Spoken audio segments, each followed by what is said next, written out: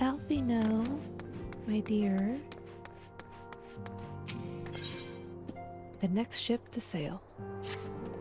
Ignis, do you have some time to talk? Of course.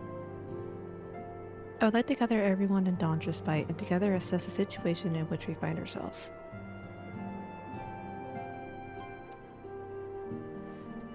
Alright.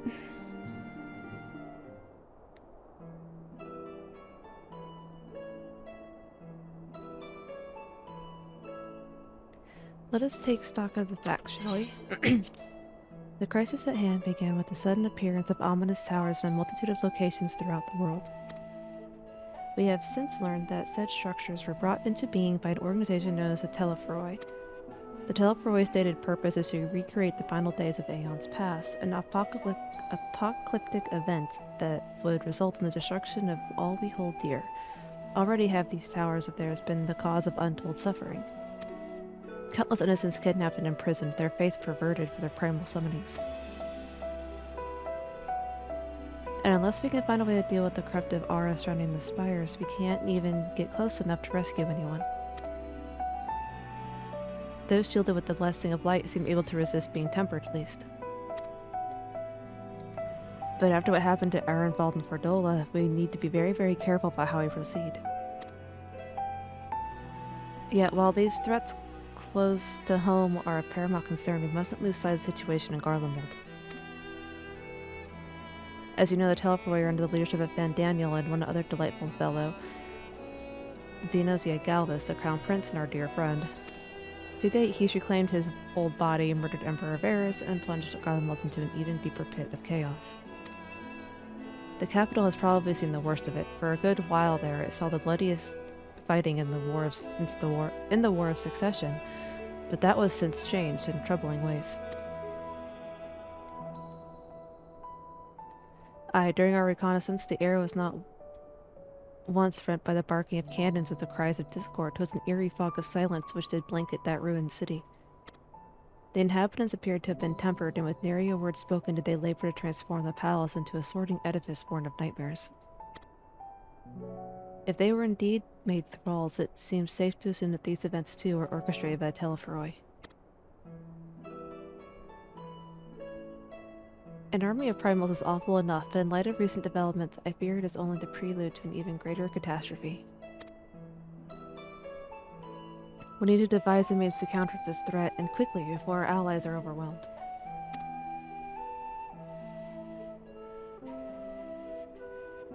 We will find a way in Sharlyan, I am sure of it. Master Fortunat's comments regarding the final days were curious to say the least. The Forum knows more than it's letting on. Sorry to interrupt. Oh.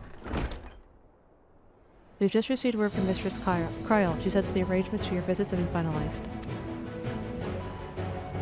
You're to head to Limsa and board the next ship bound for Sharlyan. And on arrival yourselves as associates the students of Baldessian, come to assist with the Order's restoration.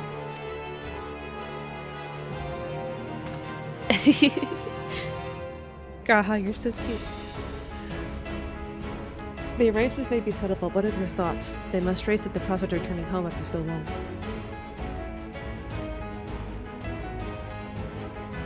I am eager to see it, of course. Of course. We should set off at once.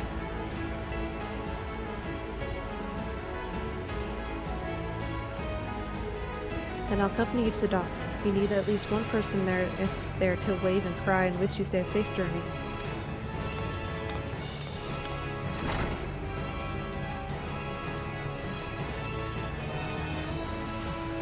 We got this, Alfie, now, don't worry. Ooh, new music.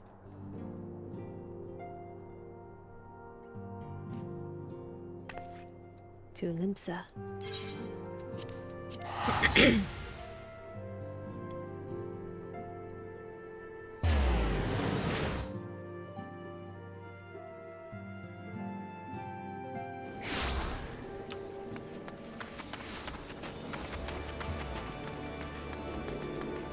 Wow, even Limsa's pretty empty, all things considered.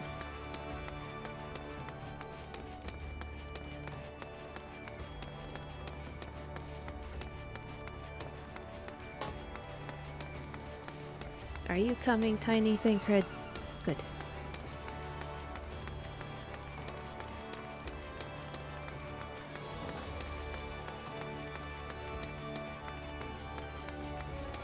I like how empty everything is. Expansion days are the best because all the busy places are empty because everyone's playing the game and it's like the best feeling ever.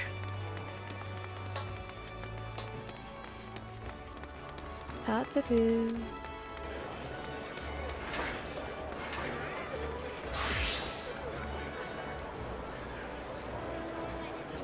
There we go. There she is. Everyone's here, which is good because I've already paid for your passage and the fee is non-refundable. The ship for Sharlyan should be pulling into port soon, so please follow me and have all your luggage close at hand.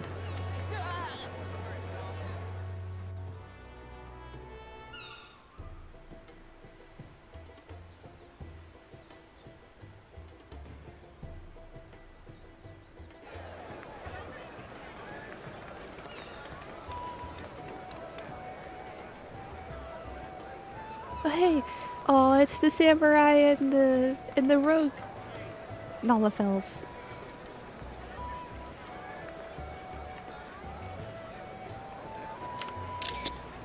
They've almost finished loading our cargo. We should be ready to depart right on schedule, or so I'm told.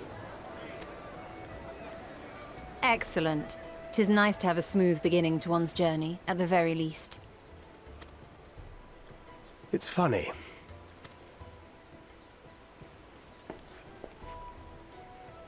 Master Louis Soir came here on a ship very much like this one.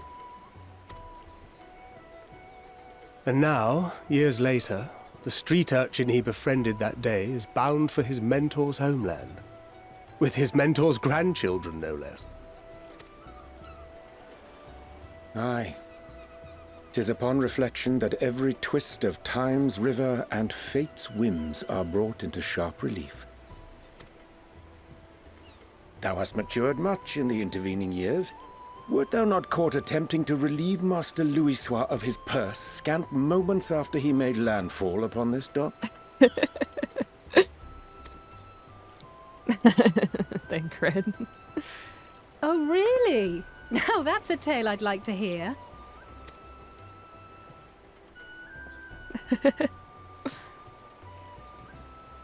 Will this be your first visit to Sharlyan, Sir Estinian?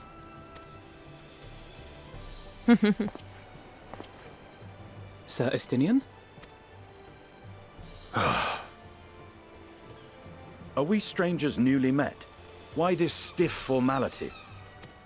I, merely meant it as a professional courtesy, since we are now colleagues in an official sense. Alfino is so short. I'd rather you dispense with the sirs, especially in private company.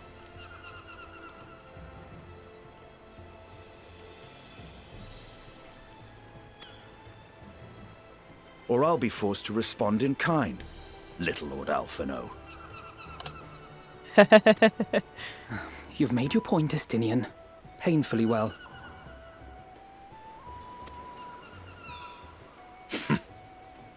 Better. They're so adorable, I love them. What's wrong, Tataru? Are you all right, Tataru? You seem positively distraught. Distraught? Me? Don't be silly. I think it's lovely that they get to see their homeland. It's just, we're trying to thwart the schemes of an army hellbent on destroying the world. And, once again, I have to stay behind and worry that this is the last time I'll get to see my friends.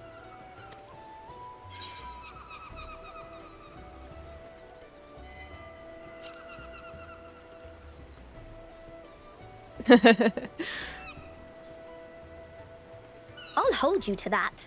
Of course, Tataru. Ah, good. You're still here. Oh my god, they have a voice! Hori! Coulternay! What brings you all this way? We're to assist the Maelstrom and the Kobolds with a lunar primal operation, so we thought we'd see you off before heading to the tower. Flamine and the others wish you all a safe journey and promise that they'll look after things here until you return. We will too, of course. Aye, we, your fellow Scions of the Seventh Dawn, will do our part to ensure the end of the world won't happen on our watch. I'm gonna miss you too. We set the sail! All aboard for Sharlyan!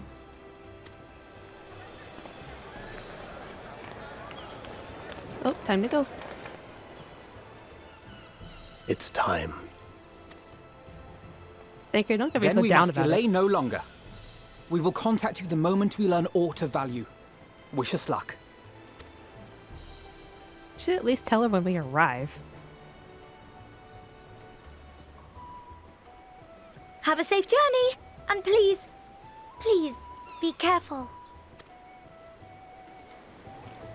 Of course, Tataru. It's us.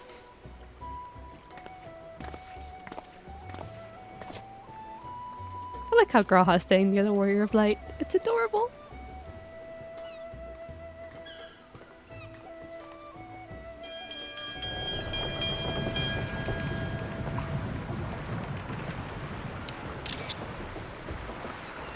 And so you venture forth unto the unknown. Shut up, Emmett. A fate beyond the horizon that cannot be divined. A future undefined and in flux. In uncertain times, naught but the simplest words of wisdom will suffice.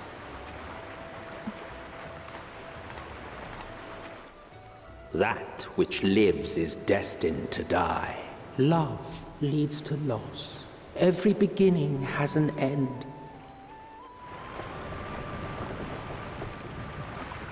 Treasure every moment, every step of your descent.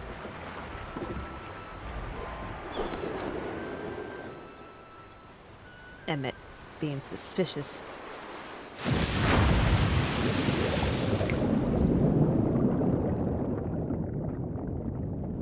And there, in the depths where souls and stars rest, find your truth.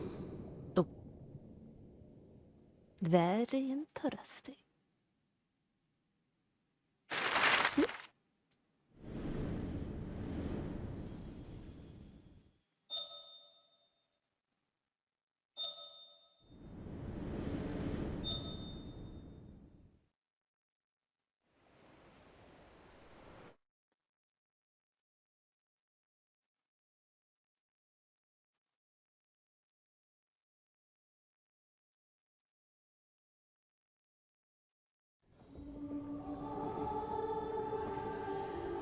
Answers? Why are they playing answers?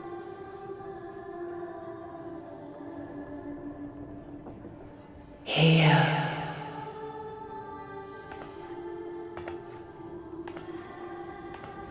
Feel.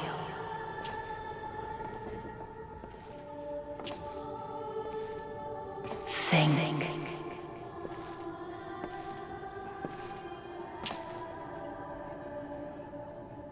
Heidelin's talking to you. The day has barely dawned, my fellow earlier riser. Though we're hardly alone in that. Envious of those still sleeping soundly, no doubt. Oh, Graha is sleeping with you. That's so cute.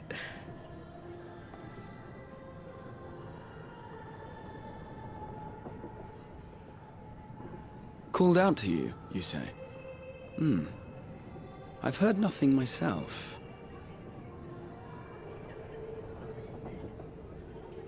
In any case, I dare say the sea air will do you good. Why not join the others on deck? Sharlyan should be coming into view at any moment.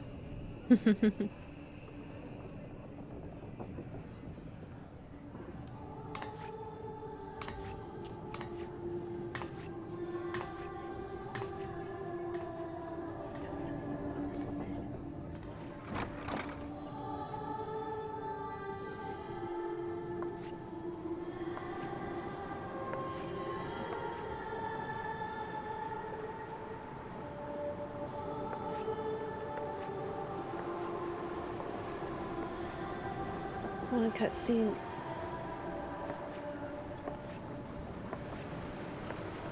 Oh, it's the lady in white.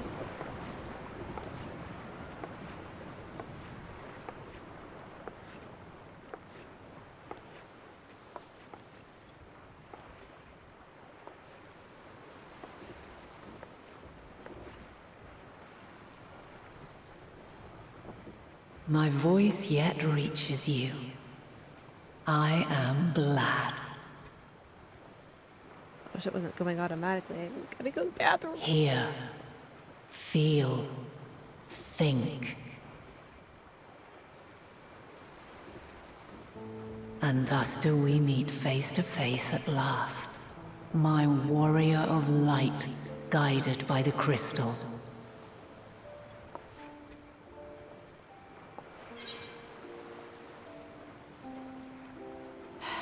Why now?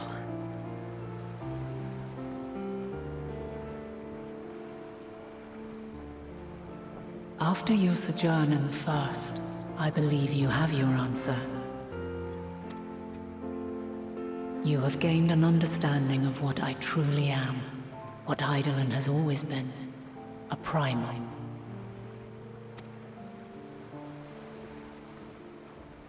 Yes, and that's the problem. Zodiac was created to forestall the apocalypse, which threatened the ancient world.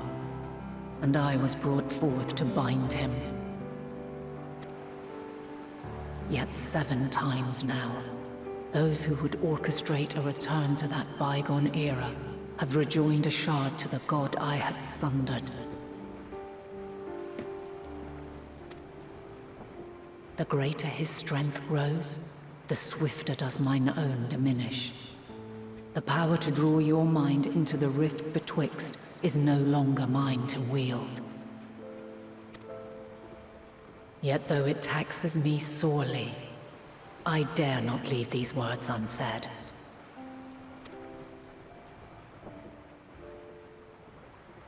Even bereft of my guidance, you and your companions have accepted the burden of this star's troubled past.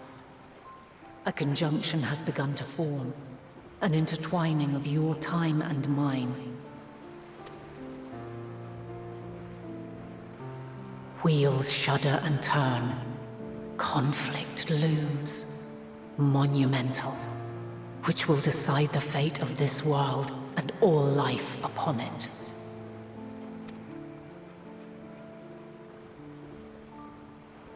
When you truly understand what is at stake, and your journey has prepared you to surmount the insurmountable, then shall I honor the promise made in another time, another age. Cast your peepers to the fore, folks. Sharlyan's just over yonder. I will not keep you further. Your traveler's heart must yearn to behold this unfamiliar land. We shall meet again, and soon.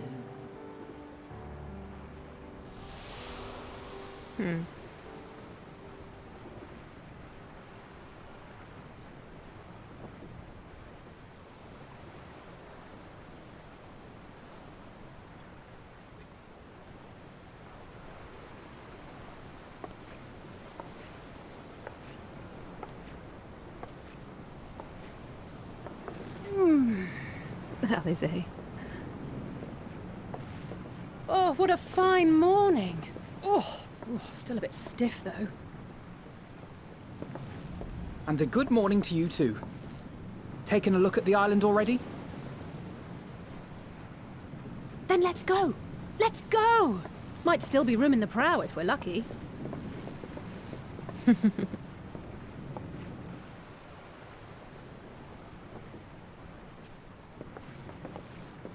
Like how Graha's just sticking close.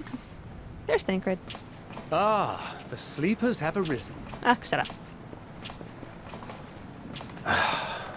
There she is. Good old Sharlyan. Oh, I see it. Oh, Oh, there he is.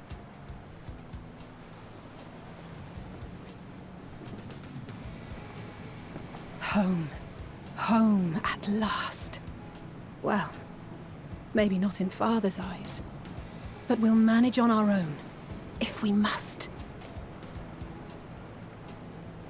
You do know you're not alone in this, don't you? Indeed. 'Tis as Sir Estinian said. Forget not the comrades who boarded this ship at your side, I prithee. Yeah, your father was a jerk. Thank you, my friends. We are ever grateful for your steadfast support. Upon arrival, we will be disembarking into the heart of Sharlyan proper.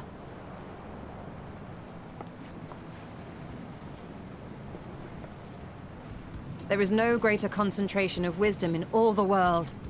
I am confident that somewhere within that center of knowledge and learning, we will find the answers we seek.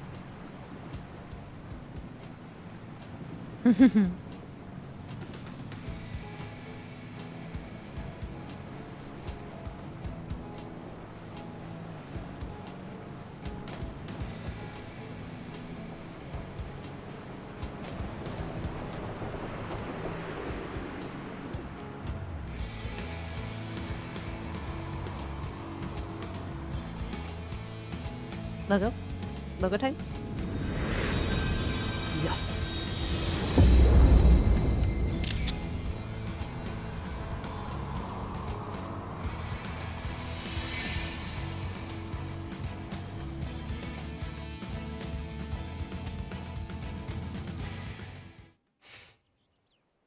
Sharlyan, the solitary island nation of the northern seas. Sorry, I forgot Emma was narrating.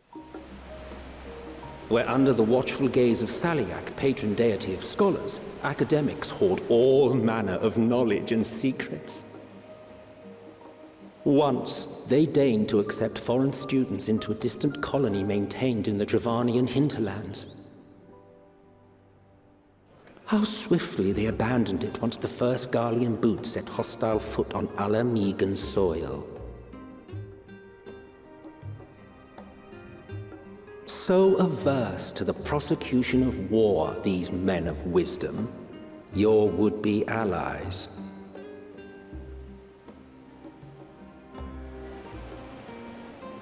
The northern empty, old Sharlyan.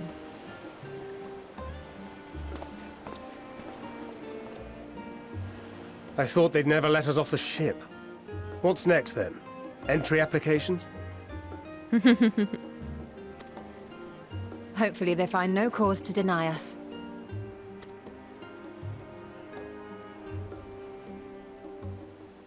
Hasn't Sharlyan all but severed relations with foreign powers? Those of us without direct ties, myself included, may be refused outright. 'Tis true that, as a nation, Sharlyan only forms trade agreements with a select few neutral countries. But from a practical standpoint, an island cannot afford to be overly strict with its borders, especially not if that island's people are wholly devoted to the accumulation of knowledge. If one submits the proper paperwork, with satisfactory evidence of identity and intent, then foreigners may be granted entry. May. Quite. So let us be absolutely clear on these points before we proceed. The immigration officer will ask for your affiliation and your purpose of visit. Considering Sharlyan's views on intervention, I strongly suggest we avoid any mention of the Scions. Kral has laid the groundwork for us to act as associates of the students of Baldessian, and our ostensible reason for being here is to aid in their order's restoration.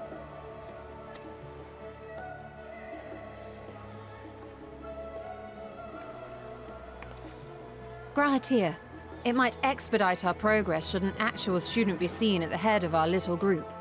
Would you mind leading the way? Of course.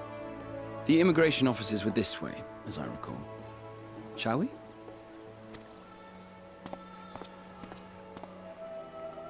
Oh, yeah, that makes sense. Graha is a student at Baldessian. Greetings. We've just arrived and are eager to make our way into the city. Would you be so kind as to process our entry applications? Certainly. I see by your mark you are an Archon. I am. Graha here of the Students of Baldessian at your service. I was assigned to an Eorzean survey team, but have returned to assist with the reformation of my order. My associates here will provide additional support.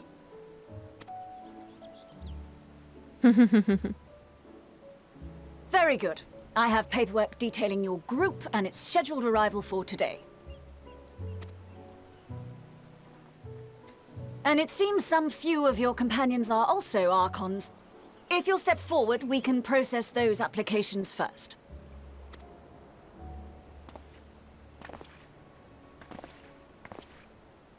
Ishtola rule.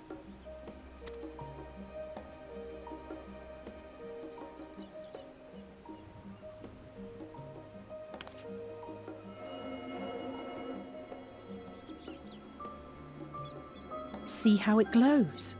That list is etherically linked with a citizen registry kept in the main repository. Nice.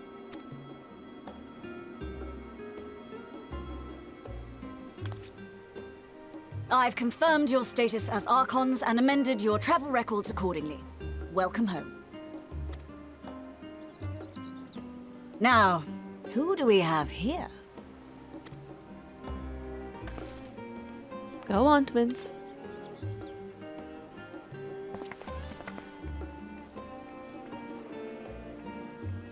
Alphino Leveilleur. And Alize Leveilleur.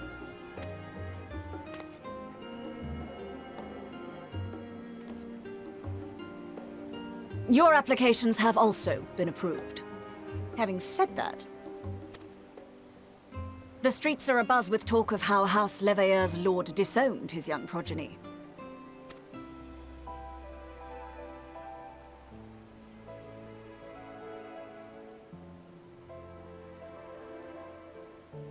And while such personal circumstances constitute no reason to deny you entry, I urge you to avoid exacerbating your present situation.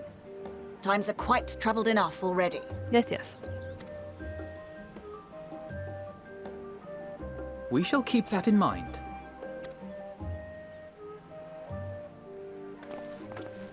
These last two are not Sharlyan natives, but you will find their credentials are in order. An application was made in advance.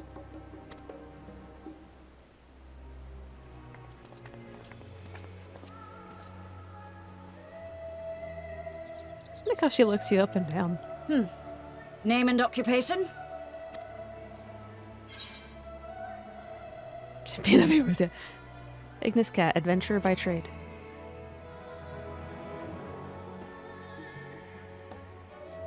An adventurer. Well, I suppose that is considered a valid calling in your native Eorzea. And it does indeed match the profile provided.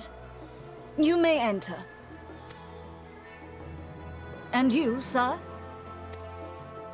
Estinian Valeno, formerly of the Order of the Knights Dragoon in Ishgard. Formally, at least. And what, pray tell, is your profession now?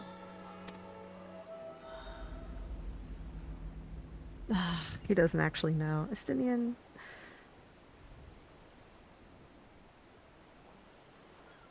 Stay adventurer. If you'll allow me...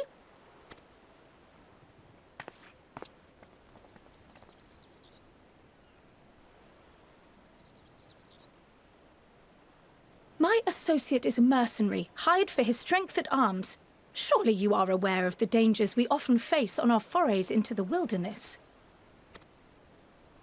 Mistress Baldessian, if you insist on sponsoring his entry, then so be it. But while I appreciate that desperate times call for desperate measures, I find your choice of company concerning. Be advised that even a single misstep may have severe repercussions for your organization.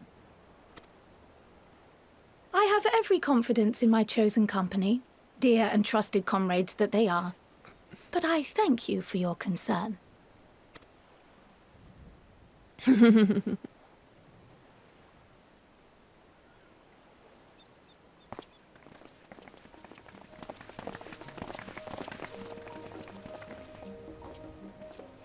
Croyle! It is good to see you. Likewise. Long voyage notwithstanding, you all seem none the worse for wear. There is much to discuss, but this is hardly the place. Let's be on our way, shall we? I wonder what happens if you put artisan. Oh!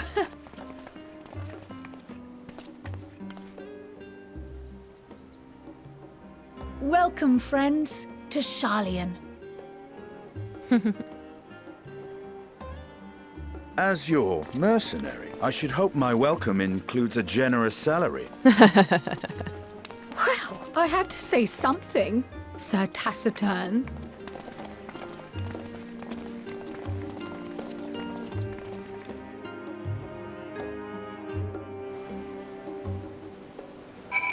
Yay!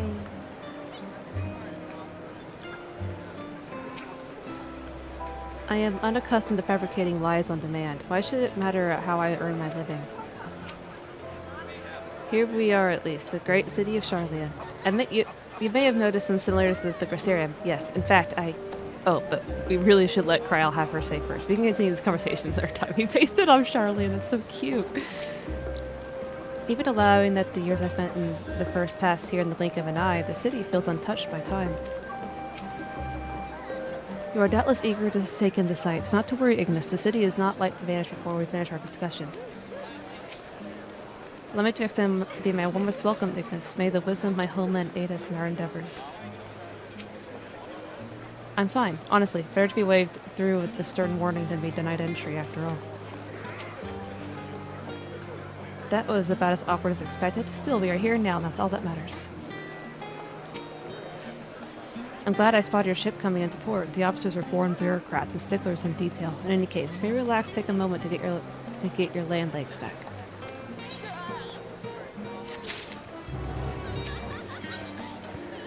Kryal sweeps the silence with a speculative look.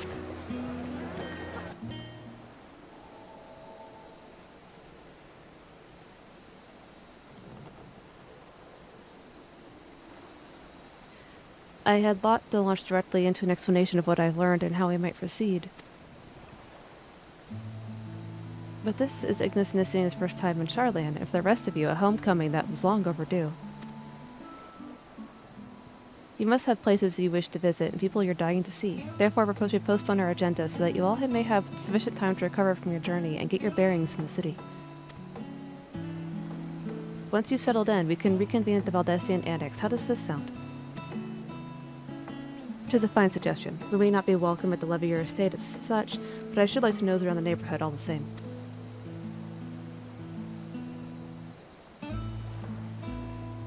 I am equally untethered, as it were. There is no particular place that my kin call home. Still, I will not pass up the opportunity to reacquaint myself with the city. Likewise, a quick tour of our old haunts might even yield some useful gossip.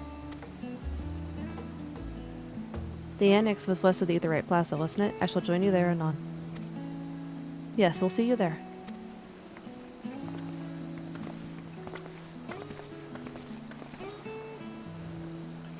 I have two places I would be remiss in not visiting forthwith. By thy leave.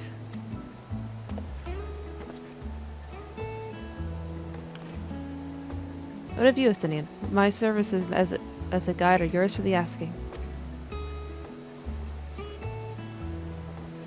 That won't be necessary. Until we reconvene, I prefer to wander as the wind takes me. But I could... oh.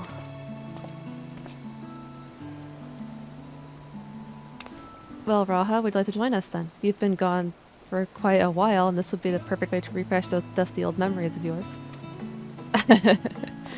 Oh, of course, if you will have me. Come, Ignis, Sharlyan awaits.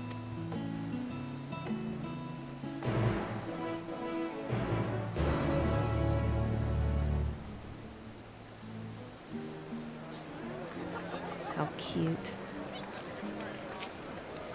After you, my friend, I am more than content to follow your lead. Graha is now accompanying you. Keep him at your side in order to proceed with the quest objectives. You can leave Graha behind by entering a different area using the Ethernet or by putting too much distance between you. You'll speak with Graha Tia and select the option to part ways. If you wish to have Graha Tia accompany you again, return and speak with him at the original location. While Graha's accompanying you, next try speaking with Cryo. All set, then let us be on our way. Our first stop, easily enough, will be the Last Stand. It's a cafe on the west side of the harbor. Cryo is also now accompanying you.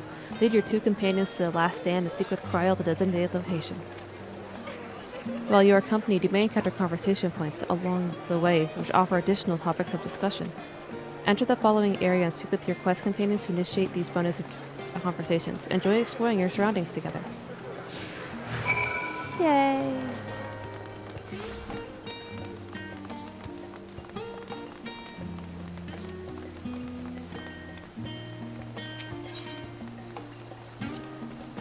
I'm grateful to have Kryle's help in reacquainting myself with this place. It's almost as if I'm seeing it all with new eyes, as you are.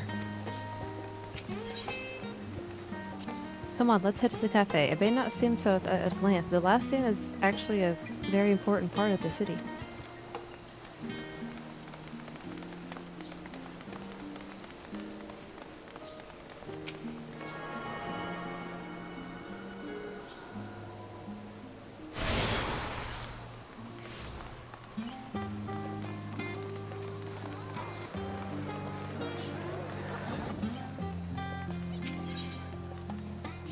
I'm grateful to have Kryle's help make it. Oh, okay. Aw, is that all you guys want to talk about? Lame.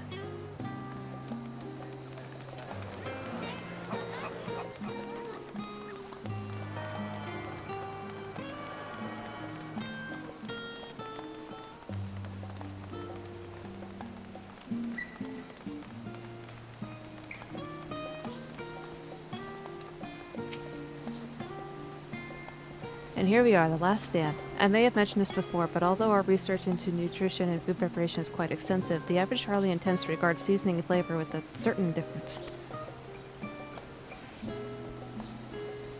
How can I put this? The food is, it's bland. As encapsulated by our infamous Archon loaf, the prevailing sentiment towards cuisine is dietary value first, and taste a distant second. There was one pupil at the studium, however, who could stomach the school's insipid meals no longer, so he quit his lessons and poured all his savings into building a proper eatery. And so the Last Stand came to be. It is, as the name implies, the sole dedicated outpost of fine dining in Sharlyan, the one and only bastion of the culinary arts in an isle otherwise mediocre fare. I seem to recall their burger being hailed as one of the more impressive items on the menu, not that I ever had the pleasure of eating one myself. Because you were typical Sharlyan when it came to cheap and convenient Raha. But surely, Tatra has since taught you how to appreciate a well-prepared dish. We should all stop in when time permits and sample the cafe's delights. Oops. I put it too fast. Oh well.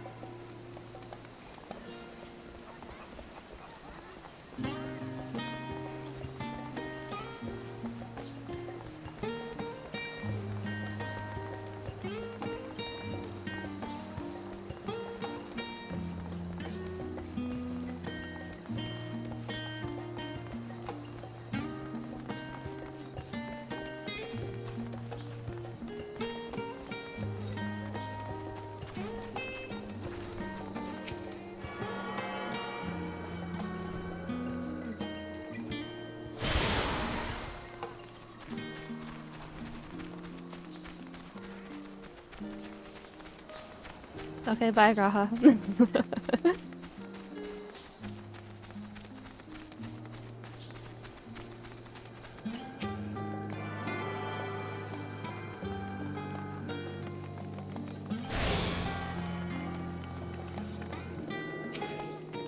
An unusual shape, isn't it? I assure you, however, that it's perfectly functioning either right. Remember to attune yourself before we move on. Now, being the diligent tour guide that I am, I should make mention of the confluence. Our research facility located in this very plaza. With much vaunted discoveries, the reason Sharlyan stands at the forefront of the teleportation technology. In deciphering the underlying principles of Alleg and Etherites, it's allowed us to understand and reconstruct what was essentially a lost art. And off we go to our next destination. Our path leads northeast of Agora, Sharlyan's largest marketplace.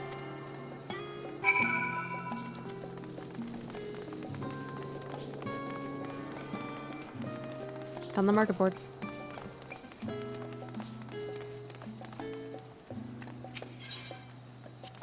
Oh, the markets. I always did look forward to seeing what new wares they had on offer. You tuned yourself to the Aetheryte, then let's continue to the Agora.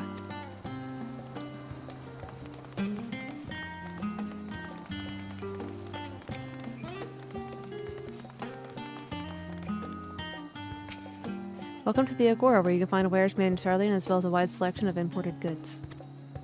They also used to sell questionable prototypes in the various research institutes, but I think that practice was thankfully died out for the most part.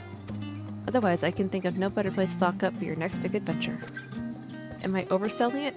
On a more serious note, the next stop on our tour is one which has particular relevance to our ultimate purpose here. We must head back to the Aetheryte Plaza, follow the path north, and then climb the stairs to the imposing building at the very top. Is there an Ethernet over here before I move on? No? Okay.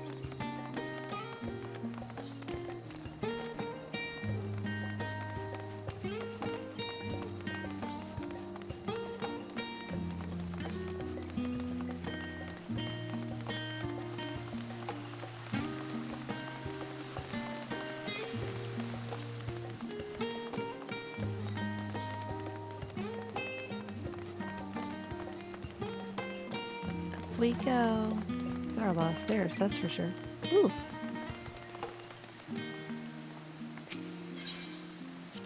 It's a fascinating experience to walk around the city and contrast my image of the past with the reality of the present. The building we're looking for sits at the top of the stairs to the north of the Aetheryte. So just keep walking up and you'll reach it eventually. The district we're passing through is called Archon's Design, a name which honors the 7 individuals whose contributions were instrumental in the founding of Sharlyan. It is the city's political and financial center. It also hosts a collection of research institutions. Nice. So when do I get an Archon tattoo?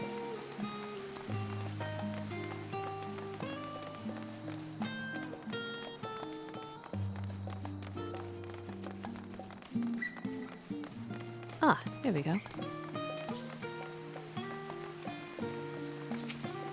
The grand structure before you is the Rostra. The name refers to the original public platform erected here, upon which a forum of elected representatives who deliver orations debate policy. Although the stage has since evolved into council chambers, the nature of the forum and the duties of its members remain largely unchanged. Am I boring you, Raha? You seem awfully distracted. My apologies. From here, one can see the entire city out below. The vista put me in my mind of my arrival to the first, which was those who had gathered at the Crystal Tower asked me how they might go about building a new home. Naturally, my answers were all inspired by my knowledge of the finest settlement I could think of, the great city of Sharlyan. And bit by bit, those few buildings grew into a town, a community, the Crystarium. I can almost see its echo. I see. Feel free to come up here whenever you wish. I don't think the council should object to you simply enjoying the view. Such memories should be treasured. For now, however, the tour must go on. Our spectacle of sightseeing concludes with the fittingly named journey's end. Walk down the stairs to the east and continue straight ahead.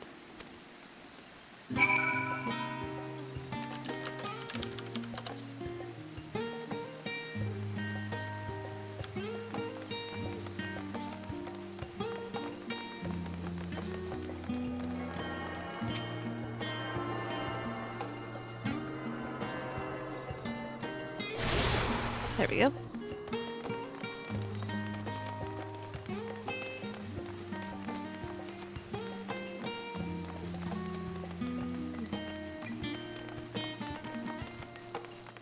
Oh no, Graha, the Crystarium was easier to get around.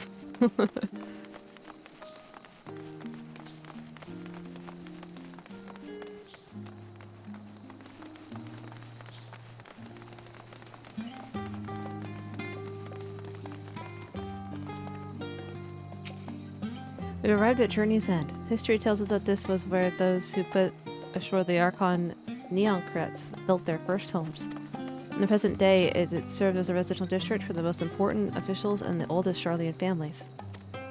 You'll see that one mansion is clearly larger than its neighbors. The estate belongs to our friends from House Labyrinthos. All things considered, we should probably keep our distance for the time being.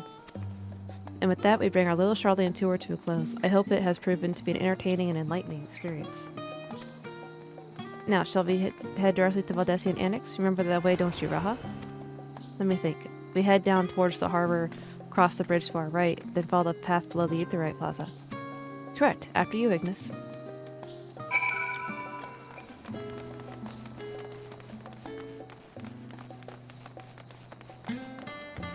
Wait a minute. She's at the twins' house? This near here? Is it this big, imposing building right here? Okay, I think I need to go this way.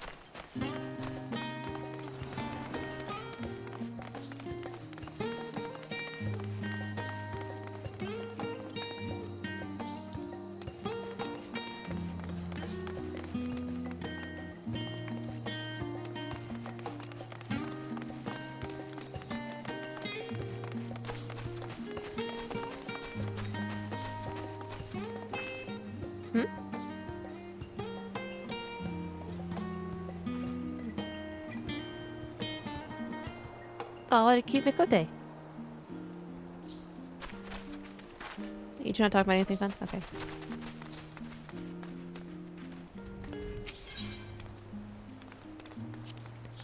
Hey, I tired you of all this walking. Not to worry, I had rooms prepared for you at the annex.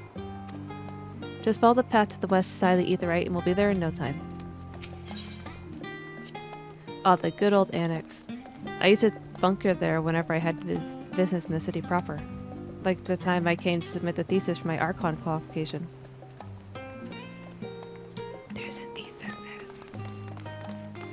We're grabbing it first. I am grabbing this Ethernet first.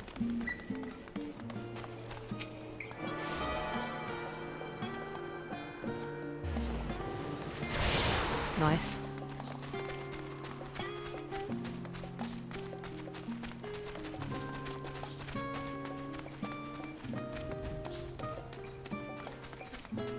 How you keep floating in the air. I hope you know that.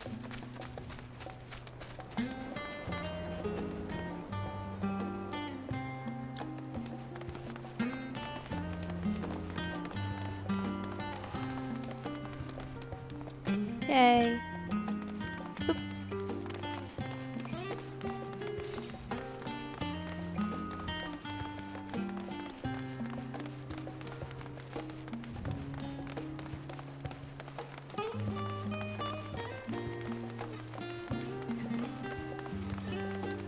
Oh, one of the first Ethernets I grabbed is where I needed to go. How funny. Alright, Cryo. As a joyous look on Raha's face has undoubtedly informed you, this is the Valdesian Annex. If you continue up the hill, you'll arrive on the doorstep of the phenomenon, but I think we've explored enough for one day. We can take you there another time. I sided with you then.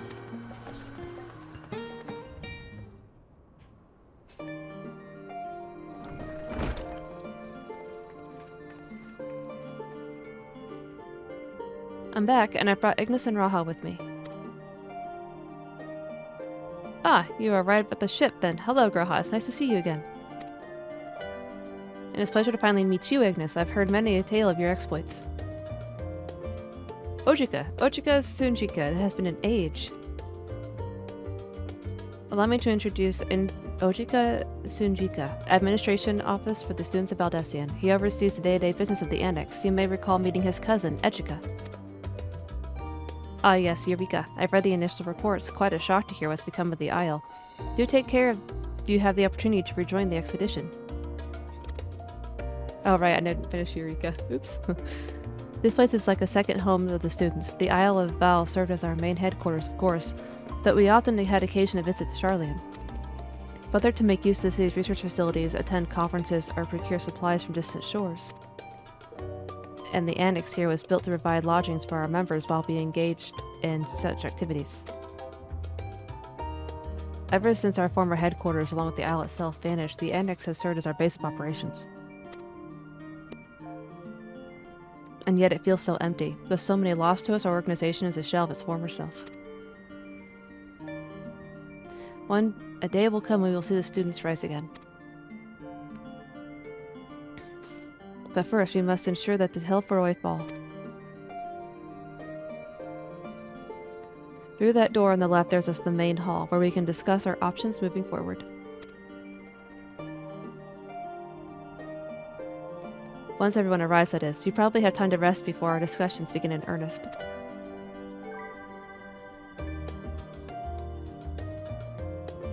I've had private quarters prepared for you in the Andron, so please feel free to make yourself at home.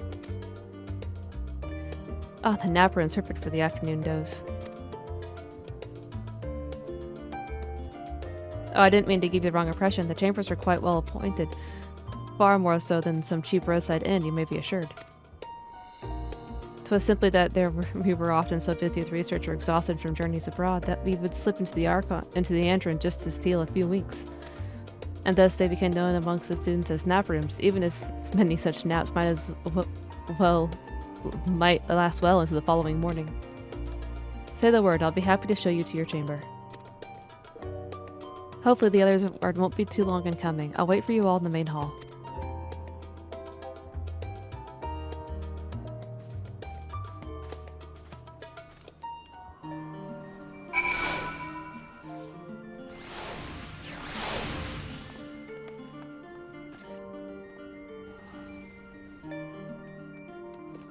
I want to see the room.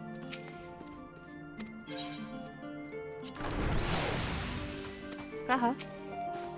Do you have papers pasted on the walls of your room? It was not unusual for occupants to pin up notes or documents and such, and then forget to take them when they went on their merry way. Sometimes it was quite deliberate, though. You might see complaints addressed to other members, or a thank you card for the engrossing literature someone left behind. Beloved traditions that I should know better than to dwell upon. If we are to create a future of the students of Valdesi and so many others, we must look to the days ahead.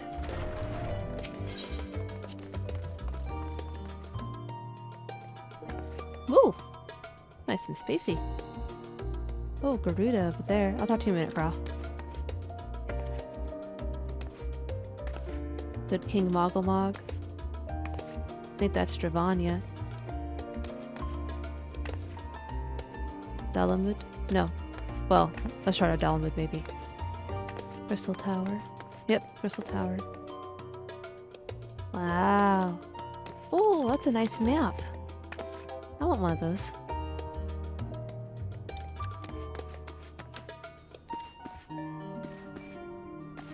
Interesting. Feeling refreshed and alert. Our colleagues should be wandering in soon, so I suggest we stay here and wait for them to join us.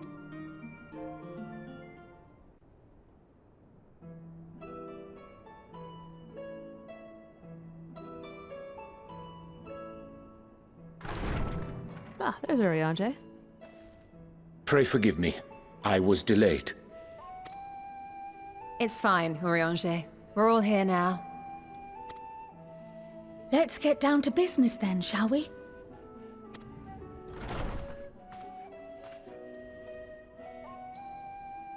Come what may, we must prevent the Telophoroi's plans from coming to fruition.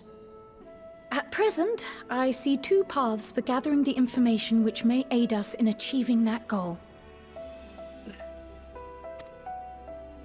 The first involves an investigation into the change which has come over Sharlyan, not to mention the recent inscrutable behavior of the Forum.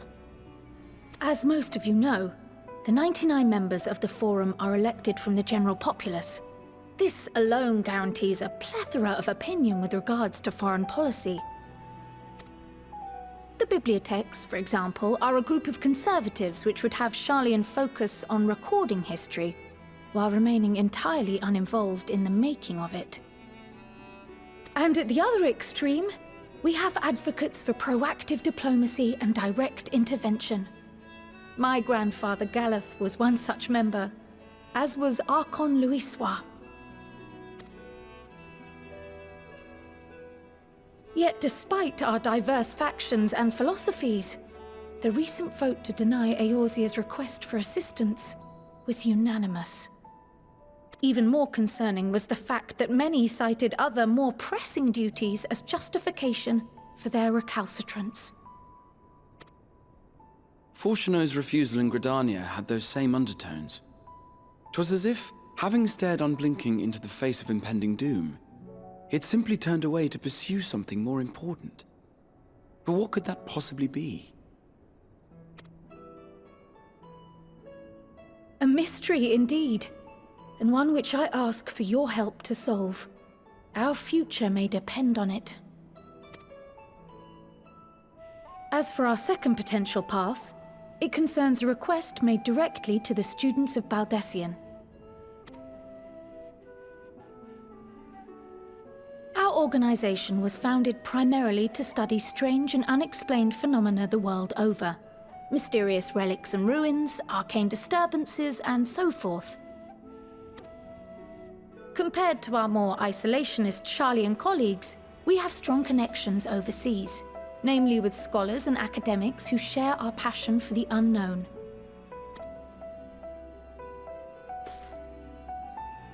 The request in question comes from one such acquaintance, Nidana, an alchemist residing in distant Thavnair.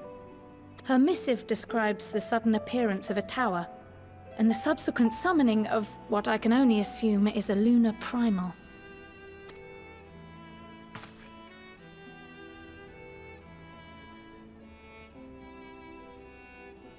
In response to this threat, the satrap of Radzat-Han, the individual who governs the city-state, has instructed the alchemists to find a means to deal with the spire. The artisans of that land are heirs to an ancient tradition, one rather unlike that of their Uldan counterparts. It is possible, nay, probable, that they have gleaned truths unattainable by Eorzea or her Far Eastern allies. They do, in fact, appear to have a strategy in mind, though it will require further research. To that end, they have requested an introduction to a capable warrior shielded by the blessing of light. Assuming we divide our forces to pursue both of Kral's lines of inquiry, then having you join the group heading to Thavnair would seem the obvious choice. But the investigation in Sharlyan is of vital importance as well. Equal, I think, to the Thavnairian one, given that the fate of the world may hinge on the results of both. Yes, it is quite the quandary. Though it is a great imposition and an altogether too common one, our efforts would be more likely to succeed were you to lead the charge on both fronts.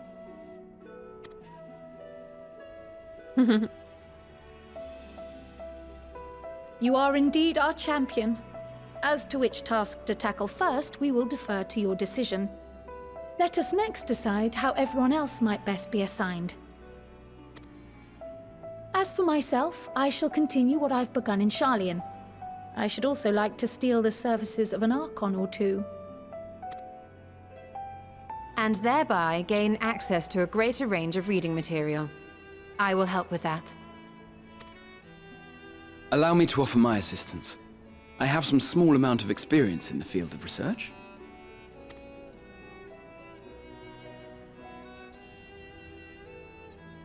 Alize and I would also like to help, if you would have us.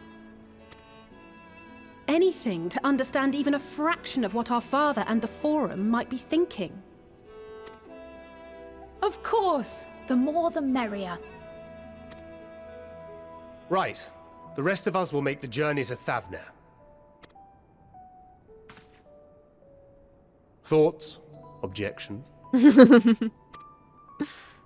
I passed through Thavnair on my way to infiltrate the Empire, and though I'm not qualified to give a guided tour, I did gain a sense of where things lie.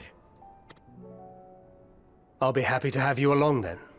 So for this group, it will be you, me, and Urianger. Give me a moment afterwards, and I'll supply you with all the details of Nidana's request. Consider this hall our rendezvous point once our respective tasks are complete. May our investigations prove fruitful.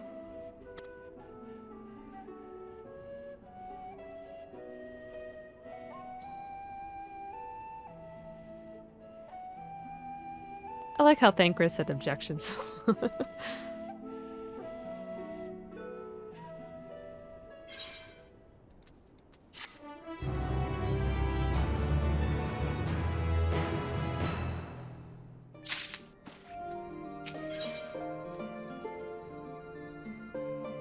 Do I want to do that one first, or do I want to do that one first? That one? That one? That one? That one? That one? That one? I want to do this one.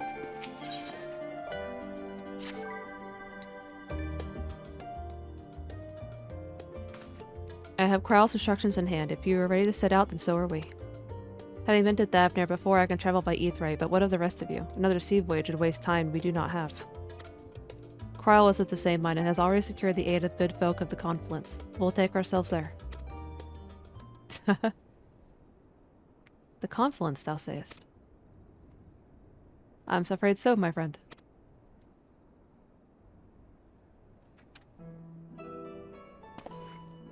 Thou wilt recall the hunt for Iceheart, unto whose sanctuary we delivered thee owing to the knowledge of our comrade Minbrida. Minbrida was an authority in etherology, a field of study she did embark upon in pursuit of her parents' example. Both are authorities in their own right, and both are researchers at the Confluence. Haven't you gone to see them yet? I attempted to do so earlier, but to my shame my courage failed me at the last. As it hath the many times I thought to reach out to them after sending the fateful letter. Neither time nor introspection have revealed unto me the words I should speak, and thus I have kept my silence. Whether you come with us or not, or no, is your choice and yours alone. If it is too difficult, we'll manage. Thou art kind to say so, but I have no intention of forsaking our cause. I shall go to the Confluence, and I shall face that which hath been long overdue. If it's settled, then let us be off. When we arrive, we should look for a researcher named Kite. Poor Arianje.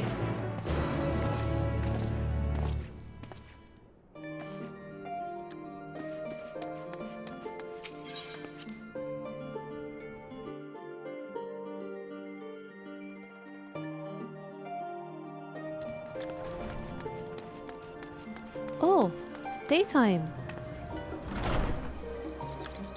Explore Sharlyan in the daytime.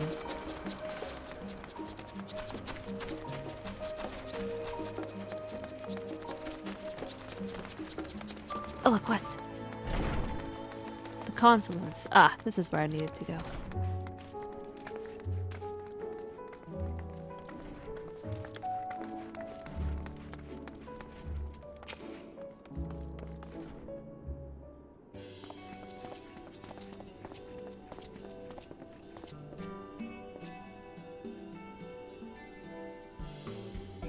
Oh, now this is a rather last turn paces. Are my library books overdue again? Not to our knowledge. We're associates of Kryl, the students of Eldestian. We seek passage to Thavnair and understand that you can assist us.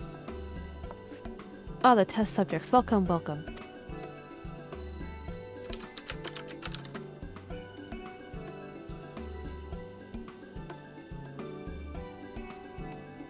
Test subjects? Oh, you hadn't heard. Well then, allow me to explain. So in order to travel between Aetheryte, you ordinarily need to attune to it beforehand. Otherwise, you can't use it as a beacon to seek out while you're a mess of ether hurling through along the lifestream. An inconvenient but incontrovertible limitation of Aetheryte teleportation. But what if I were to tell you that there was a way to travel to an Aetheryte without being attuned to it? A way to teleport instantly to places you've never been. For long years, we've labored to make such travel possible that people might move about more freely. We've finally done it, we've created a new kind of Aetheryte that doesn't require attunement. Truly, that changes everything. Well, my language may have been a bit misleading. The user need not attune to these Aetherites, but the Aetherites themselves must have been pre-attuned to each other, thereby facilitating travel between the 2 points. It just so happens that this is our first test pair of Aetherites. One has been installed here in Sharlyan, and the other in a post town in Thavnair. As you may know, our nations have been long maintained strong ties with rats at Han, and indeed we owe much of this breakthrough to the contributions of the alchemist. So this might be here to test these Aetherites. How fortuitous for you. I should mention that an accident has impaired my ability to channel ether. Will this be a problem? Not at all. As a matter of fact, you might say these Aetherites were made for people like your good self. The magics imbued within will risk you away without any effort on your part. A veritable dream come true. And far be it from me to worry about such things, but do we have permission to make use of your shiny new invention? The only permission required is yours, so assuming you're willing, we're all set. It may come as a surprise, but we actually struggle to find test subjects. Most people seem to have unreasonable fear of their souls gradually disintegrating as they drift helplessly in the livestream, in the statistically unlikely event that something goes awry. But it's plain to see that you aren't most people. Mistress Trial truly knows how to pick 'em. Kryl. If I may change the subject, are Master Wolfson and Mistress Blueda not present today? Oh, you didn't hear. They've recently resigned their posts. Their expertise are needed elsewhere. A large-scale project helmed by the Forum itself, as I understand, but I'm not privy to the details. I see. Any other questions? No, then let's get going before you change your minds. Please, let's see your preparations and head outside to the Aetheryte Plaza. I'll be along shortly.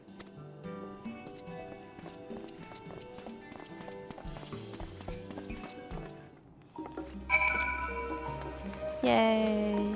Oh, I'll wander around somewhere. Oh, okay. Anything else in here? Let me in! Or let me out, I guess.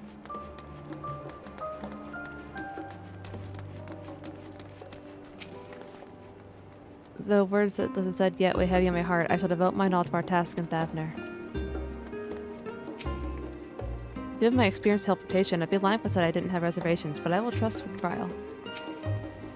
I shall teleport the tried and trusted way. Good luck. That's fair.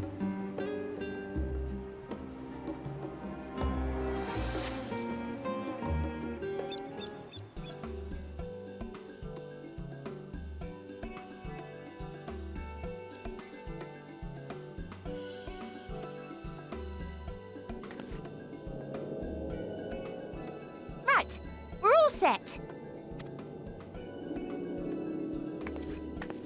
Just the 4 of you, was it? 3.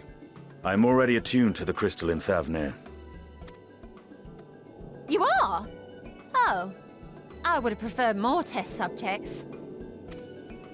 Oh, well, never mind. If our 3 travelers could line up here, please?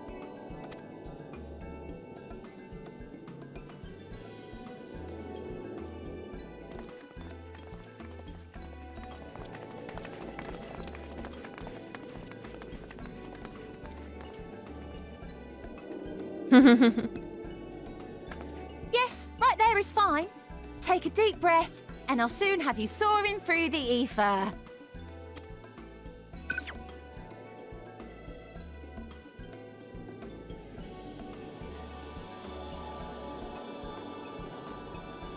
Oh, and one last thing. You might experience a teensy-weensy touch of violent ethereal sickness. Good luck! What? I thank her. That's awesome.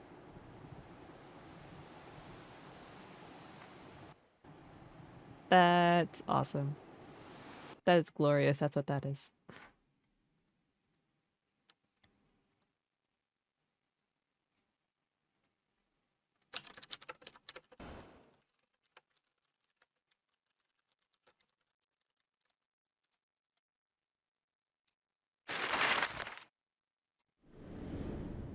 That was glorious.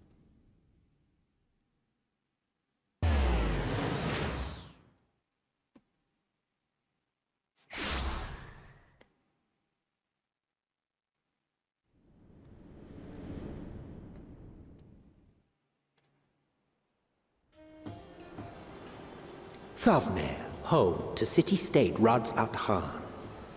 Rising from the southeast waters of the Bounty, this Isle of Plenty served as the battleground for a conflict between 2 peoples. Their cultures bled into one another until a unique amalgamation was distilled from the chaos, in a process not unlike their precious alchemy. Once solidified as a single nation, an adamant stance of neutrality would hold invaders at bay. For a time. Well, I made it. What of the other 2? Now across this vibrant isle creeps a fog of malice. What choice do you have? Be there, sickness.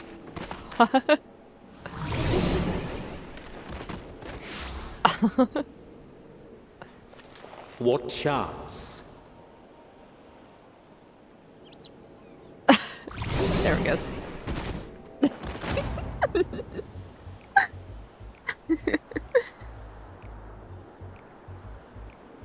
Against such an insidious foe. Shut up, Emmett.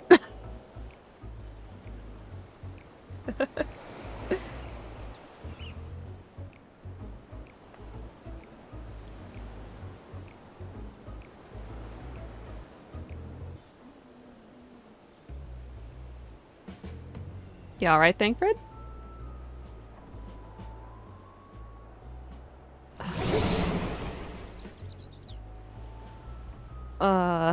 This is gonna be awesome. I've seen fairer faces after a bout of bad shellfish.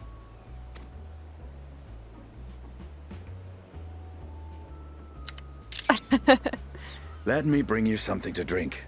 That should help settle your bellies. Okay, bye, Astidian.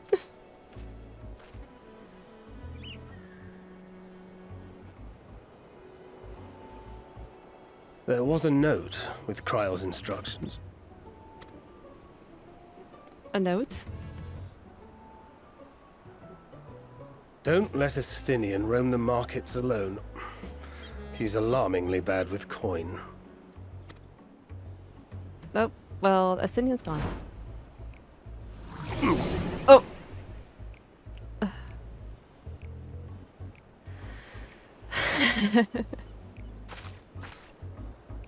Are you getting this? Okay. You managed to will yourself to your feet, but given your condition, will you be able to reach Estinian in time? I'm fine.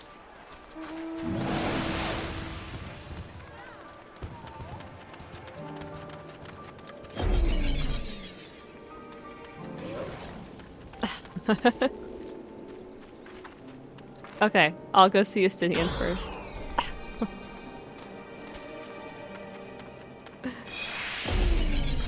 Come on, Ignis, he's right there! Estinian! Are you there? I need 3 drinks, something that helps with ether sickness. By the Mansuya traveler, I mean greetings and welcome. You're a wise connoisseur, you come to me. My special Amara lassie made with only the finest and fresh ingredients is famed for calming unruly bellies. The way we're milking Thavnair, I am pleased to offer it to you at the low price of 19,008.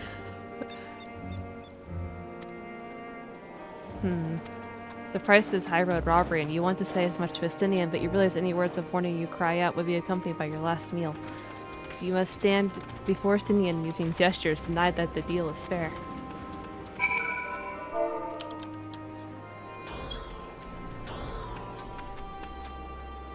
I thought you could barely stand. What do you need to tell me that's so urgent? Wait, I shouldn't buy the last thing. The merchant is swindling me. Ugh. Apologies, I appear to have my prices confused. It's actually 1,890 gil for the... There we go, that's better. That confusion would have been quite costly for both of us. Very well then, your coin. Here, a bottle for each of you. Take them to the others and get some rest. Phew.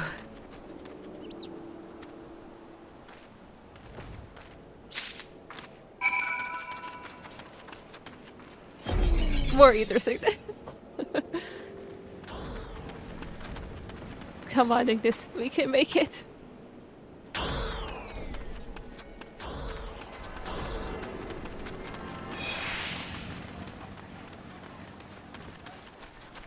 Oriande.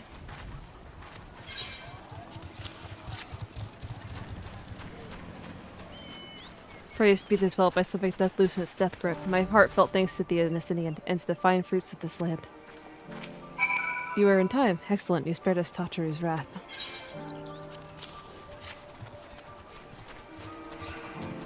Sweet, sweet release. If you haven't already, you should have yours too.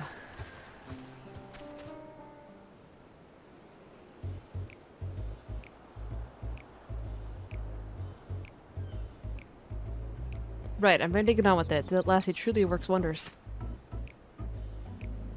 Back to your feet, I see. The hair. I found it. There's the most I could do against this heat, short of shedding my armor. May I ask where you got the cord for it? A local vendor. The man... And how much did it cost?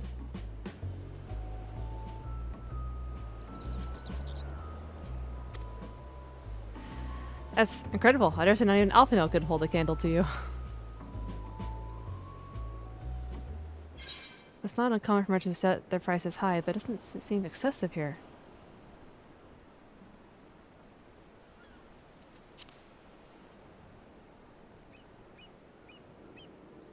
I am inclined to agree with thine assessment. It doth seem excessive, and usually so. Claiming Thavnair as its dominion, the nation of rats at Han hath long thrived as a hub of commerce. In the beginning, there were the Amatanganga. I'm not gonna be able to pronounce these right. There were the Arkasodara, a Madanga tribe, indigenous to this land. Over time, they came to be joined by other races, and through their intermingling, a culture rich and distinct did emerge. From alchemy to textiles, the products of Hanish culture have come to be celebrated and conveyed the world over, a development only aided by the nation's prime location as a waypoint betwixt east and west. All of us have combined to make a trading power of Razat Han, yet such a status cannot be taken for granted. Nay, it must needs be maintained through judicious governance and stringent regulation. Neither of which I see any evidence, given that merchants at a gateway town are free to fleece hapless travelers and tarnish reputation of the nation at large. Just so, that unprotected pricing is rampant does suggest that oversight is much weakened, or may have the people have fallen upon hard times. Whatever the truth may be, 'twould be prudent to ascertain the current state of affairs. Prudent and practical, aye, we've not to lose by learning more. So, ere we seek out Kryle's acquaintance, shall we see what information we can gather here in Yellamid? Excellent. We didn't exactly get off to a flying start, but we'll make up for it.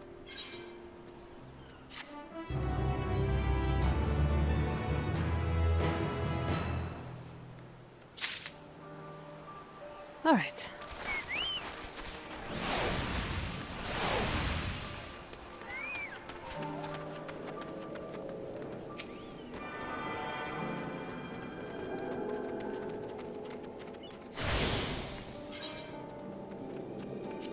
Do I have crystal greens? Oh, I do. Oh, our gemstone.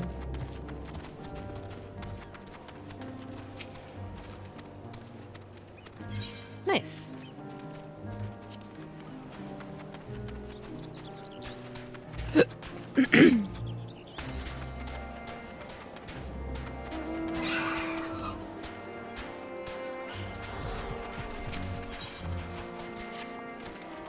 Alright, let us split up, make inquiries in town. Ignis, here is yours. Once we have done what we can, we regroup at the Aetheryte. Off-putting, though, that your side of it may be.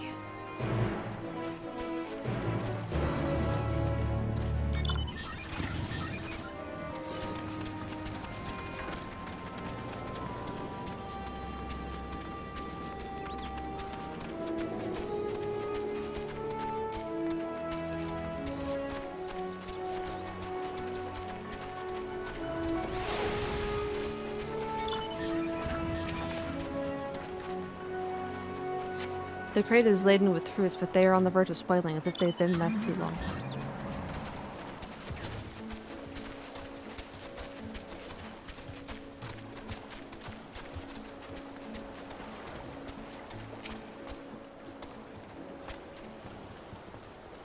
What am I doing? Oh, recording my sales. Still do it out of daily habit, though I don't know why I bother. Hardly sell anything these days.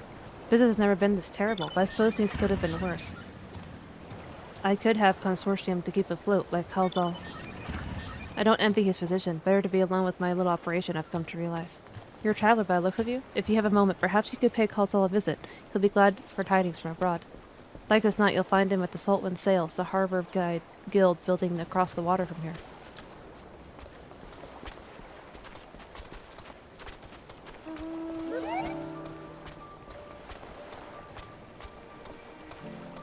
No?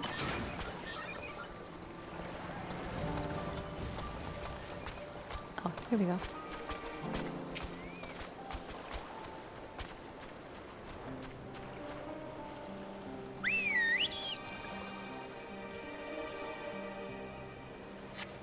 Gazing out from the pier, you spy boats moored off nearby isles, the silhouettes of larger seafaring vessels farther away.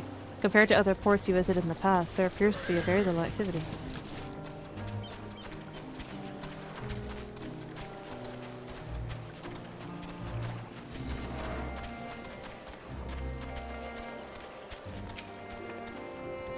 Well now, if it isn't a traveler, you are a rare sight in these unsettled times. People have been given the wide berth since that accursed tower suddenly appeared in Thavnair. If it just stood there and loomed ominously, perhaps things would be fine after a fashion, but no, it had to spawn fell fiends as well. We still have our lives thanks to the radiant host, but business is as good as dead. What will become of us, only the gods know. So the tower is affecting business. It's fair, I guess.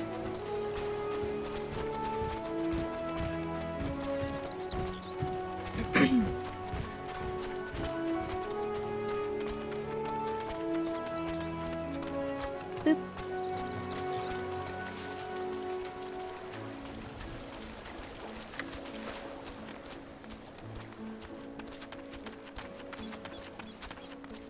Hello, my good sir.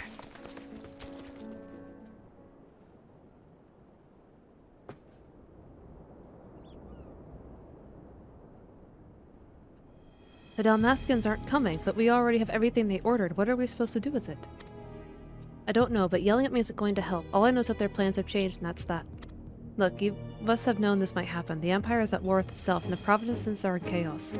And then there's the tower sitting on our doorstep, spitting out monstrosities. The city has its defenses, but we've been afforded no protection out here. We can't blame foreigners for not wanting to take the risk. But this will be an enormous loss. Alright, forget the Dalmatians. Surely some ships are still coming. We have fresh produce, handicrafts, medicines, all the perennial Hanish favorites. Our consortium works closely with the merchants and artisans to supply only the finest wares. Quality is guaranteed. I know all these things, Kal'zel, I do. Which is why I regret to say that I have nothing for you. All voyages have been cancelled or are indefinitely postponed. And you are? Wait, you're a foreigner, are you not? A merchant. Please tell me you're a merchant. I see. That's a shame. I'm sorry. We were discussing important matters. If you need something, please take it to one of the others. Excuse me. My name is Matsuya, and I am here to see Kal'zel.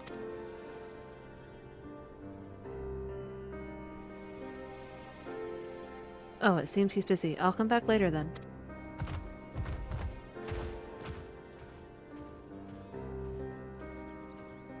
Wait a minute. Wait. I will talk to you. I am not Kal'zel, but I will talk to you. Come back.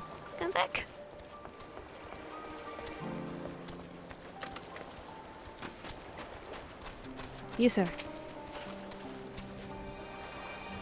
Yes, can I help you? I remember seeing you back in the guild. You wanted to speak with Kal'zel too, did you? I am Matsuya, fisherman of Alclea, a nearby village. I sell my cash to Kal'zel, who offers it to foreign merchants, but he hasn't bought anything for a while now. When I heard that the consortium had been struggling, I became worried and decided to come and see him. As soon as he's free, anyway. He's a hardworking man, and I dare not disturb him.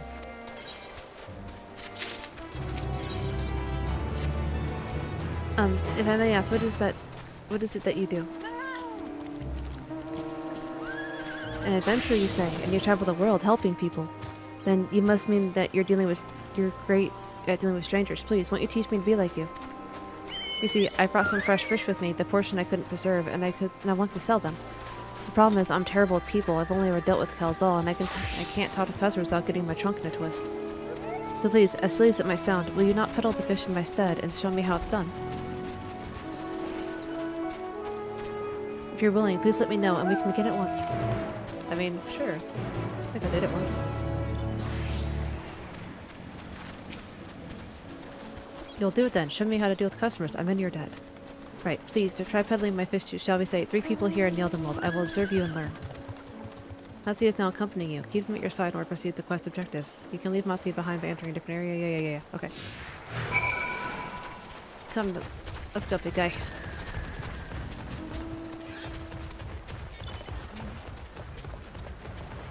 I'm kind of glad that you can only see your own. You can't see everybody else's.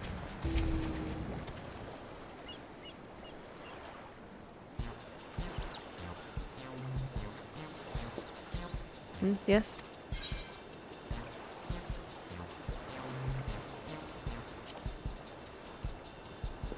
Greetings to you too. I suppose I'm well enough given the circumstance. Things have settled down somewhat, but it was utter chaos when that tower first appeared. Everyone grabbing whatever they could, trampling each other over to get to the city. Many remain here there for now, but I could say...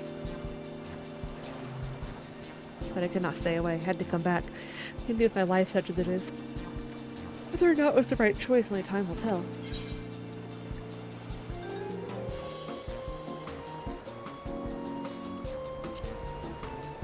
Well, and then one more merchant. No place safer from the city, of course, but if everyone up and laugh up would happen to heal them, dangerous though it may be, I'll keep doing what I have to do as simply as I can.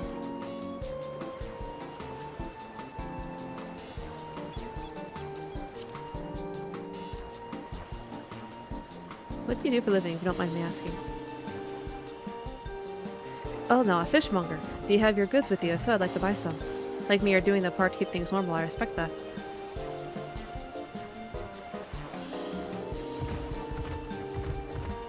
Thank you for your custom.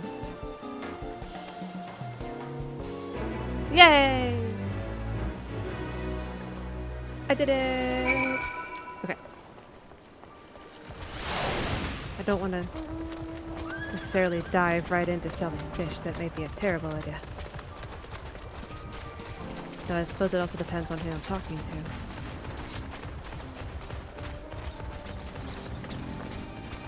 No! I want to jump on that. Aim. Over there. Over there.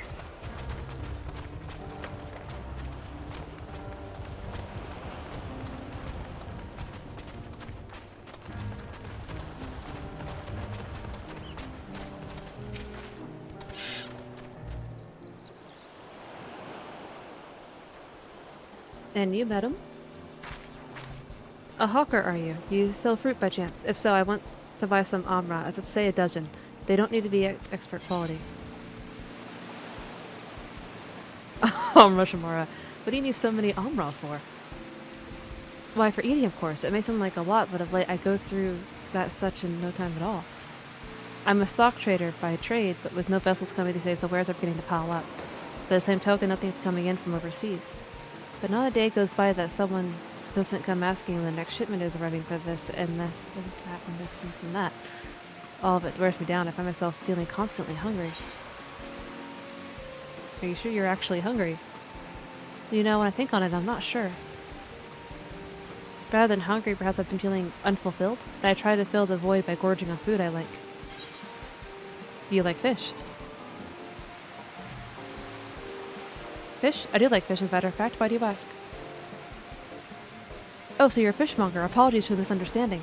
Seeing as you're here, do you happen to have Yaki sardine? They're perfectly in spiced soup. I certainly do, madam, and if you like it spicy, I also recommend them pickled in oil with generous amount of chilies. Oh, that does sound like a wonderful challenge. I didn't have fish in mind at first, but I dare say I'll enjoy these. Thank you. Yay, we made our sale.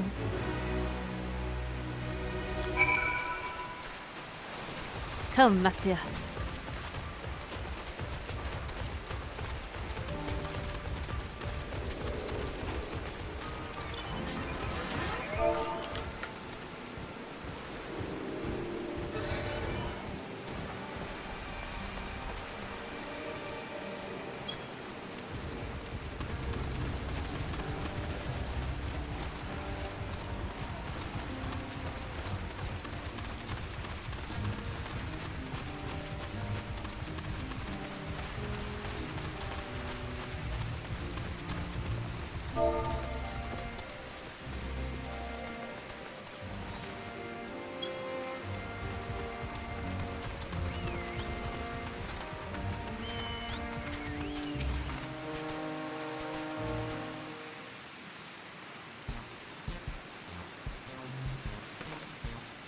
What is it? If you don't mind, I'm rather busy. Oh god, my stomach. Ugh. You seem hungry, my dude. It is like no, nothing so unusual. In my hurry to get back to work, I just ate too little too quickly. Some fresh fish might settle your stomach, and admire the precious of all. More slowly and savor your food. Would that I could, but I can't afford to be idle. Like as not, circumstances will surely get worse before they get better. And so I'm working as hard as I can, while I still can, but then better be prepared. How do you intend to prepare? I stock my supplies. For that I need to earn coins so I can buy food, medicine, what have you. How about fish for your supplies? They're fresh caught.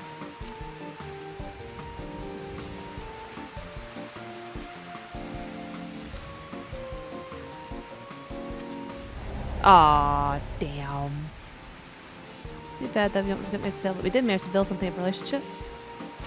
Thank you so much for your demonstration. It was truly an eye-opening experience. Come, let us return to the pier. Damn. 2 out of 3. I'll take it.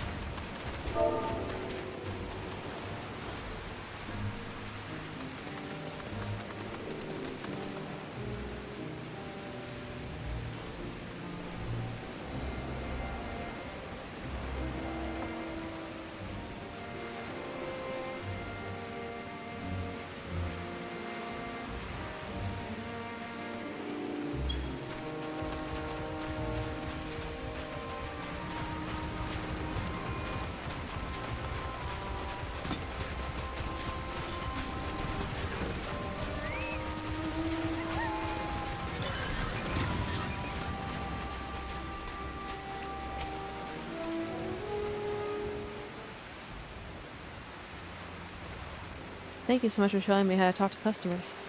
You managed to sell to 2 of the 3 people you approach. Adventurers do indeed have great conversational skills. Watching it work was very enlightening. By applying the lessons I've learned, I hope to one day peddle as well as you. Still, there's only so much I can do alone. I hope that things will return to normal for Calzal soon.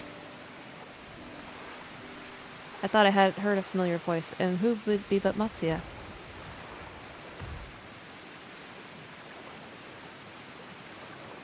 Calzal, have you finished your business at the guild?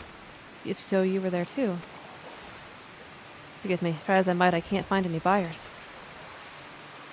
With no ships coming in and hardly any going out, there simply aren't any options at this rate. So, you can't buy my fish anymore. I'm sorry, Matsuya, I truly am, but for now you must peddle your own goods. But by myself I can't. I want to help you, I do, but as it stands, I can barely help myself. I've poured my all into the consortium, and I'll be damned if I let it fall apart. I have friends and families depending on me, and I won't fail them. The sisters as my witness. Puzzle. No, not to worry. Using what I've learned from you, I'm sure I'll manage, somehow. Well, I had best return to my village. My thanks again, and please take care on the road.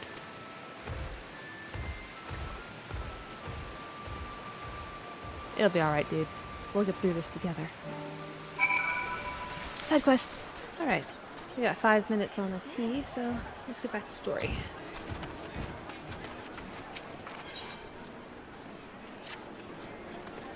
Alright. That Matsuya fellow you were helping, he is Arcosadora, is he not? Apparently it is almost exclusively his people that are being kidnapped. Should we keep you traveling alone?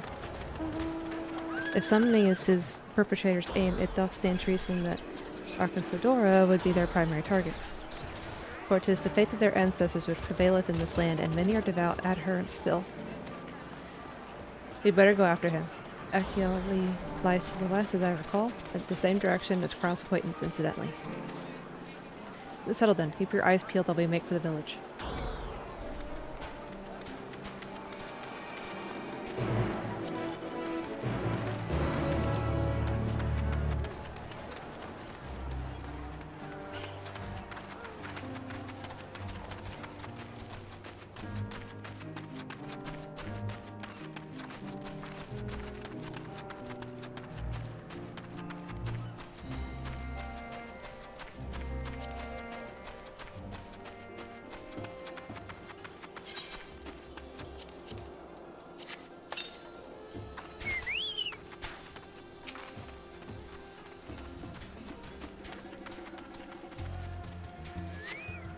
You do not see Matthew nearby, but the elevated ground up ahead may prove a better provide a better vantage point.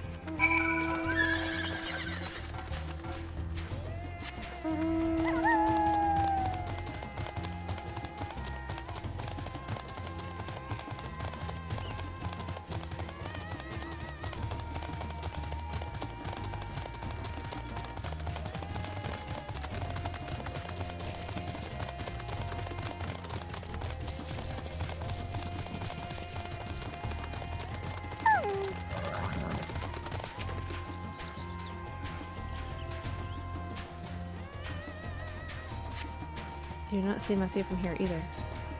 No, leave me alone. Help! Somebody help! Let's see his voice, and it came from the north.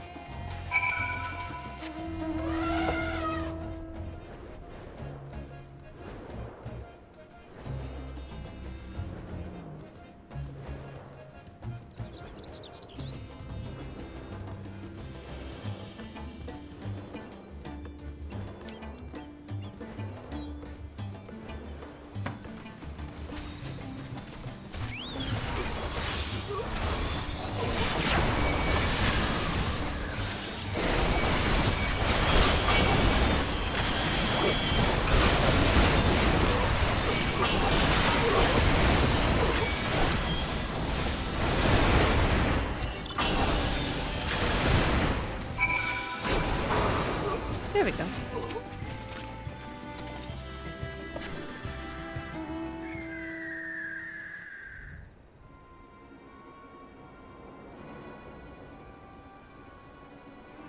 Where did they go? Why are you here?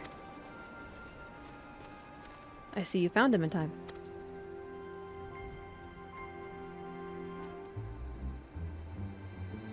You and your friends came to look for me. I don't know how to thank you. On my way home, I took a moment to stop and rest, think about what to do about, well, everything.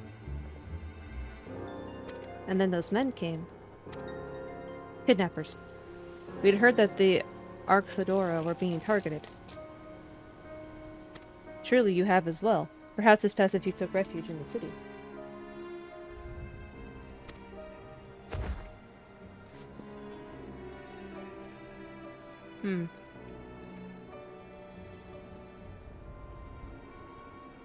We've considered it, me and the others, but fishing is all we know, the ocean all we have. I see. That's your decision to make, but you should take care not to travel alone.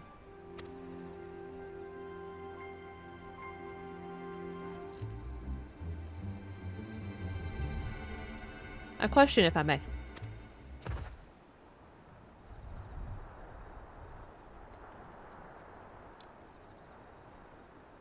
is our understanding that strange fiends have emerged from the tower. What canst thou tell us of these beings? Not much, I'm afraid. I have no idea what they are. But I've heard that some bear an unseemly resemblance to our divinities.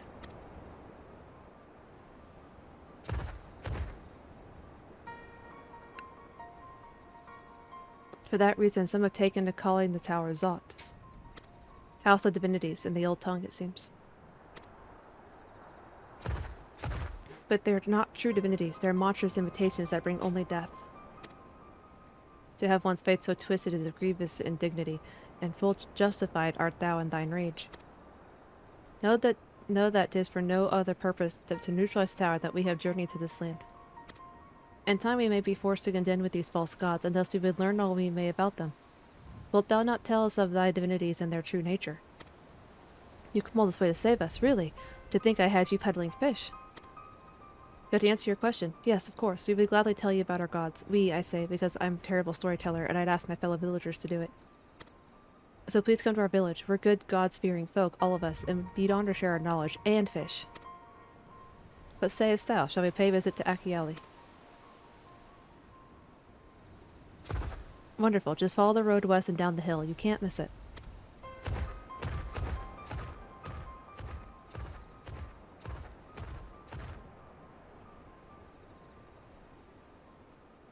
So 'tis the simulacra of the Thavnairian gods that are being summoned. If any doubt existed before, there can be none now. The kidnapped Thavnair are imprisoned in the tower. I pray that we will be able to save them. Though indeed, saving them will mean confronting their false gods like as not. Aye, as you said, we do well to study their religious traditions. To Achiali.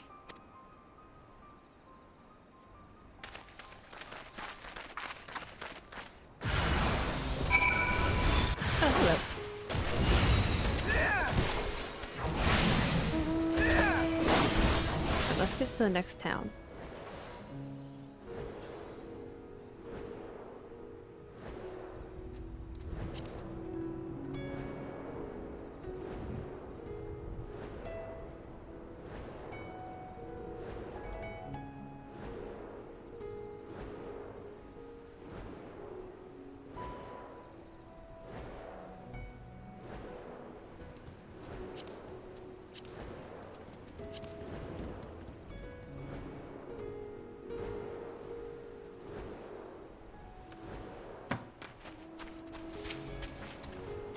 Welcome to Achialia, my friend. The name means white beach, and there isn't much here save that, but please make yourself at home.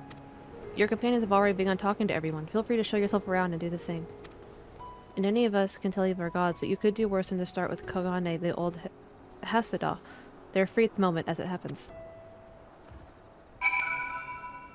Alright, well my tea is ready, so I'll be right back again until I need a tea refill.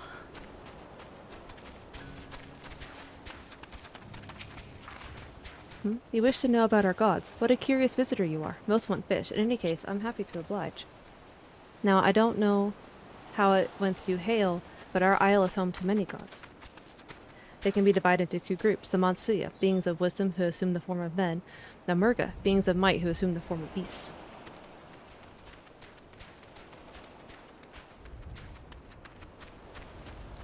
Together they are divinities. Their forms and personalities many and varied.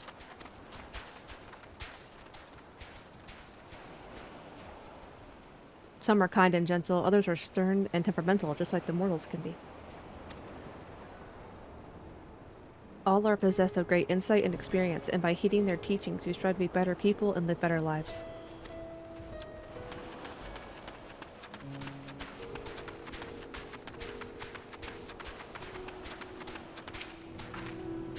Interested in learning about our gods, you say? Hey, that's what I like to hear.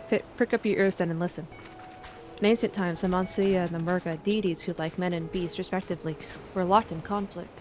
Eventually, seeking the wisdom of the Mansuya, the Murga cast aside their own heads and took up those of their foes. Likewise, the Mansuya coveted the might of the Murga, and so they too resolved to trade heads. Thus were born new gods possessed of both might and wisdom, and they ushered in an age of harmony between the two factions. From then on, as a sign of their esteem to one another, the Mansuya have worn animal faces, and the Murga the limbs of men. I see, I see.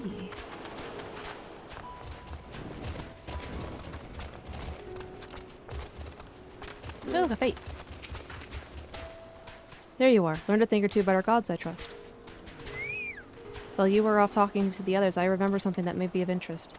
If you could let your friends know, I'll go and fetch them from my home at once. Fetch it from my home at once.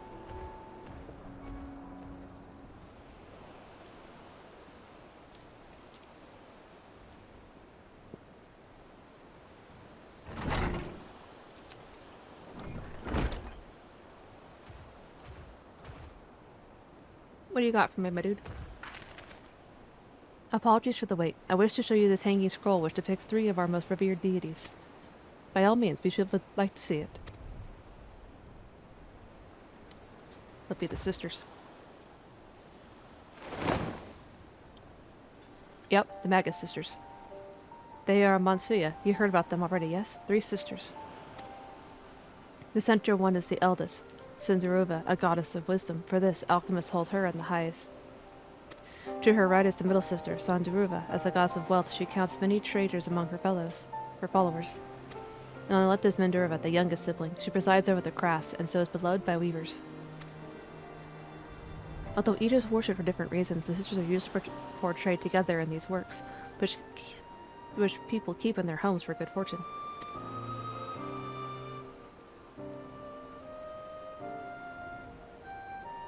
Unlike factions in Mansuya, the deities of Eorzea preside over myriad aspects of life, but what of the Murga, if I may ask? The Murga hold power over nature. In ages past, they were revered as guardian deities in times of conflict. If you have occasion to visit our temples and ruins, you'll find their images there. Among them is a god who possesses a godless head, and he is venerated as the progenitor of the Arcasodora. And then there are dragons. They occupy a special place in our history. You worship dragons too. It's said that an ancestor of this satrap, that's the ruler of Ratzat Han, forged a covenant with a dragon divinity in ancient times. This divinity has since acted as the guardian deity of the satrap. Legend holds that if ever the satrap is in need, his dragon ally will fly to his aid. Dragon ally. You claim to be a terrible storyteller, but nothing could be further from the truth. The passion you bear for your faith is plain to hear. I am confident that the information you've given us will serve us well in our efforts to deal with the tower. That is very kind of you to say. Thank you. I will pray for your success. Right, I believe it's time we sought out Kryle's acquaintance. An alchemist by the name of Nidana. According to Kryle's notes, we're to find her at a place called the Great Work, further north along the coast.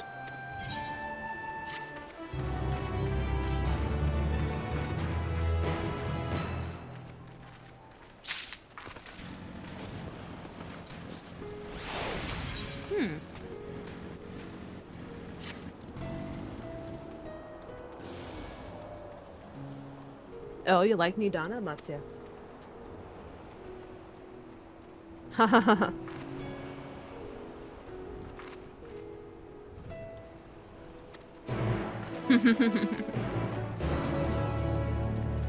Uh-oh.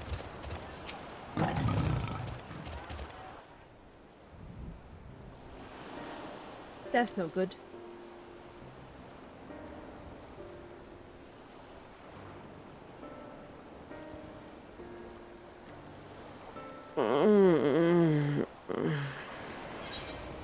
You alright there, dearie? What happened here?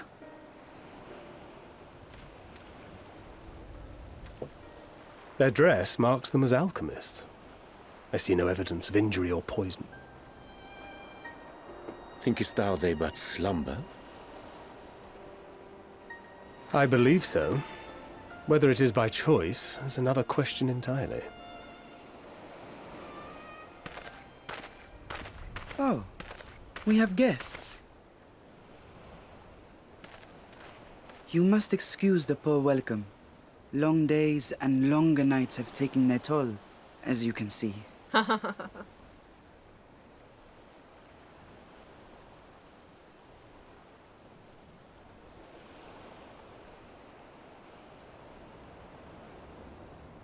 I am Vashan, servant to the satrap. My task was, in fact, to wake these good men and women, if you will allow.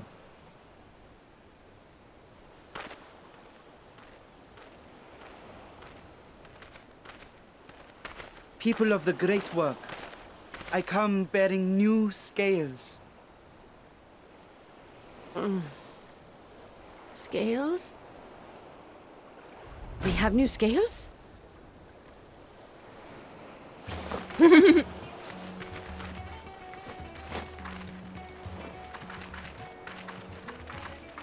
Yes, my friends. Gather round.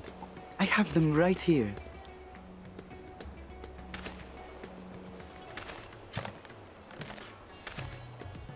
Oh, happy day.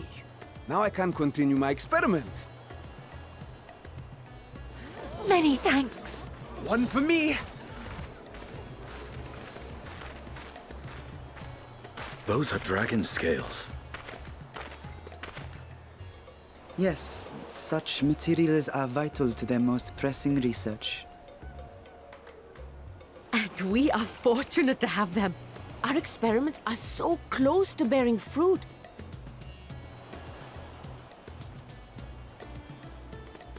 Soon we will have a talisman capable of nullifying the etheric emissions from that accursed tower.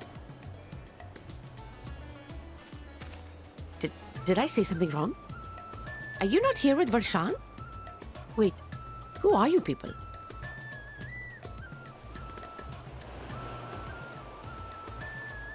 Of course! You're the one Kryle sent. The warrior of light we've been waiting for. Oh, this is a day of celebration. Praise be to Cinderova! The winds have shifted. I feel it. The end to our toil is near. I feel it too. My head hasn't been this clear in days.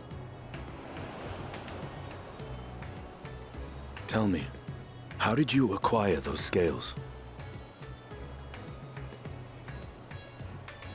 curious that it concerns you so. But worry not. They were freely given by the dragon with whom our satrap has forged. Oops. Hit a button.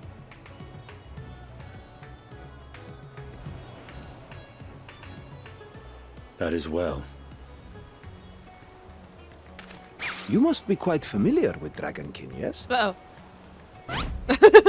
Is this their congealed blood I see on your weapon?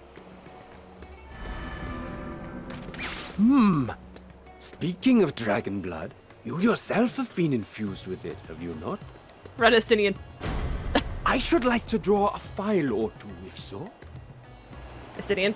Estinian, run. See here. Elusive jump. Come along, come along. I must insist that you visit our laboratory. Estinian, run. Cease your shoving, or so help me. Estinian, you should have elusive jumped out of there. I'm just saying. Oh dear, your poor companion. What with the new scales and your timely arrival, my colleagues are a little giddy with excitement. No harm will come to him, I promise. Meanwhile, shall we find a quiet place to talk? As you may have guessed, I am Nidana, the alchemist who sent the request to your Mistress Kryl. We have workshops across the nation collaborating on this research project. But it is here, at the Great Work, where I collate our results.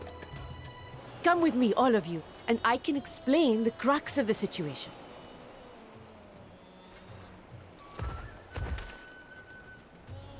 I'm sure Estinian's fine.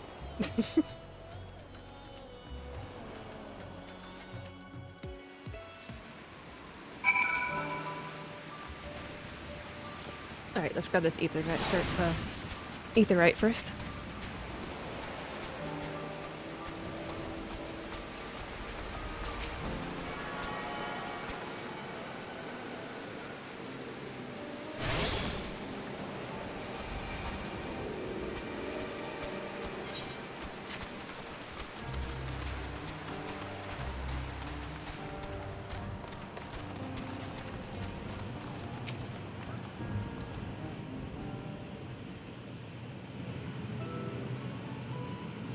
Allow me to thank you for answering our call. Many towers have appeared around the world, and we are grateful that you would assist us with ours. Though Cryer herself is tied up in another investigation, Ignis is an eminently capable substitute, and we will spare no effort to aid you. So, if I understand correctly, you seek to take talismans that can nullify etheric emissions. Indeed we do. As you know, the tower emits vast concentrations of ether. One cannot go anywhere near it without being tempered. As such, we can only study the tower from afar, and are powerless to deal with it in any consequential way. In order to strike back, the satrap bade us alchemists create enchanted talismans. Talismans that will allow our soldiers to venture into the tower, even should they lack innate protection. Could such a thing be possible? Admittedly, we are still in the midst of testing, but we are quite confident. Even prior to this, our people have long pursued countermeasures against the etheric corruption of primals. Of the methods tested to date, those utilizing dragon scales proved the most promising. Owing to their etheric density, the scales are highly resistant to disruptive forces. The mightier the dragon, the greater their resistance. We seek to amplify this protective property through our alchemy. Thanks to the skills provided by His Excellency, we have been able to make steady progress with the talisman. Soon we will be ready to conduct a field test, and that is where you and your blessing of light come in. Never just leave it to me, but it's something you need me to do. Better than having my own blood drawn, I suppose.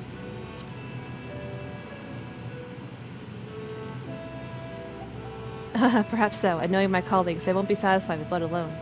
But as for your task, we ask only that you serve as an escort. I will explain in greater detail later, but you will be venturing into the tower's field of influence. And so for your own safety, I would first test how well your blessing shields you, with your permission, of course. In that case, Ariandri and I will find other ways to make ourselves useful. Seeing as you all work to the point of collapse, I suspect you could do with more hands. We would be grateful for any assistance you can provide.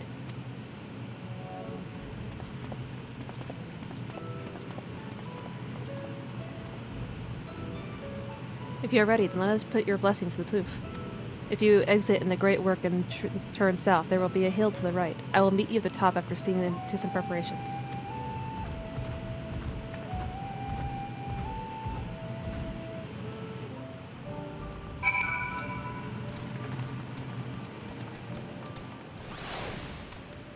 top, huh? So out, and up. Yep, out and up.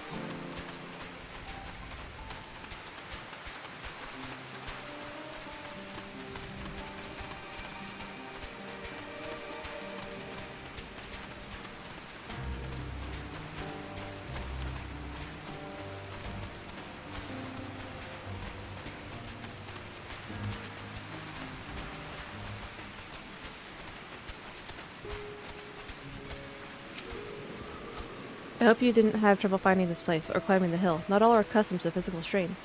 I give you the fruit of our sweat, tears, and many sleepless night, the drunken Deepa. A Deepa is a lantern presented to the gods as an offering. Taking inspiration from the tradition, we created this device to test the talisman's efficacy. Upon activation, it will move a certain distance before emitting a powerful blast of ether. In lieu of corruption, those lacking sufficient protection will experience severe ether sickness. For your test, you will be exposed 4 times. That should be enough to ascertain your blessing's protective capability. Please begin whenever you're ready. I shall be observing from a safe distance. Commencing etheric exposure testing. Repeat. Commencing etheric exposure testing. Retreat to a safe distance if you are not the subject. Follow the drunken Deepa's lead and try not to fall behind.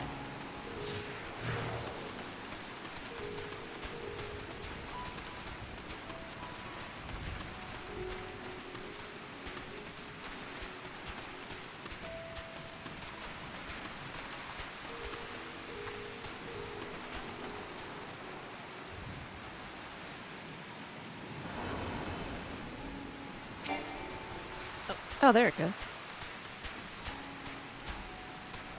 Warning, discharging ether.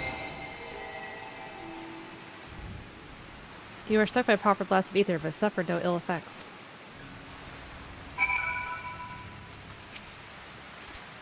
Subject has no irrepressible urge to empty their stomach. Confirmed. Resuming test. Please follow.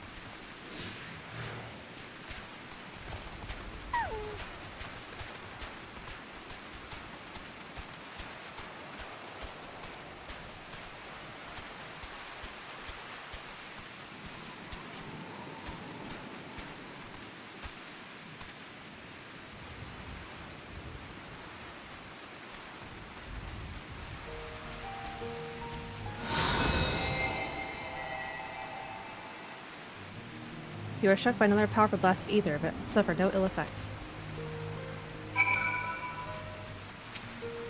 Okay.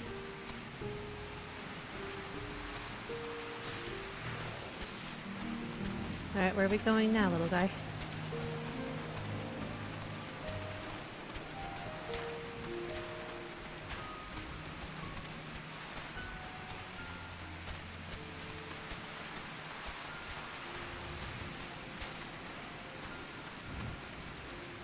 Aha, you do have to go out far. Okay.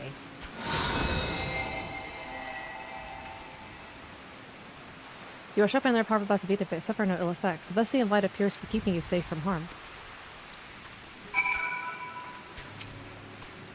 Subject fortitude rated impressive. No irregularities confirmed. Resuming test. Please follow to embrace for final discharge.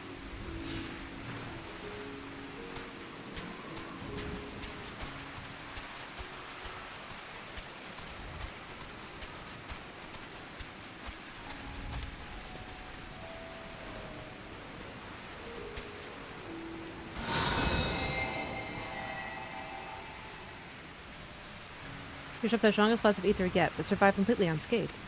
With your exposure test concluded, please collect and deliver me to the supervising alchemist. Congratulations on retaining your composure and your humors.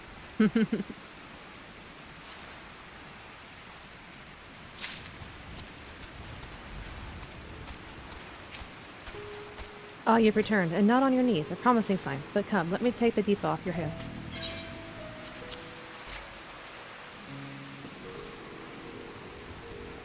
Thank you. I shall replenish its ether for when we test the talisman. So no dizziness or nausea or anything of the sort. You're feeling perfectly fine. Then the strength of your blessing is beyond doubt. There is no risk with the tower that the tower will corrupt your ether. With this, we can request your aid to the task ahead with easy hearts.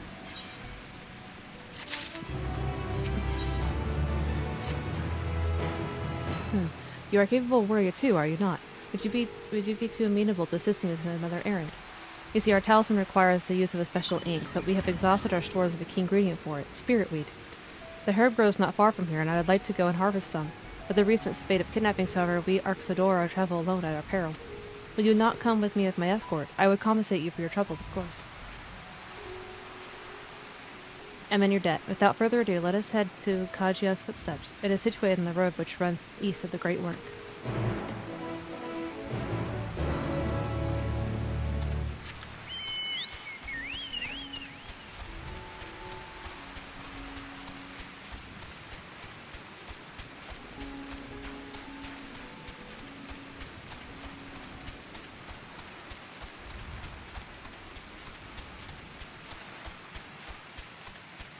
They really hid the ether currencies around though, didn't they?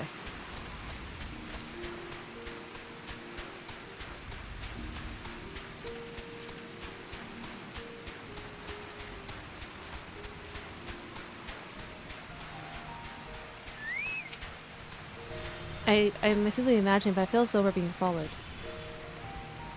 Look out, Ignis.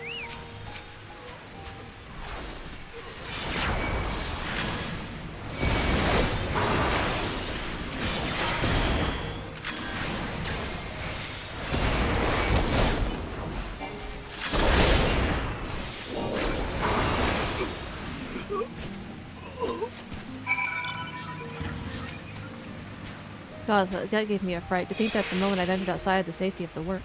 Thanks to the sisters, I asked you to come with me. You're all right, I hope. Good, good. Let's continue on then. It isn't far now, just through these pillars and up the rise.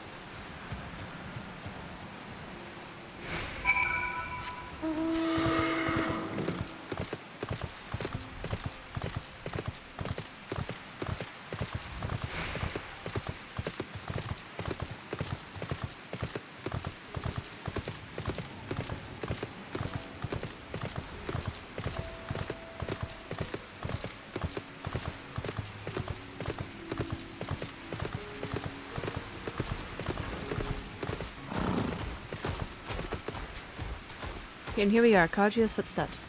Kajia is a great dancer, and those who follow in her, well, you know, they come to this place to train and dedicate their dance to their ancestors. A happy benefit for this is a spirit weed grows here in abundance. I will set about harvesting at once, if you would be so kind as to stand guard. The kidnappers aren't like to return soon, but better safe than sorry.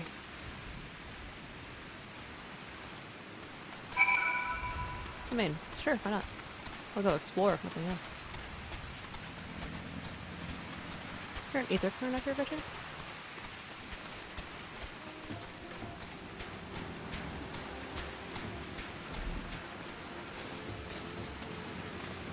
There's a beat in the air here.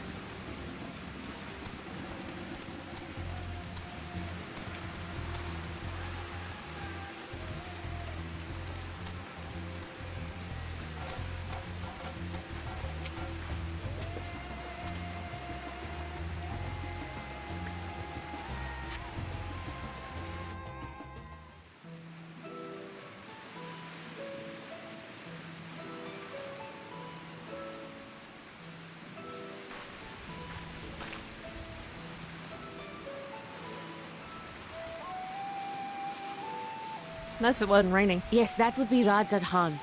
Hardly anyone has been allowed in or out since our troubles with the tower began.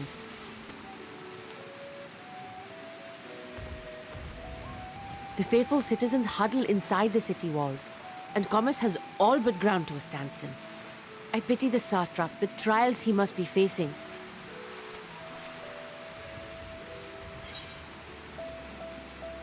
What can you tell me of the satrap? Well, he is the most important person in Radzat Han. Long ago, this island was home to two tribes of Matanga, the Gajasura and the Arkasodra. When the Aura came to these shores, it was the Arkasodra with whom they joined forces. Together they defeated the warlike Gajasura, forcing them to flee Thavnair altogether. Peace and prosperity reigned for a time, until a clan of Hjor from the mainland decided they wanted the island for themselves. It was a direct ancestor of the present satrap who arbitrated that conflict, and welded the warring factions into the nation we know today. And ever since, a member of that esteemed lineage has inherited this somewhat unique position. You see, by and large, the state is run by the people, but when problems arise, it is the satrap who mediates a solution. The stability provided by the satrap is what has allowed Radz at Han to thrive all these years.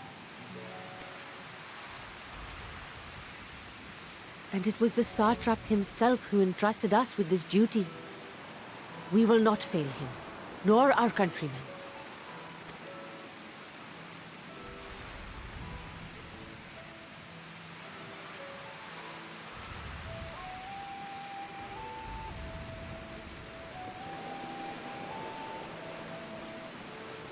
What is the delay with the vessel? I told you I need to adjust those ratios.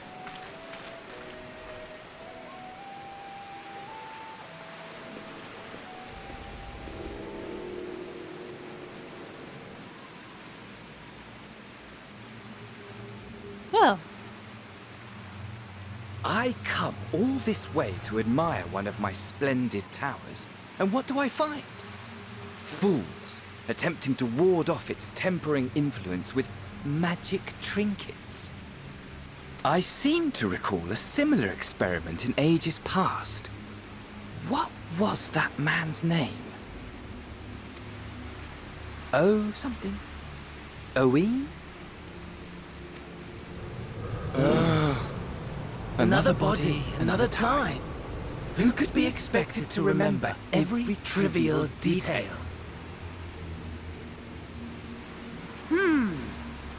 Allowing them to construct such handy talismans would be counterproductive to my plans.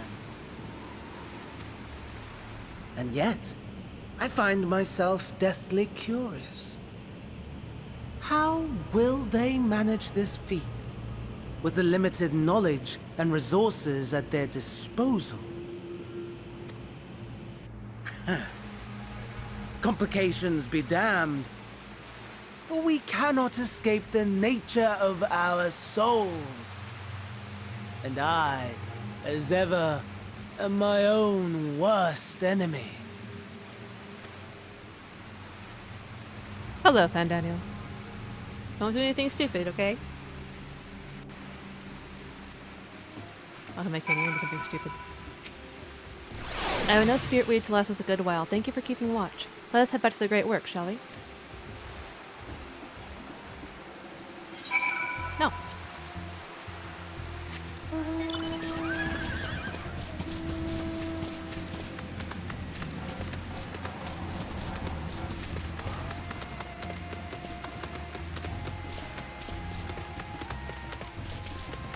I'm still not surprised I've not seen at least one ether current. Oh, well, I mean, I saw one earlier, but I'm kind of surprised I haven't seen any more. Is there not as many this time, or are they just well hidden this time? No, they're still the same amount. They're just well hidden. Well, I suppose later on I can go and do an ether current hunt. Should find out first if I'm going to be able to get to Radat's Han before I go and do that. If I'm not going to get to Radat's Han, then I need to find what ether currents I can on this side of the map.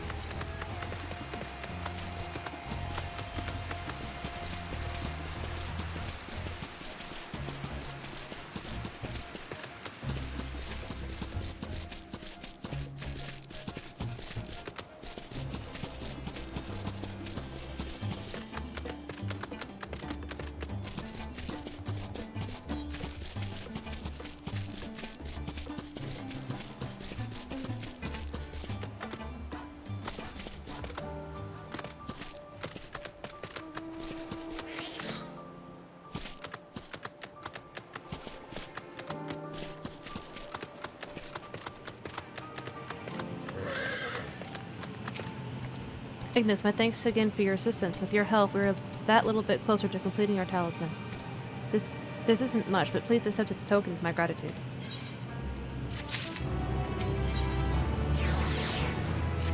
Ooh, I just read a whole bunch of side quests, too.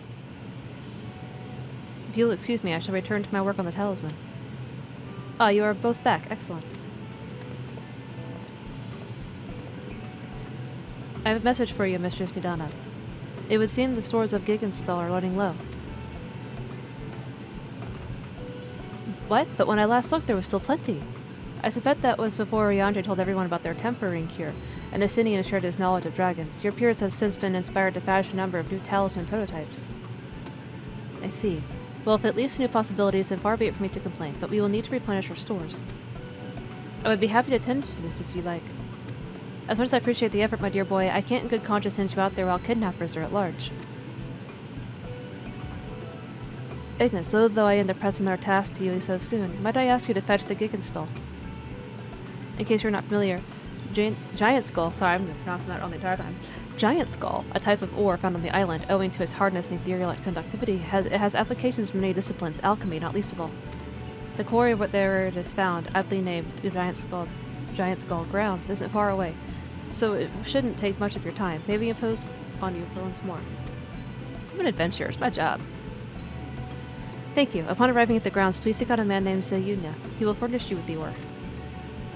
At the very least, permit me to accompany you. It so happens I have an errand of my own that will take me to the outpost nearby. May we borrow a pair of Hamsa, Mistress Nidana? By all means. Do try to be impatient with them. Those that survived are still in training. I will bring the Hamsa to the entrance. Meet me there when you are ready.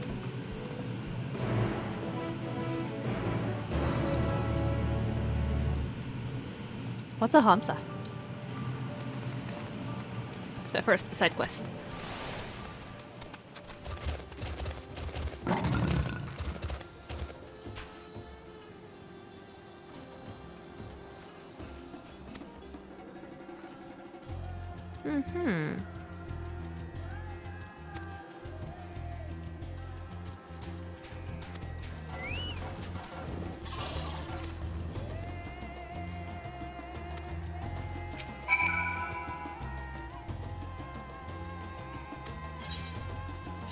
Alright.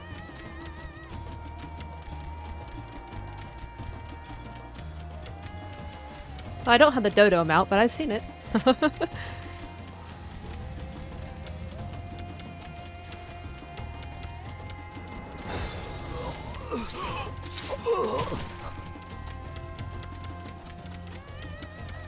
The particular formation stretching out over the water is called Gagada. Oh, hey! The sword mentioned holds as wielded by Monsieur against America before it cast down as conflict's end. Oh! Getting a history lesson. It's always nice.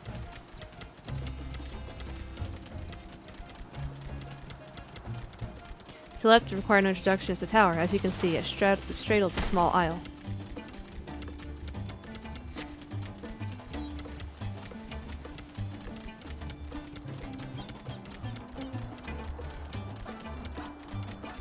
Almost there. There is the main part of the hatchery at the top of the cliff. The outpost itself is on the beach.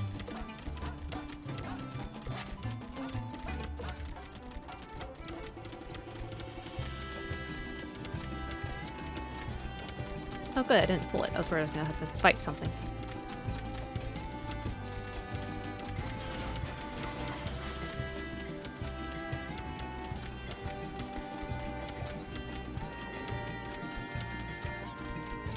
Ooh, cutscene.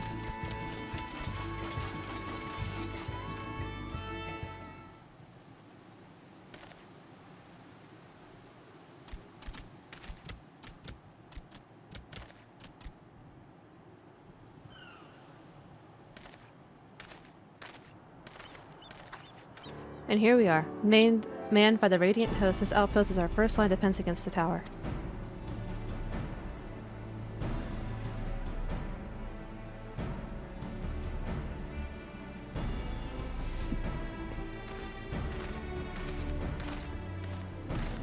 Well, who would it be but young Varshan, on an errand for the satrap?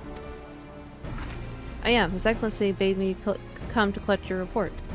He also wished to express his heartfelt gratitude to the brave men and women of the Radiant Host for their unflagging dedication. We simply do our duty, but we are honored to receive His Excellency's regard. And yet, for his boundless benevolence, his treatment of one so young could be regarded as callous. Though we have enjoyed relative peace and calm these past few days, this remains the front line of battle, no place for children. Your predecessor too often traveled alone. It's been, what, 2 years now since you took over. I wonder how the fellow is faring. Like those before him, he went on to represent the satrap in foreign lands. Whoever he may be now, I am certain he is well. As for myself, I assure you that that all I do of my own volition, and gladly. I pray you to not think ill of His Excellency. Certainly not, lad. Whatever happens, my faith in the satrap is unwavering, but still, I worry for you. We would be overcome with sadness if something were to befall you, for you are as a little brother to us all. Take care, do you hear? I will not be, thank you. God damn it, duty finder. Must be, nah. Fine. Permit me to introduce Ignis Cat of the Eorzean contingent, come to assist us in the making of the talisman. From Eorzea, you say? Towers have appeared over there too, yes? Tell me, what is the situation like? May I suggest that you exchange information with our soldiers? Both parties would stand to learn something of value, I believe. An excellent idea. Given the unprecedented nature of the threat, some of ours are understandably anxious. We'd be glad for any tidings you can share. You two, bring Vashon the latest report and answer any questions he may have.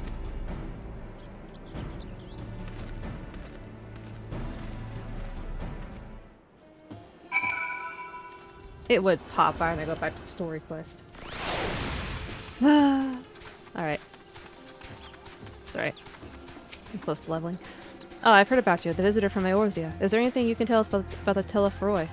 We know that they are the ones behind the tower, and that they've declared war on the whole world. But why are they doing this? What is it that they want? This we don't understand. What? They want to die, and may take everyone with them. What madness is this? Well, you can bet that we won't let those bastards have their way. We'll fight them with everything we have, like our Eorzean and Far Eastern brothers. It occurs to me I have yet to properly introduce our company. We are the Radiant Host, a military order under the satrap's command. Our duty is to preserve peace in the land, be it patrolling the streets or dealing with heretofore unknown threats such as now. We trained hard and admit only capable warriors to our ranks. Even so, we struggled to contend with the fiends from the tower.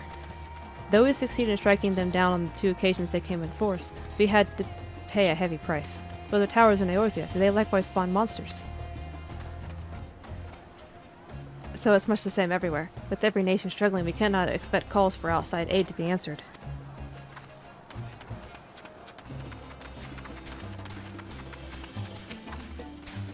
You wish to know about the tower? To be honest, we know little and less about it ourselves. This Tower of Zod, as folk have been calling it, suddenly appeared where it did on the island of Thavnair. We're safe from its influence at this distance, but to go too far into the water and you'll expose yourself to its corrupting ether. You're a foreigner, aren't you? How are you dealing with the tower in your homeland? Our struggles are not unique. Then our hopes still lie in the talismans. We must keep the monsters contained until they're ready.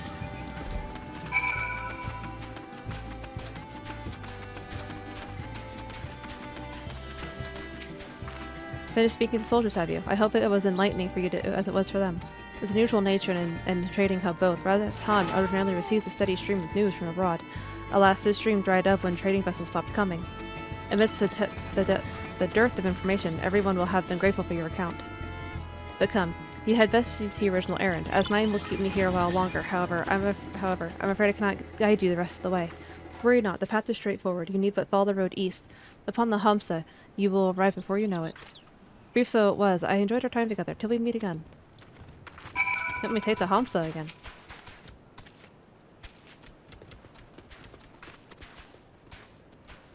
Alright.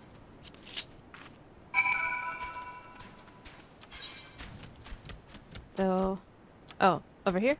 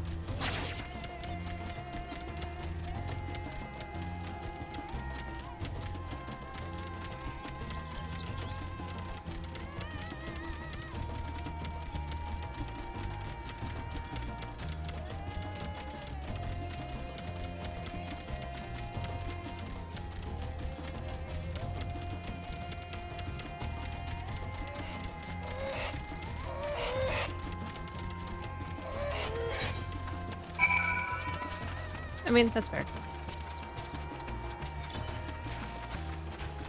I see either current over there. This is the giant skull grounds. I am Zernia. Is there something you require? I'm not going to say, but of course I shall have it. The Labyrinthos to rebuild the tower, and this delivered the materials they need. Nice. For a second. I'm gonna go grab the ether current before I go anywhere else, though. Alright.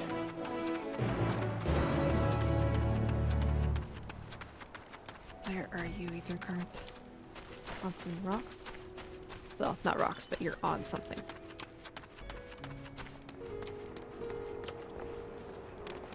Come here, ether current. You will be mine!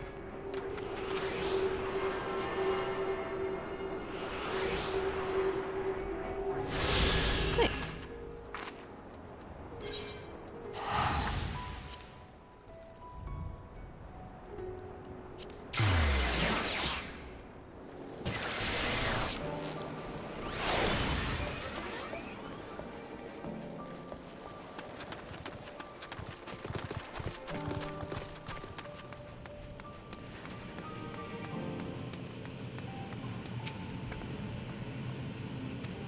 Yep, I have it right here for you. Oh my, such fine specimens. Thank you for bringing these. Now we now have everything we need to make our next prototype, one that should be capable of passing our most rigorous test. When it's ready, it will be time for the true test, so please take your ease while you can. Very well.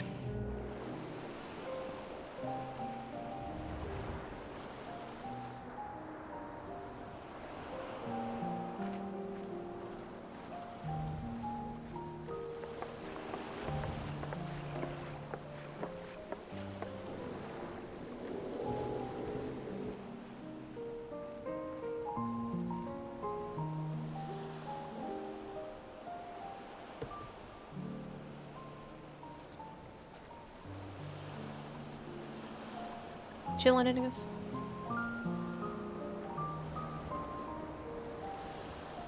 I see our taskmasters have allowed you a moment's respite as well. Oh, there you are. You have to hand it to these alchemists. They are determined to see this endeavor of theirs succeed. I've never been one for blind optimism, but I sincerely get the sense they're close to a breakthrough. They had better be, or all this effort was for naught.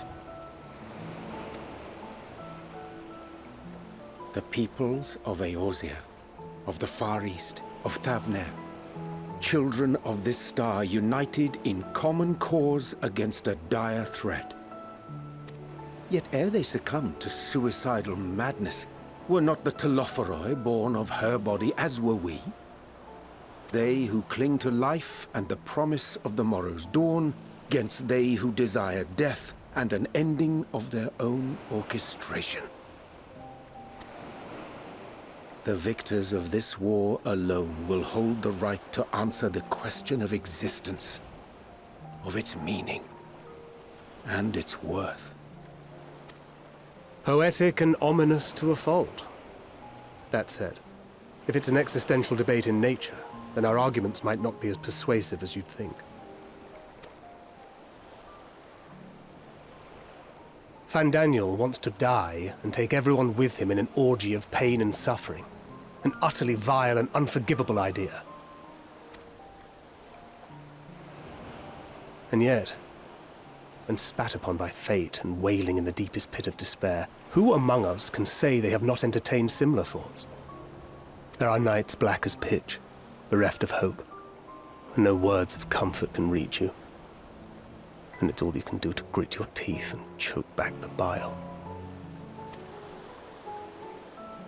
The more you see and suffer life's injustices, the more difficult they become to bear. Vengeance is nurtured in similar soil. Though your anger has a broader focus, the sentiment is much the same. A fervent desire to destroy others, to see them drown in torment, as you have. That about sums it up. The will to endure is not always as strong as the urge to burn it all down and salt the earth. Survival be damned. It's a struggle, often close and brutal. Indeed. Well, I, for one, shall pray survival proveth more appealing in the end. As will I. Besides, our chances are much improved when we've the company of others committed to the cause of life. Our vengeful dragoon here is proof of that.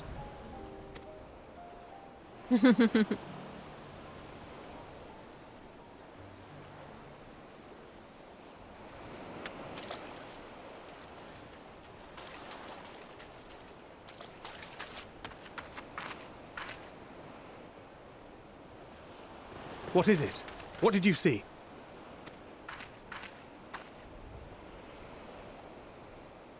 Fandaniel, are you sure? If he knows we've been working on a countermeasure. It holds. The vessel holds! This is the one!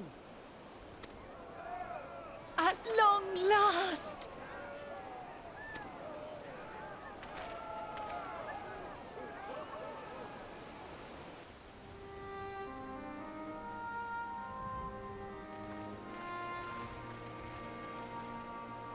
Look! We have finally created a talisman strong enough to withstand our experiments!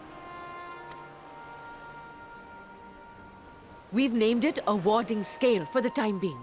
With this in your possession, your soul should be completely shielded from corruptive ether.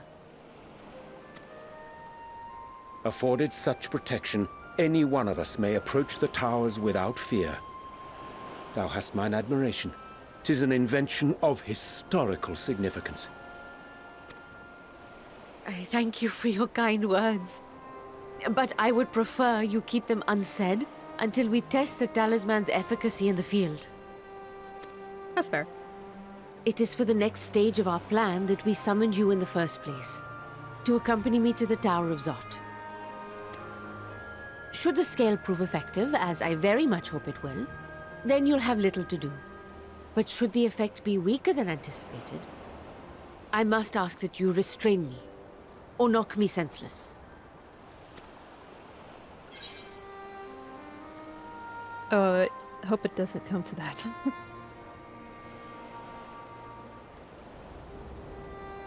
Either way, we are fortunate to have you with us. Nidana, are you certain you wish to do this?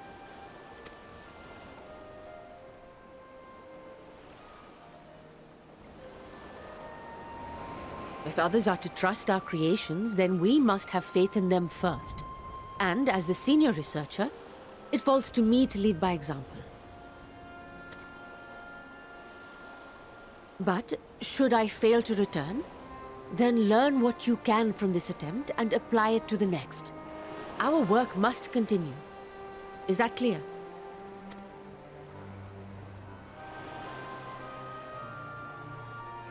We'll keep an eye on the place while you're away. Assuming Fandaniel is lurking about, there's no telling what mischief he has in mind for us, or you. Be on your guard.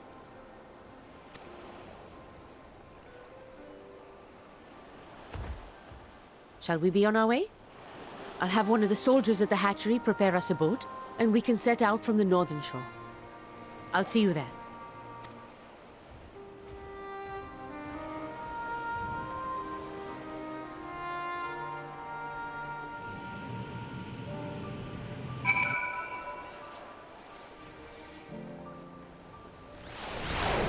Alright. Look, more side quests. But I think I'm getting close to the first dungeon, so I'm gonna focus on story right now.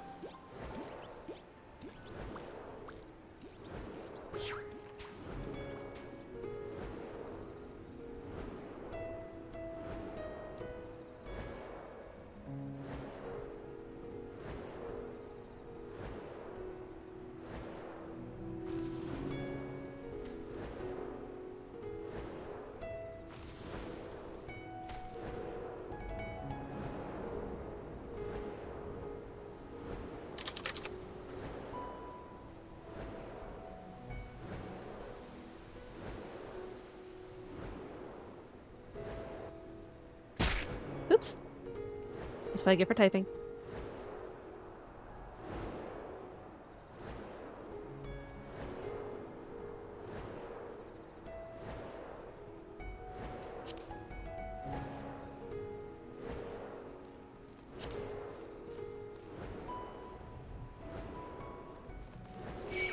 Ah! Go away! So surprised I've not seen any more ether currents.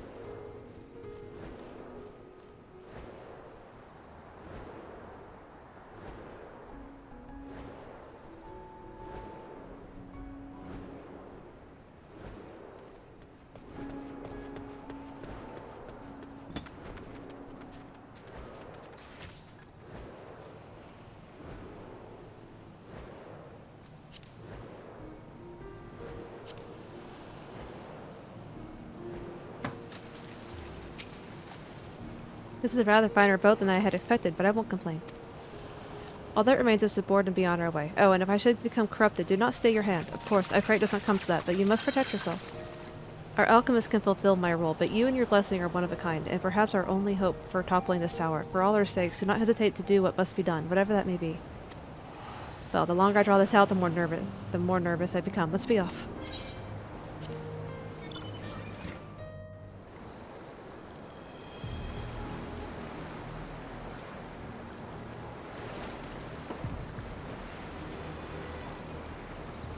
We should soon cross the threshold of the tower's influence.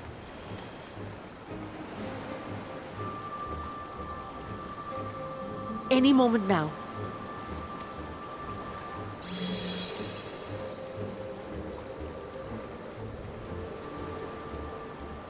It's working! And you are still yourself? Then I'd like to see how it fares closer to the tower if we could.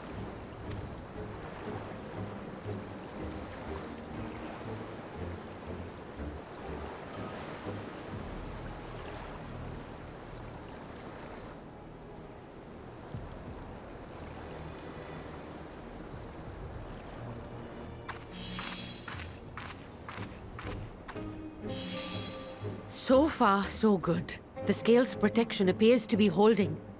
If we can just make it to the tower's entrance.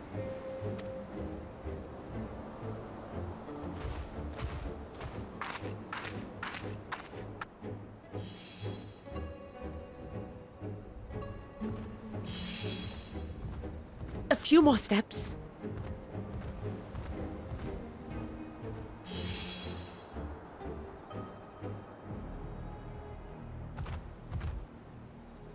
Praise be to the sisters, we made it!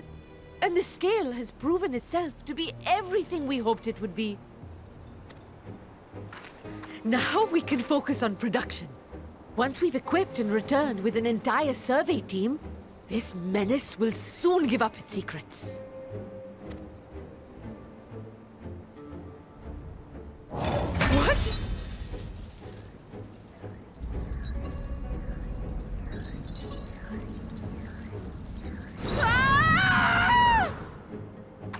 Oh no, it took her.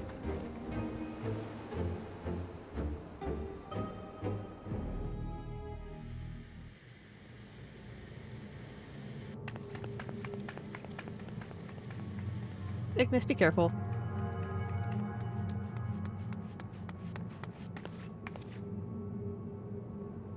Just run into the tower, why don't you?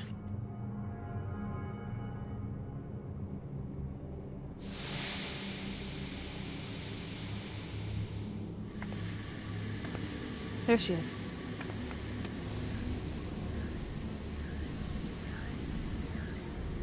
Oh, let me go! Oh, let me go! Oh! Oh, do calm down. You'll only hurt yourself thrashing about like that. Stop! Oh, you can't do this! Please!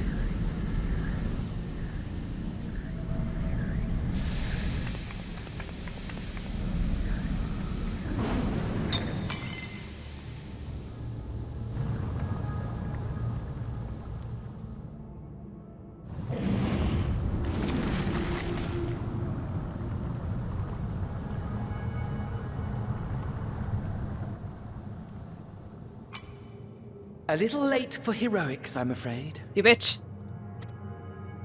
The similarities are striking. My! Such hostility! Never before has my artistry so displeased. My patrons of old would have positively squealed in delight, though, between you and me, I find gushing praise exhausting. Patrons of old.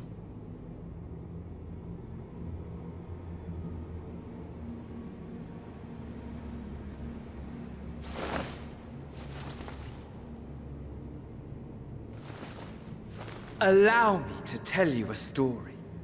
Surely you've yet to hear the one about Van Daniel, the sundered Ascian. I inherited the position and the soul of the Van Daniel who sat on the convocation in the time of the final days, theoretically speaking. Practically speaking, that fact is of no consequence. I was born and lived as, well, me. Eventually, I was recruited into the Ascians and imbued with the former Van Daniel's knowledge and memories, but I never felt that they were truly a part of who I am.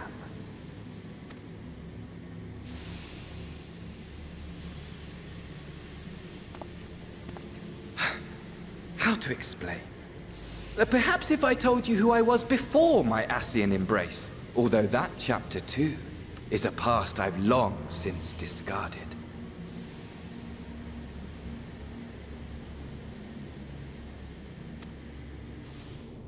I have it on good authority you've poked your nose into an Allagan ruin or two. Yes? Yeah. Then I expect you've heard of me. The old me. Thinking. Processing.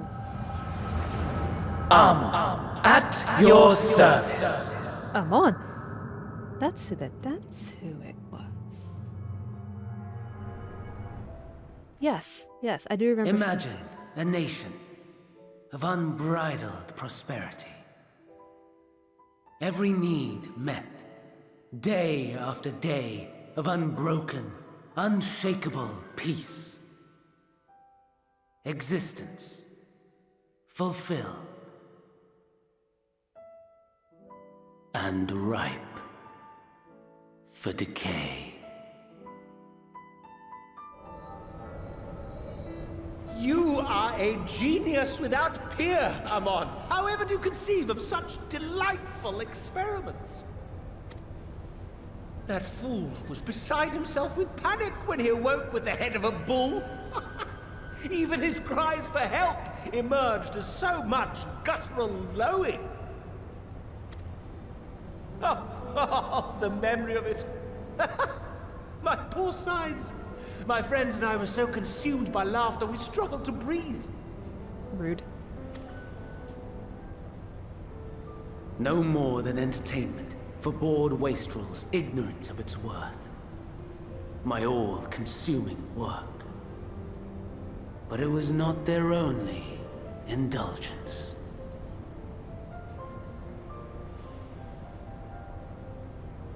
For they were ever hungry for stimulation. Slaves to the slightest hint that amusement was afoot. Our nation was ailing, but I would see the poison purged. I resurrected a legend, our first and greatest emperor.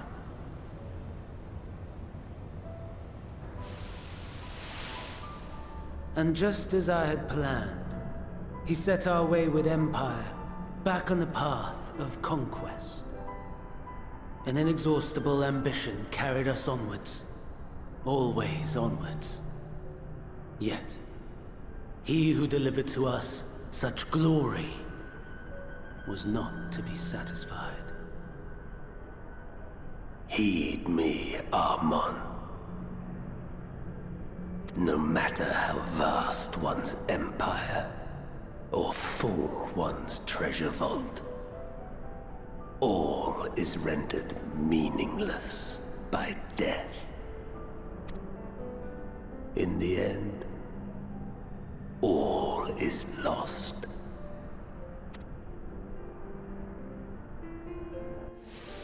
You know as well as I that the Emperor stands to lose this war, and so I have come to claim you. For while your methods leave something to be desired, we cannot deny the results of your work. And as fortune would have it, the seat of Fandaniel, your rightful seat, lies vacant and waiting. Take your place amongst your peers, rather than die a pointless death amidst the ashes of your doomed nation. Send one of your clones to the Crystal Tower that you might see for yourself. See what lies ahead.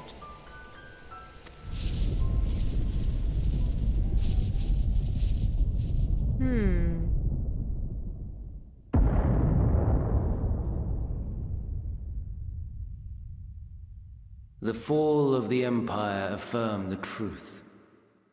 Majestic and tragic, as the Emperor foresaw. Scheme as you like, build as you will, nothing endures. What is life but a brief jaunt ending in emptiness?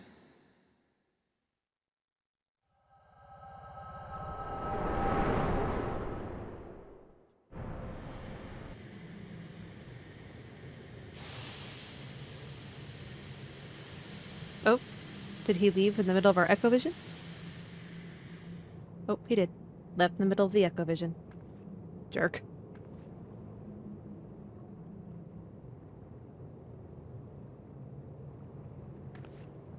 So easily distracted. Why, I almost left without saying farewell. Ah, there you are. As for your friend, you needn't worry. These pawns are far more useful to me alive as fuel for the primals.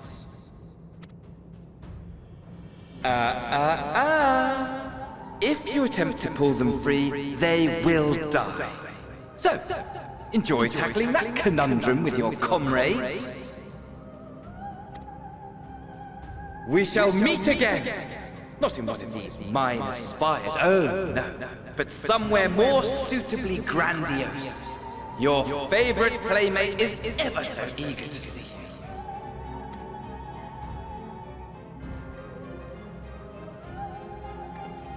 you. Xenos, huh?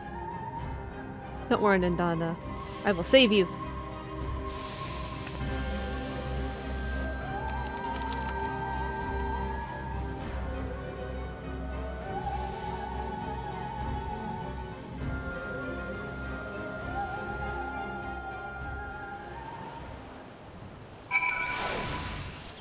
Well, that was fun. Ah, your return, but where is Mistress Nidana? Monsieur has preserved. Show us when we have succeeded in making the talisman. I must report this at once. Meanwhile, please return to the great work.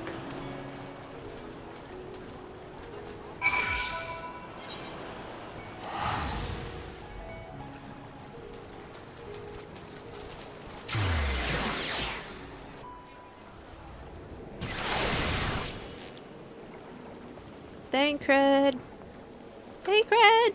Thancred! I have bad news for you. Something's gone awry, hasn't it? What happened?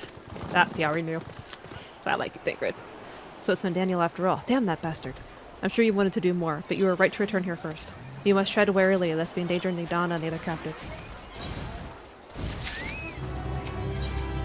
The satrap of Rat's Hat Hod. First, we must inform everyone of the situation, Nidana's colleagues included. I'll call them together for a gathering, but I think it would be best if you were the one to explain.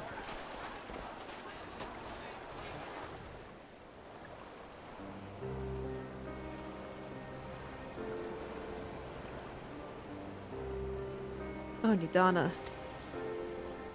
Can you answer me this? Though Nidana is trapped in the tower, she's still alive, yes?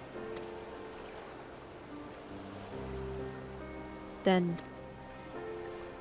we must make warding scales, as many as we can.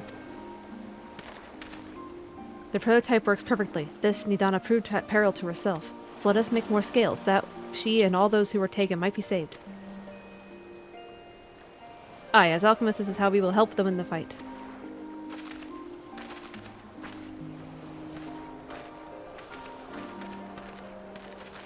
My friends, the satrap has been made aware of the tragedy. He offers his heartfelt condolences and reiterates his pledge to provide you with all that you require. To that end, he bade me give you this link pearl that he might personally discuss reduction of the warding scales with you.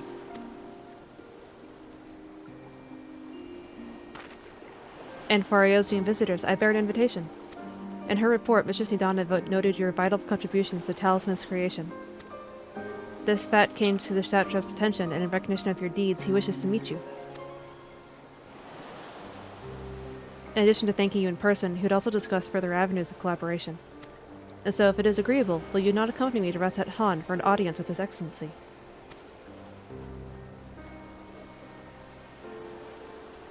We'd be honored, of course. Closer cooperation between our lands can only be to the benefit of all.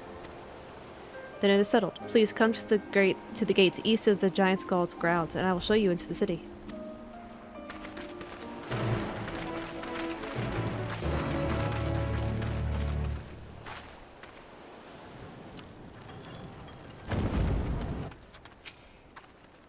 When I last visited, the city was brimming with life. I expect the towers dampen the mood somewhat. Be it here or in Rosia, all share in the desire to deliver the captives. Thus united, I pray that we may join in common cause with the satrap. Only of the satrap, I only know the common tidbits, that though the position is hereditary, he is not considered a sovereign, and that despite possessing a considerable authority, he wields it sparingly. Given the esteem in which the locals hold him, however, it's safe to assume that he's good at his job. We could do far worse than for an ally. All present, then let us proceed. Owing to the threat of the tower, the city is currently in a state of high alert, and strict restrictions are in place for entry. Though you have been granted special permission, I ask that you remain close to me at all times. That's fair.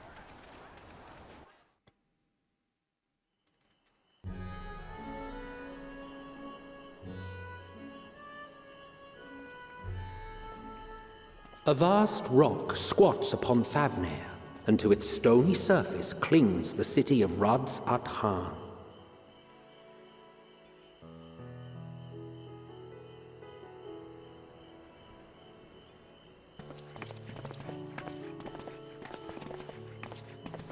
Ye who enter here are subject to the scrutiny of gods, the gate's most watchful eye. The orb which beholdeth the truth of all things.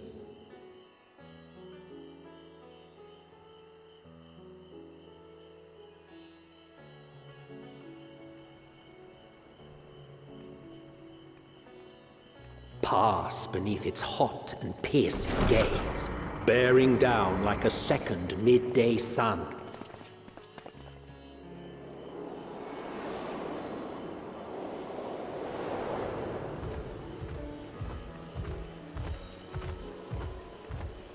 The fragrant haze, a mixture of sweet incense and acrid smoke.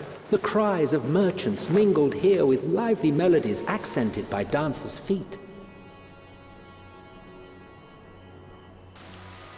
Travelers seduced by vivid sound and colors were once swallowed up by patchwork streets.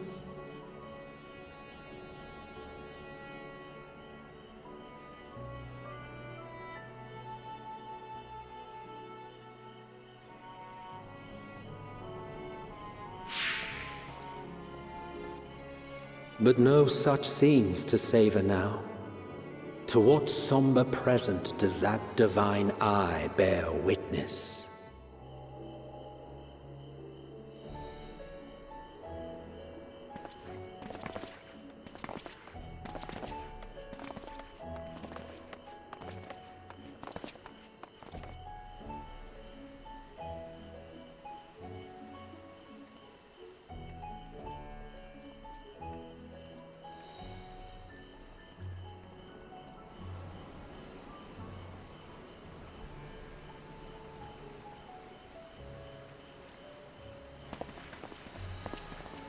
Here we are, Megadota,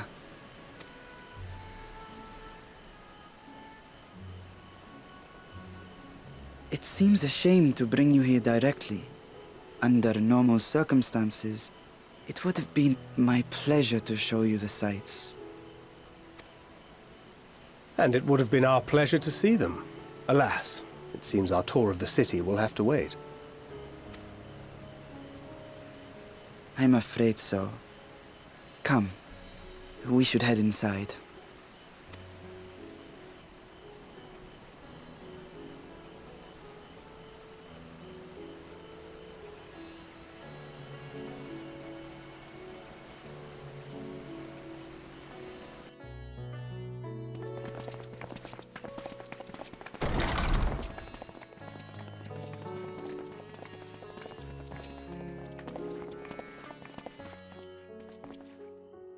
Your Excellency, may I present our honored visitors?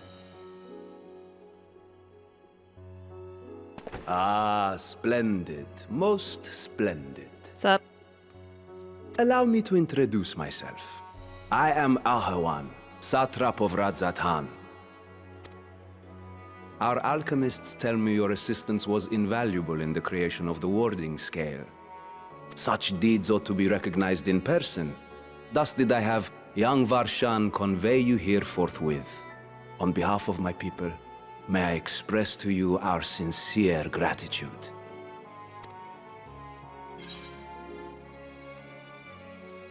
Not everything went to plan. I assume you speak of Nidana. A regrettable incident indeed. Her colleagues insist that we honor her wishes and trust in the talisman, that it will be instrumental in saving Nidana and the others. I am eager to hear your opinion on the matter, so let us not stand on ceremony. Come, sit.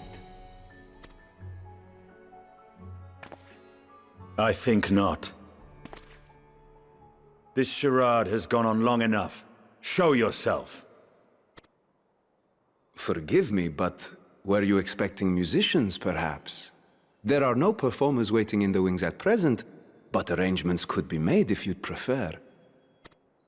Nay, he hath the right of it. The time for artifice is past. Raise the curtain. As you wish.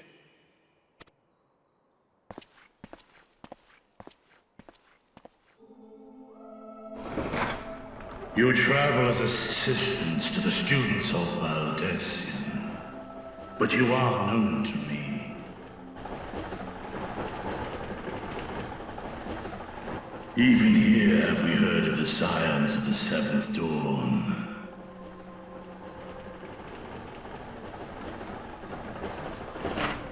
I am Vritra, and for years uncounted hath this isle served as mine abode. Knew that was gonna happen. Vritra, of the First Brood, sibling to Hraesvelga and Nidhogg. Aye, mine elder brothers, of Midgardsormr's spawn. I was last to hatch. Well, isn't this a surprise? We were told Radzat had an alliance with a dragon. Not that a great worm sat in the satrap's own hall. A necessary subterfuge, as the true tale of our nation history illustrates most effectively.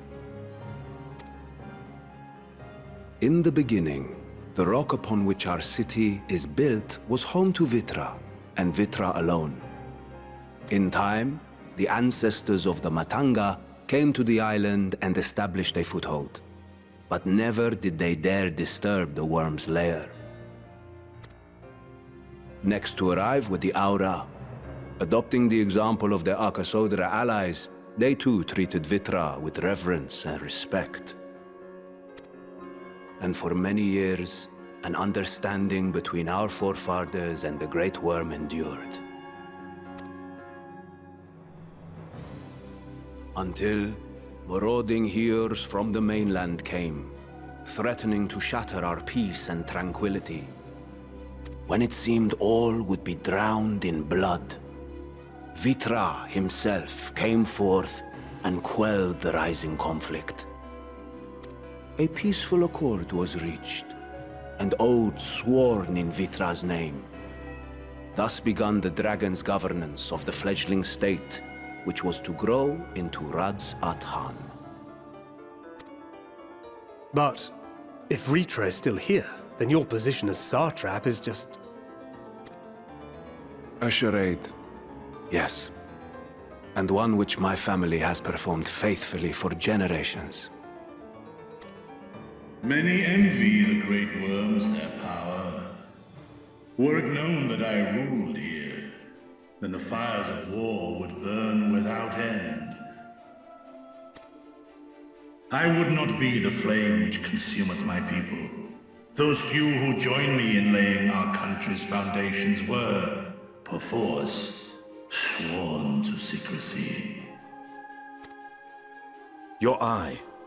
It was taken.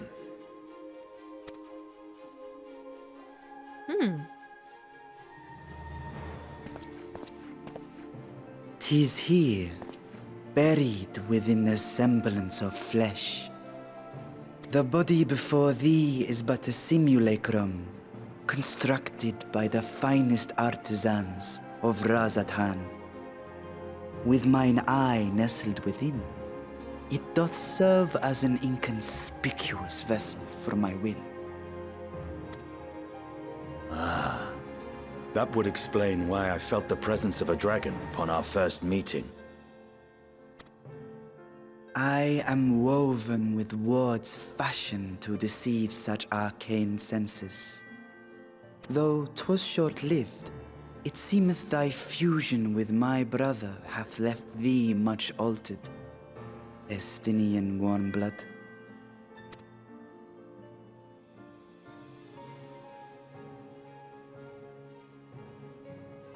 From the very first, we sensed the nature of one another, yet did neither one of us bare his fangs. That is all I need know of thee for now.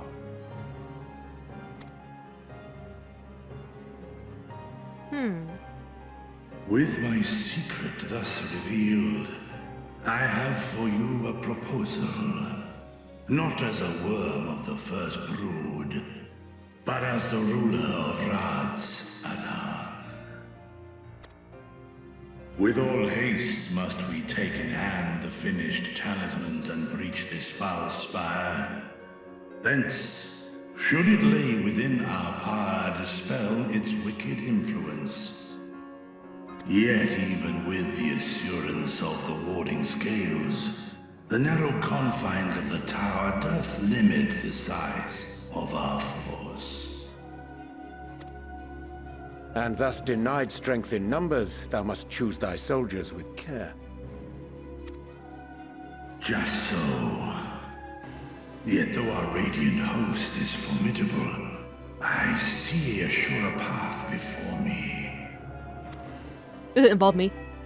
Thou and thy comrades have contended with a multitude of primal beings. Most recently, thou didst cast down false gods in Padalthan and Cartanau, I am told. 'Tis upon that strength I would call. The Scions have proven themselves the most capable, and I ask that you serve as the tip of our spear. Called it. Talismans would, of course, be provided for each of thy companions. And should you agree to this undertaking, more will be provided to make use of as you see fit. There's no denying it's a dangerous proposition, but the rewards may far outweigh the risk. Just think of what we might accomplish if we could equip all our allies with warding scales. I worry, however, that even the four of us may be too few for what you have in mind. Might we regroup with our friends first to discuss the matter? 'Tis no trifling task that I have laid before you. Go. Steel your hearts and hone your plans. Such time as you require shall be spent in crafting your protective charms. It seems a quick trip back to Sharlyan is in order.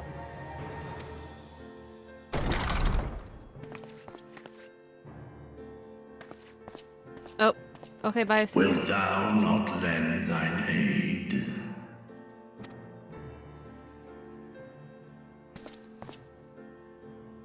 Whether your request be made as a great worm or the ruler of Rads at Han, I see no reason to refuse, nor will I.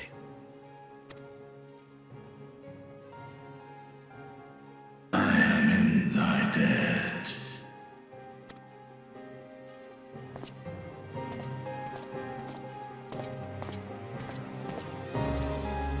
Interesting. Very interesting.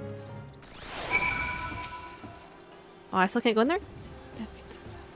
We have a clear after Jedi's life. Join the farmers of Sharlyan and muster a suitable crew for our foray into the Tower of Zot.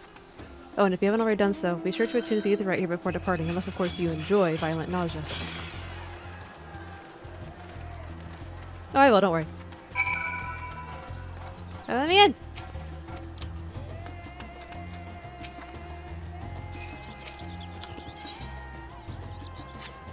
Oh, crap. Okay.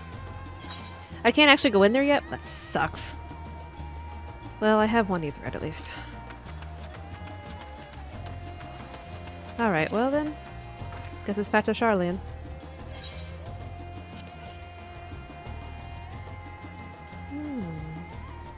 Is it Far East?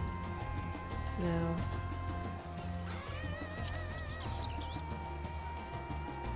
Oh, it's others. Okay. Found it.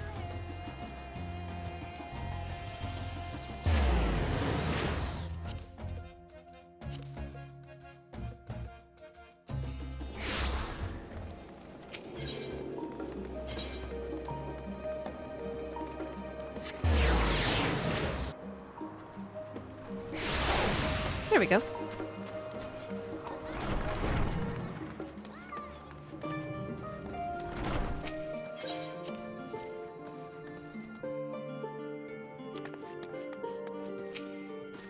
Just as I was getting used to balmy Thavnair, we're back in chilly Sharlyan.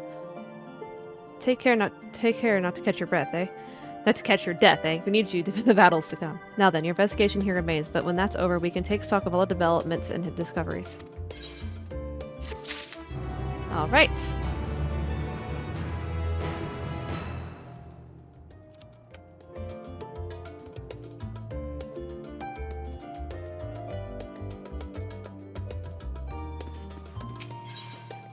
Alright, Kryl. An unsettling change has come for Sharlyan, but together we will divine the underlying cause for the Forum's callousness. As I mentioned before, however, questioning the counselors directly is a fruitless endeavor.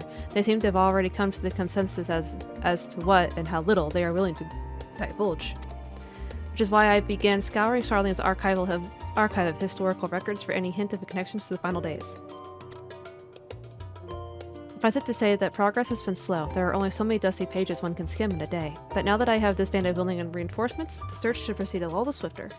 Let's reconvene outside Nomenin, shall we? Exit the annex to the right, and you'll find the archives on the western edge of the woods.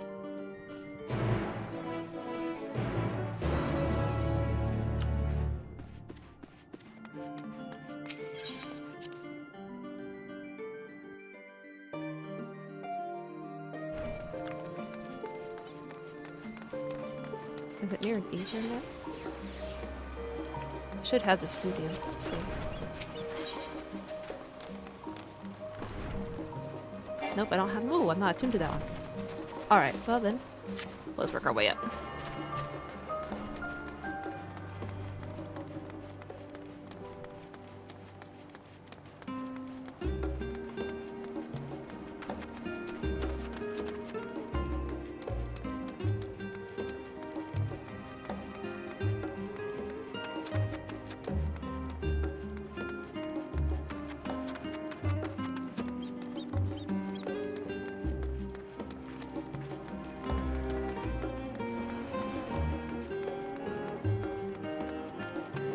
Excuse me.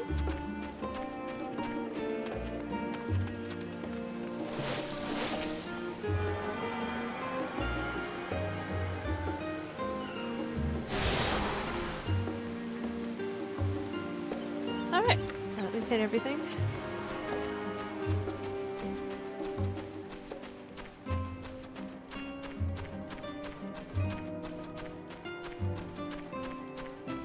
Alright, Cryo.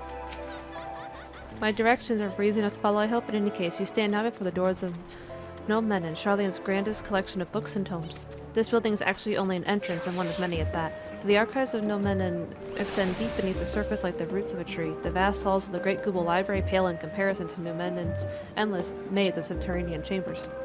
Any citizen of Sharlyan is free to enter and pursue its shelves. Well, most of its shelves. Only Archons are afforded access to certain restricted vaults. I'll dispatch you Stola and Raha to investigate those. Meanwhile, Alize and Alfino will help me continue my search for the stacks open to the general public. Your status presents more of a problem. As a non-citizen, you are only permitted to browse the first floor here at the entrance. Even so, there should be a number of books which touch upon Sharlayan history of foreign policy. Your task will be to find and study the relevant publications. I assure you, a working knowledge of these subjects will make it far easier to spot the sort of clues we're looking for. Let us be about it, shall we?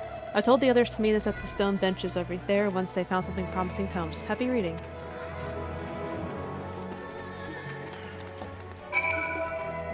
Read books of No Menon in the relevant subjects.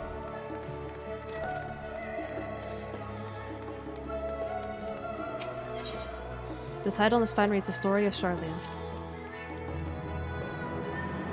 Long ago on the island of the Northern Sea, there lived a Rogadan man in the name of Nyangfrep.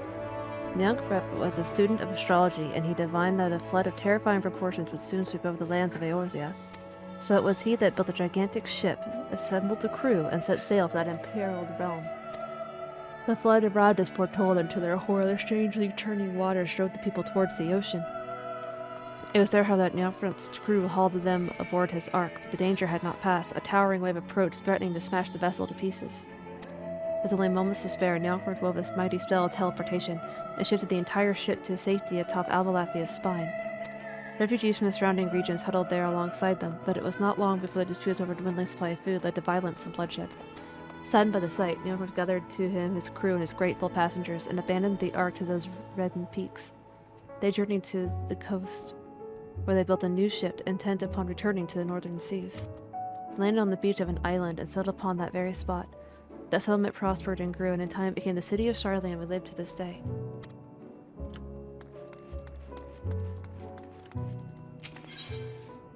Roads of Old, the colony.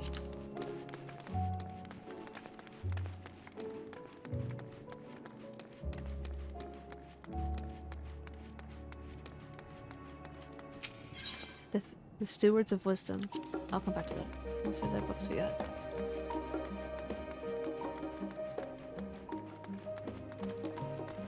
Well-worn manual. No.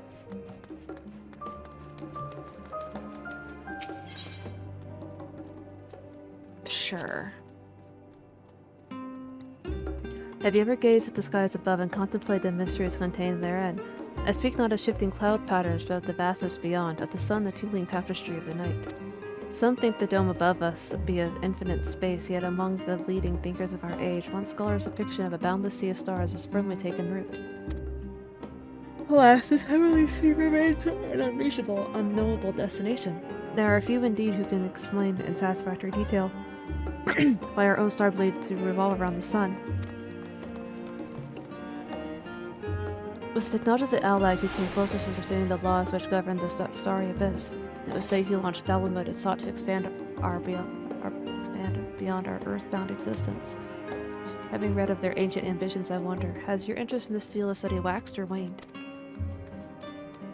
What if I were to tell you that the eternal constellations were arranged differently than in the distant past, that their positions continued to shift almost imperatively but measurably as we journey into the future? Would it shock you to learn that the stars drift further and further apart, and may indeed do so forever? Are you eager to learn more? This book is on the wrong subject. Search for what? Okay. Okay, so it tells me if it's the wrong subject. Okay, well, that's nice. Still.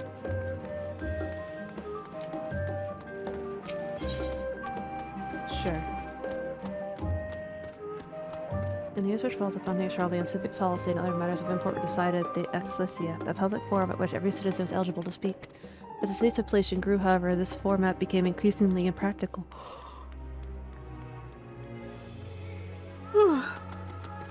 large number of participants gave rise to ever longer debates, resulting in significant delays of vital resolutions. Various measures were introduced in an attempt to curtail protracted discussions, but in the year 201 of the 6th Astral Era, it was ultimately perceived that Sharlyan would transition into a new form of governance. The nation would now be led by a body of 99 members, citizens chosen from amongst their peers by means of a nationwide vote. Thus was the forum as we know it today conceived and created.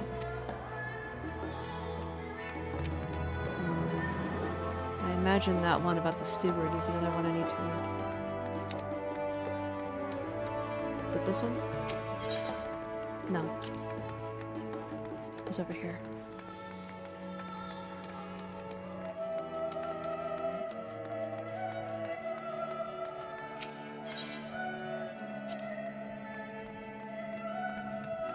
During the chaos of the Sixth Emerald Calamity, Archon Neophront, founder of Sharlyan, bore witness to the madness and savagery of men brought to the brink of despair. Upon raising a settlement on an island in northern Empty, he instructed his people thus: renounce the ways of war and pursue enlightenment through knowledge and reason.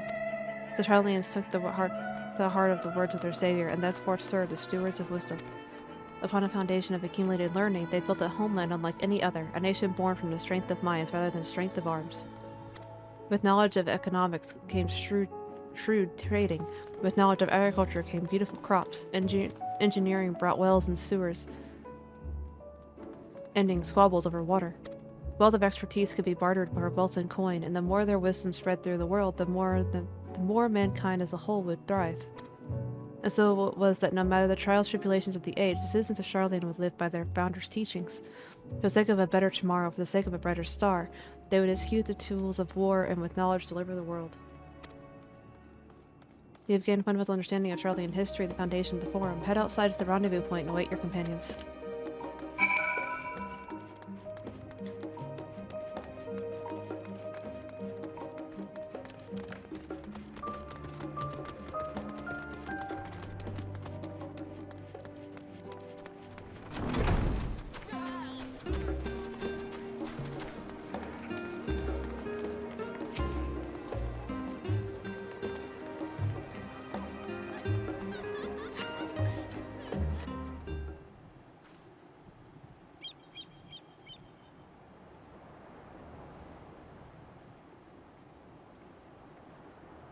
Sorry, were you waiting long?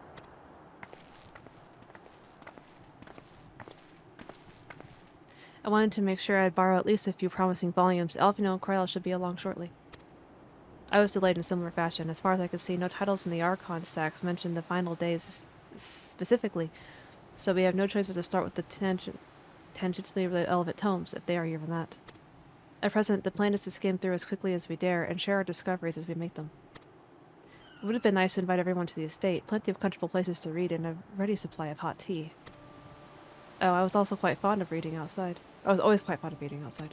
But it's not about little pleasures, is it? You miss your home. It's been difficult. After our arrival, we managed to speak with one of the family's servants and ask how things were. It seems our dear father instructed the staff that even if Alphino and I were to return to Sharlyan, we were not to be allowed to cross the threshold.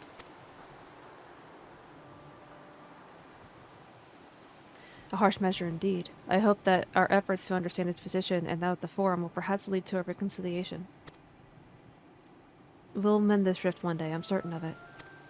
And what of you, Graha? Have you been to visit your family, or do they not live here in the city? Well, my situation is also somewhat complicated. I was raised in Sharlyan, yes, but I was born rather further away. In the southern reaches of Ilsabard, in fact. For generations, my people have dwelt in Corvos, the coastal region opposite the island of Thavnair. The Elegans founded a city in that fertile land, and by ship brought in the subjugated tribes of the miqo'te to serve as laborers. Of course, the massive earthquakes of the Fourth Emerald Calamity brought an end to the Empire's reign, and when the Fifth Calamity froze the sea solid, many of the tribes still living in Corvos braved the journey back to Eorzea. My ancestors, however, chose to remain, that they might prevent the remnants of elegant technology from being misused. Isn't Corvos under Garlean rule? For the past 50 years, yes.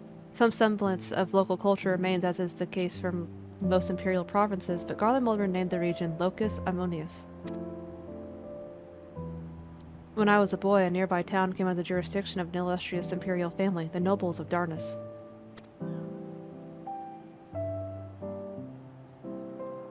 House Darnus demonstrated a singular interest in elegant civilization, and so my tribe was forced to consider a plan of action. For some time already, voices had been raised in favor of abandoning our ancient customs. After all, the Allegheny no longer passed to our eldest children as reliably as it once had. Fear of discovery eventually tipped the scales, and the decision was made to bury our ties to the knowledge and the traditions of Alag. As the last child born with the Allegheny, I was given over to the custody of friends and the student of Valdesian, who had me registered as a Sharlyan citizen. I never even considered. Forgive me, it was an unkind question. Even Thanker was taken by Archon Louis Fall, was he not? Stories of adopting waifs and rescued orphans are more common among Sharlayans than you might think. Yet, regardless of our origins, we were all provided with an equal opportunity to learn. It was sufficient perspicacity. We outsiders can even earn the vaunted title of Archon.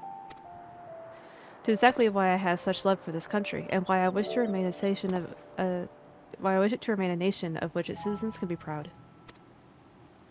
Here. Another good reason to get to the bottom of the Forum's stubbornness, aside from the trifling matter of our impending doom. Excuse us while we try to make some headway in these book sickness. More company should be arriving any moment now.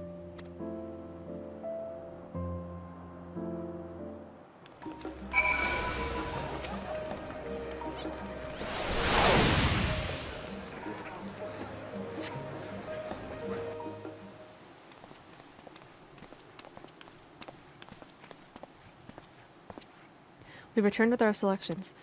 Although I must say the pickings were quite slim indeed. Mistress Quirrell has already flicked through every history book devoted to disasters, and more than a few which barely made mention of them.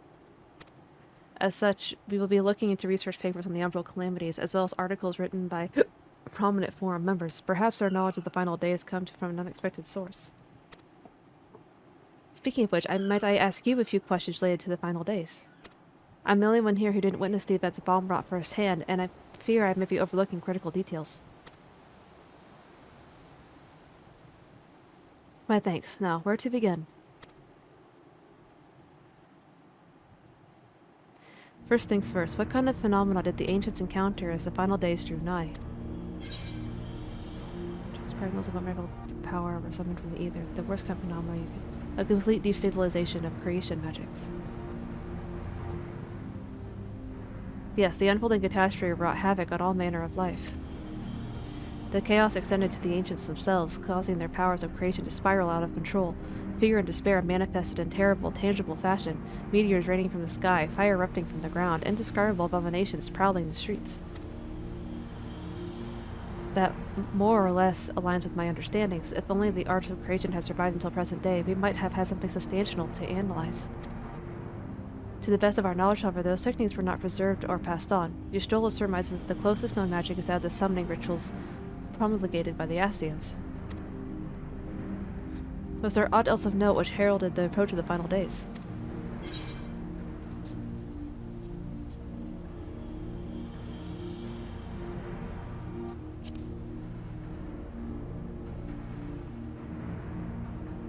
I think you may be misremembering. As I recall, it was more of a gradual spread.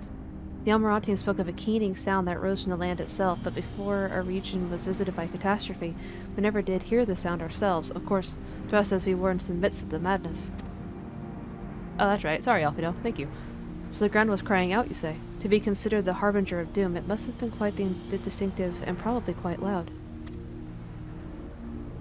I'll have to speak with one of the Nomads Mehmets and ask for any books which make mention of such a sound.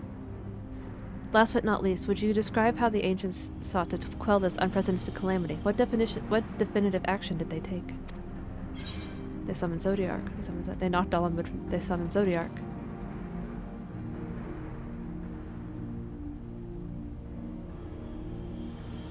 Yes, with Elidibus serving as his heart, so many gave themselves in sacrifice to bring him into being. We do not know exactly how Zodiark brought salvation to the star, only that by his godlike will where the laws of nature set it right. Then, once the balance was readdressed, the ancients offered up further sacrifice to heal the ravages of the final days. Lives sprouted anew, and it was these fledgling souls they intended to render into Zodiark, a trade that would have allowed them to resurrect the shades of loved ones absorbed by the primal. Or might have, had Venna and her followers not manifested their opposition in the form of Hydaelyn. Thank you, both of you, for the detailed review. I feel much more confident now in my understanding of events. With all that freshly in mind, it does make me wonder if the Telefroid truly mean when they speak of bringing back the final days. It seems that they're doing with those towers of theirs is forcing people to summon primals a kind of catalyst. Are they attempting to mirror the conditions caused by unstable creation magics? Or are they simply using the final days as a figure of speech, a convenient metaphor for the scale of destruction they plan to unleash? But this is all just pointless conjecture at this stage. Let us return to our attention to the forum, shall we? We should keep an eye out for your Stola, but 'tis time we begin studying these research papers.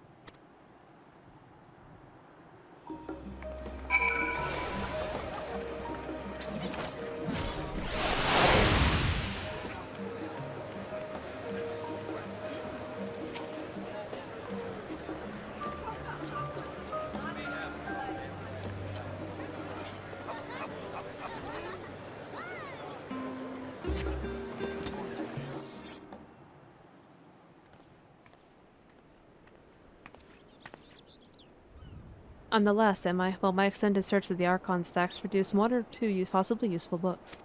But I wouldn't get your hopes up. If you recall, Urianger learned that the source's reflections from the Giron oracles forced potential to cause panic and confusion. That tome was deemed apocrypha and sealed away in the Great Google Library. 'Tis even less likely that knowledge of the unsundered world, not to mention the horrors of the final days, would be left sitting on a shelf for any curious scholar to find. It stands to reason that that my colleagues, be they archons or counselors, should perforce be largely ignorant of the subject. Yet when you confronted Master Forchelot with knowledge of the Telefroid and their machinations, he scoffed the suggestion that they posed a threat. He seemed adamant that the Forum would know the final days were truly upon us, which only supports the conclusion that whatever privileged wisdom is guiding the Forum's behavior, it is being kept secret from the rest of the nation.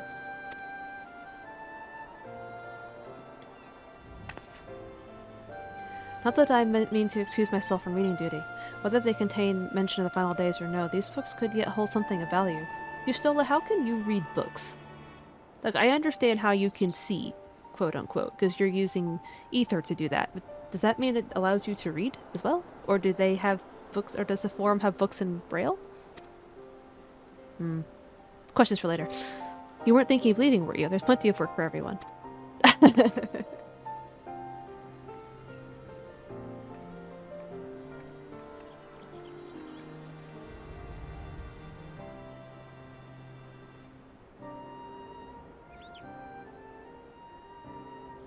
You labor for what feels like an age as you're still his research assistant. Oh, okay, maybe I'm reading it to her. That makes more sense.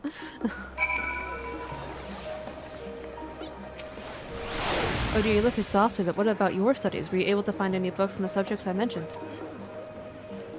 Then the day is well spent. Should you wish to read them again, a memo at the reference desk will point you in the right direction. For the moment, though, I suggest you take a well-deserved rest. We might be occupied with our research for quite some time.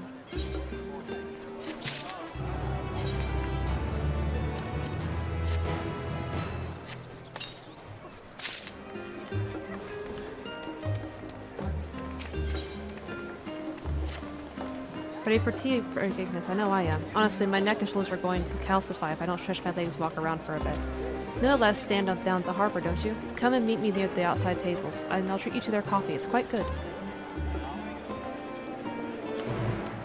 Ooh, tea with Alize.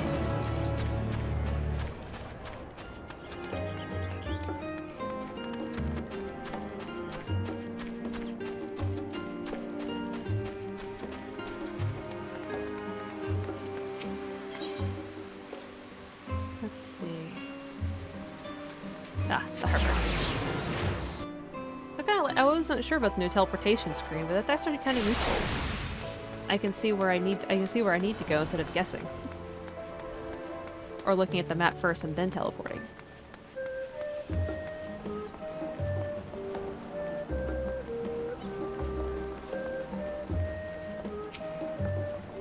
As busy as ever, I see. How very Sharlyan that no gourmet cafe was sprung up to complete for customers. Actually, this crowd gives me an idea. Before we place an order, why don't we ask a few questions and gauge the mood of the city? How I'm interested to hear what the average citizen has to say of the Telephone Way. We might even learn something new. Worth a try, don't you think?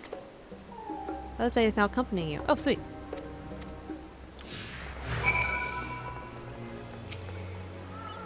What is it? Can't a man enjoy a moment of private respite? If you're looking to share the table, then I firmly request you look elsewhere. You must understand, sir. We are simply wondering if you knew the Telephone Way, these enemies of peace that promise to end all we hold dear. And wait, you're that House Labyrinthos girl, aren't you? And this woman with you is obviously a foreigner. I heard you were disowned for helping outsiders indulge their barbaric whims, and here you are giving the truth to the rumor. I'll thank you to leave me be. I've not to say to the likes of you. Well, I must apologize. It forced me to expect an ounce of civility from one so enlightened. Come, Ignis. You be nice to Alize. She's a good girl.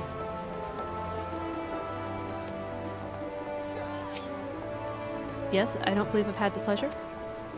Pray excuse the interruption, but we are hoping you might share your thoughts on the Telephone and their uncomfortable plans. My goodness, if it isn't the young Miss Labyrinthos. My apologies, but I work on the opposite of the forum, and if word reached Master Fortunate that I was helping you... I see. We're sorry to have bothered you.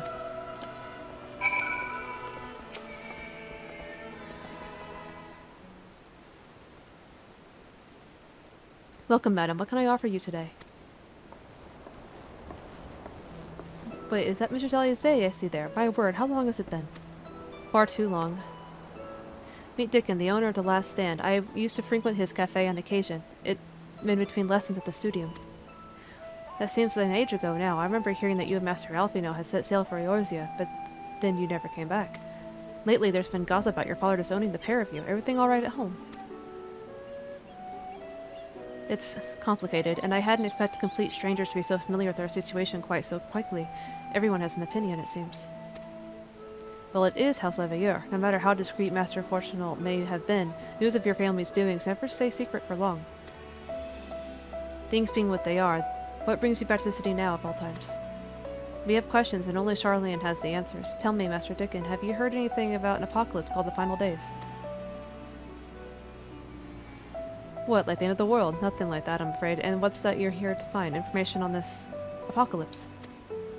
Yes, whatever we can learn. Unfortunately, your patrons appear to be unwilling to speak with me. I wish there was more I could do to help.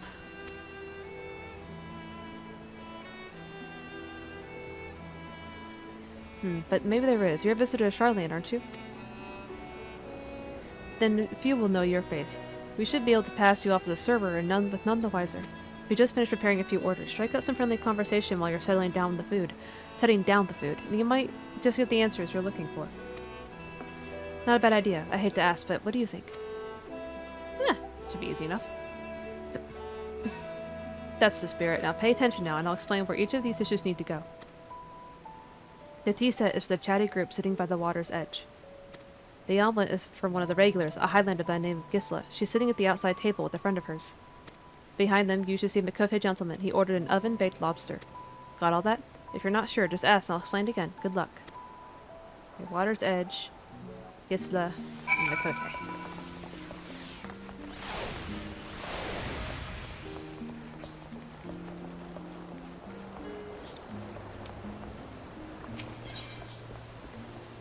I think this one is a tea set. Okay, lovely, thank you. The telephone. I'm sorry, I've never heard of them or their final days.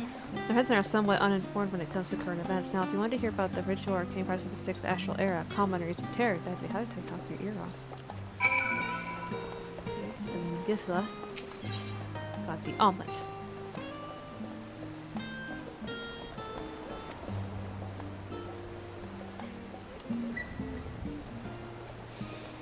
I guess I'm missing the damn place. Is that is some grand claim at the end of the day of some same old senseless warmongering? Ooh, let's see.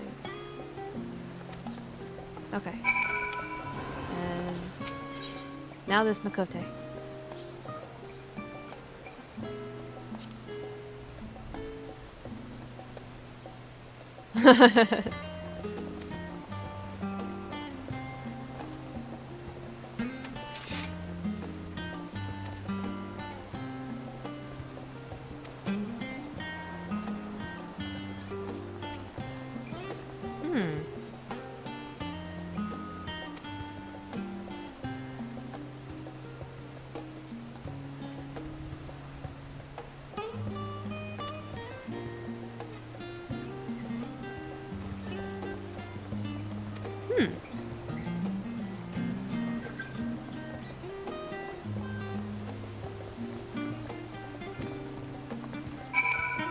Oh, he was just very excited about that lobster dish.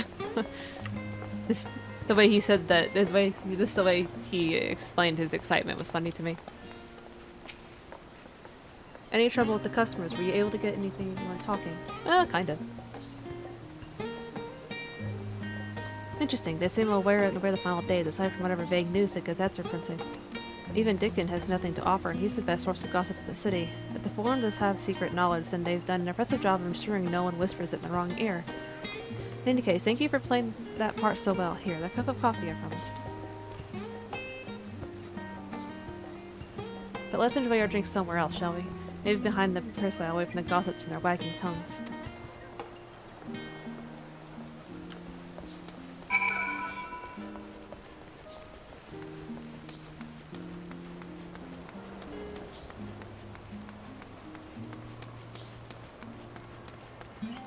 Alright, are we good?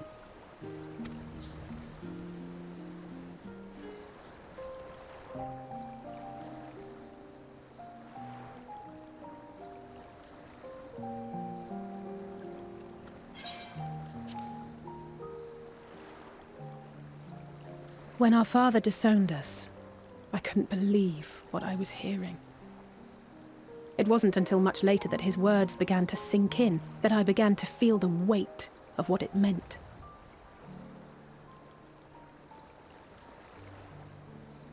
Do you remember when the decision was made to come to Sharlyan? Graham said that the Forum was determined to keep us in the dark, and that Father's venomous performance was part of that strategy, to keep us at arm's length. Perhaps it was. Father argued with Grandfather on many occasions, but never with such dismissive contempt. And when neither did Alphino, I know, but never for one moment did I believe we had made the wrong choice. So all I could do was fume silently. It was only afterwards that I realized how childish I had been, how being stubborn and self-righteous must run in the family. If I could have just mustered a civil response, then things might have turned out differently.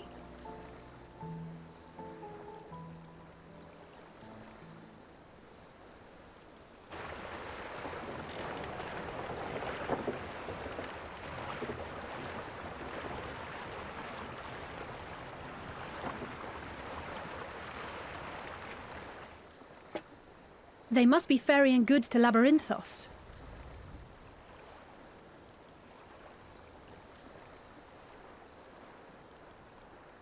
A vast complex beneath the island. Sharlyan is famous for archiving knowledge from around the world.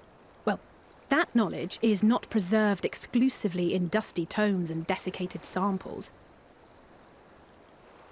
Our living library, comprised of all manner of flora and fauna, is housed and studied within that underground facility. Still, that did seem to be an unusually large shipment. When I lived here, it was rare to even see such cargo transported by boat.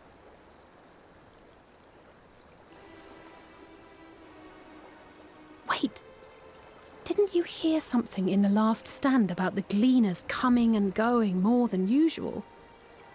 Well, I think they're the ones we saw manning those boats. And gleaners answer to the Forum.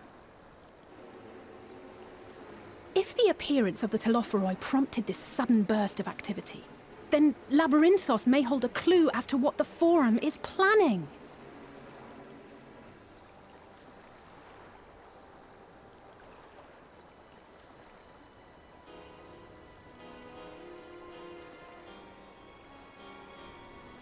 Good observation, I say.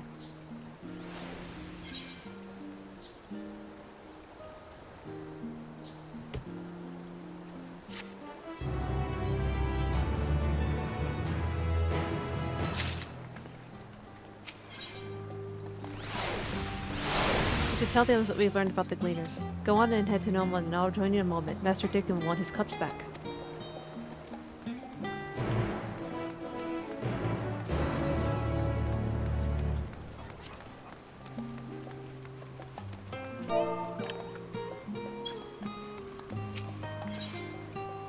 you want me to go? Back up here?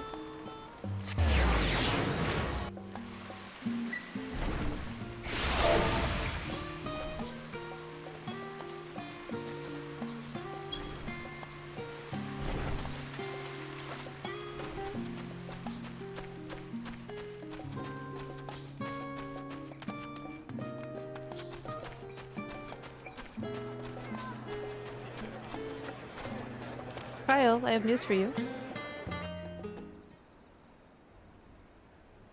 Welcome back, Ignis. Been for a walk and cleared your head, have you? Not exactly. We did some impromptu investigating and turned up information on the Gleaners.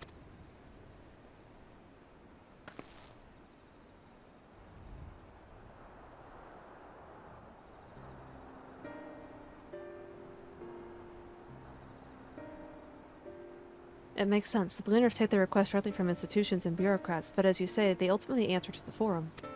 A sudden and significant increase in Gleaner traffic and in cargo. It certainly gives the impression of an overarching plan being put into motion. Let us see that theory we can build from the facts. As you still observed earlier, no Menden's archives appear to contain no information concerning the final days.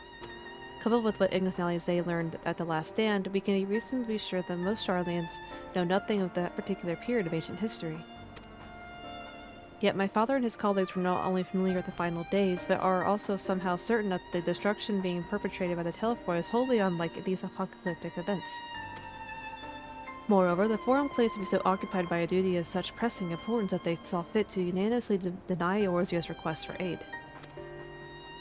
And now the Gleaners, official agents of the state, have been mobilized on an unprecedented scale.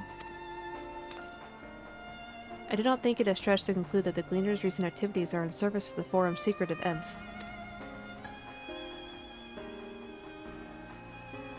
In which case, our next course of action seems obvious. We visit Labyrinthos and assess the situation for ourselves, and if we're lucky, the Gleaners will be far more receptive of our questions. To our questions. What should we expect down there?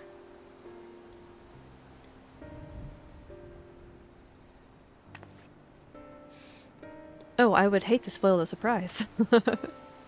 As for myself, there are a few subjects I'd like to research. I may join you later, but feel free to leave behind your borrowed books and be on your way. I'll see to it that it is returned to its proper place.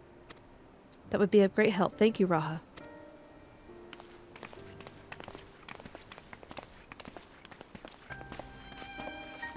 Let's head down the stairs over there, and I'll show you what the entrance is.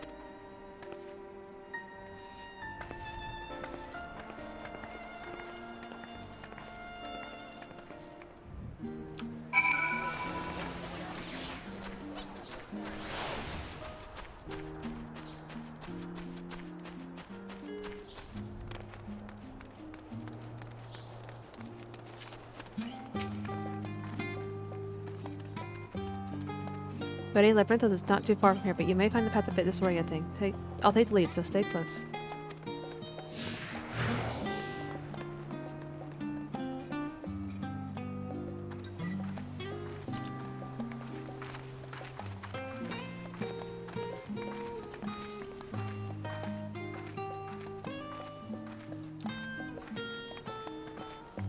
It's pleasant here amongst the trees.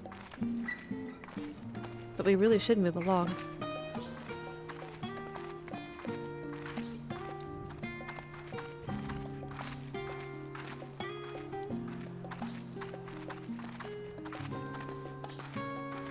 Now we run. Try to keep up.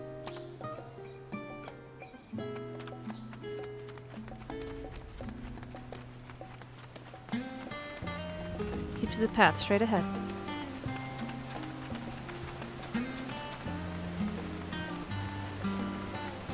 We cross this bridge.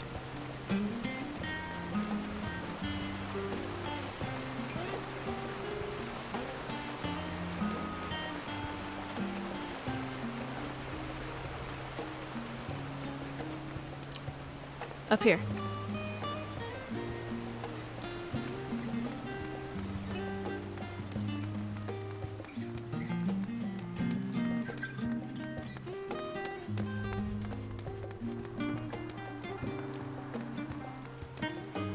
The Russia, not far now.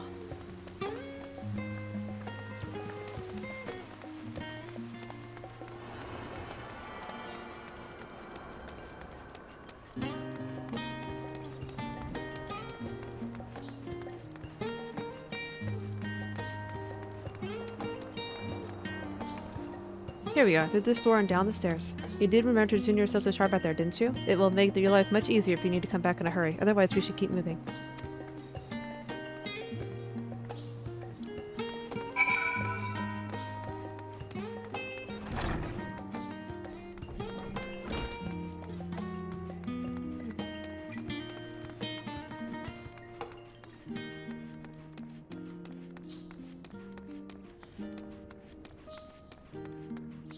The chocobo keep down here? I mean, alright.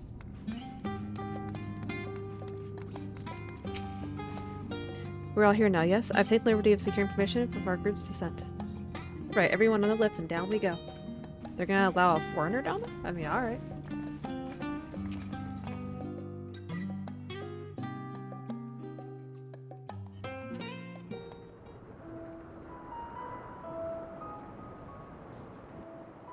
Deep beneath the scholar's city shines a false sun within a fabricated sky.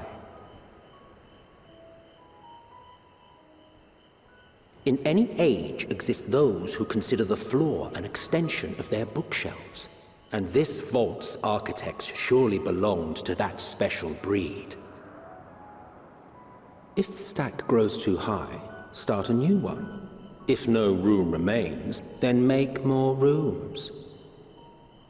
A simple solution at first, and then bit by bit, a profound transformation.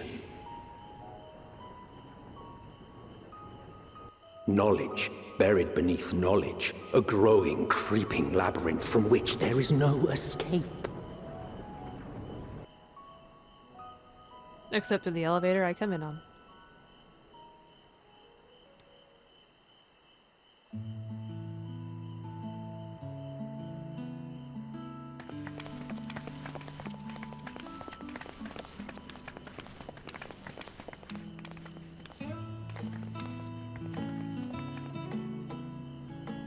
Not what you expected. I must admit, the artifice is very convincing. But I assure you that we are beneath Sharlyan itself. The breeze you feel, the flowing waters you hear, all created by the hand of man. Damn. The island is volcanic, you see, and once upon a time this great hollow must have been a reservoir for magma. It was discovered some 400 years ago, at which point it was repurposed as a storage facility for scrolls and samples and such. Renovations have continued, with nigh on no interruption to this day, with the lower levels still undergoing expansion. Aren't those people gleaners?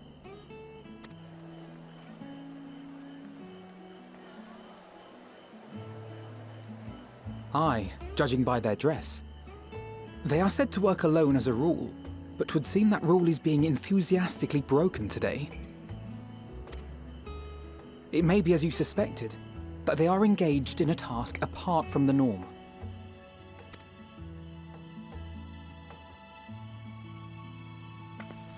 Let's spread out and get some answers then.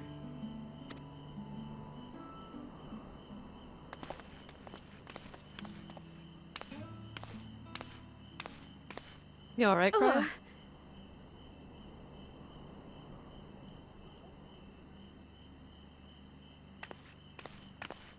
Did you call to me just now? No. How odd. I must be a bit dizzy from the descent.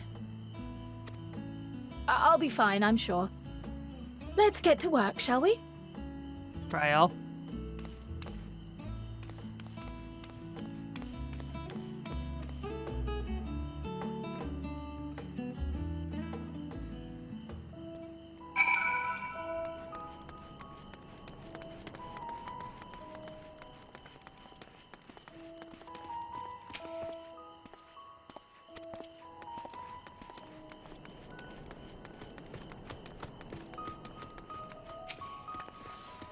You're here to help or give me more headaches, because you don't have the look of a cleaner and I'm in no mood for idle chatter. One of my colleagues was so exhausted he took a tumble and crashed into a pile of crates. Now I have to pick up more that's running loose.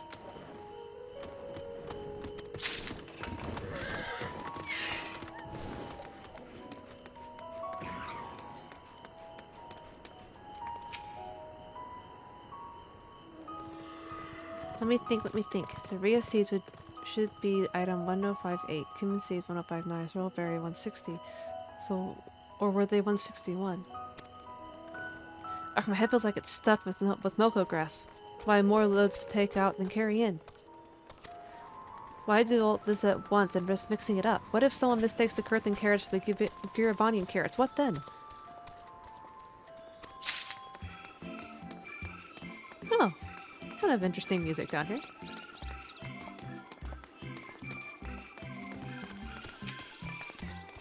You want to know what I'm doing? Hauling books and ore and fauna. If it needs hauling, I haul it. Every decade or so, they stockpile Labyrinthos, you know, store it and tidy up the inventory. Never seen an operation like this before, though.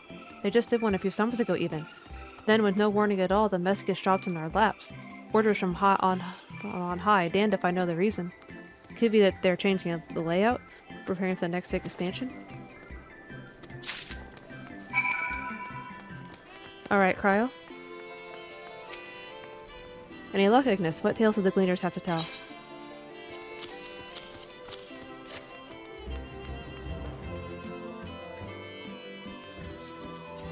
So this grand operation began without warning, and for every item they bring in, they're sending more inventory somewhere else. That would explain the haggard faces I've been seeing. We were right, the Forum is definitely up to something, and they're turning Labyrinthos upside down in the process.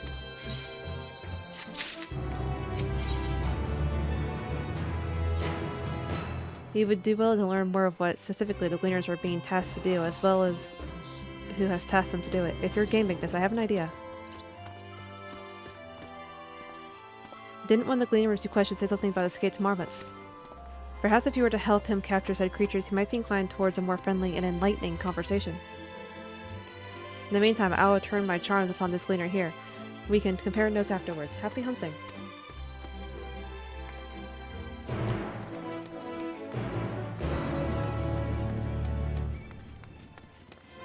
I thought that was a male Vieira over here I was talking to.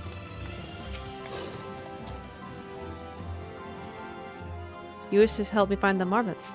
I have nothing suitable to pay you for your services, but if you're offering out the goodness of your heart, I'd welcome the assistance. The name is Erenville, friend, specialist in the collection of live specimens. That said, the capture of these Naxian marmots is a trial I've no desire to repeat. Grizzled mice, they call them. For our mercy, there are no other marmot species on this tier at present, so there should be no mistaking our little fugitives. If you happen to catch any, stuff them in the sack. Gently, of course. Sure, now, how do I get your jacket? Where to begin, you wonder? I've not seen any scampering around here, so you'll need to widen our search into the surrounding forest. Be on your guard. There are beasts out there who won't hesitate to prey on a marmot, or you. I'll search the trees to the west. The eastern part of the forest is all yours. Good luck. Oh, it shouldn't be too hard to find a marmot.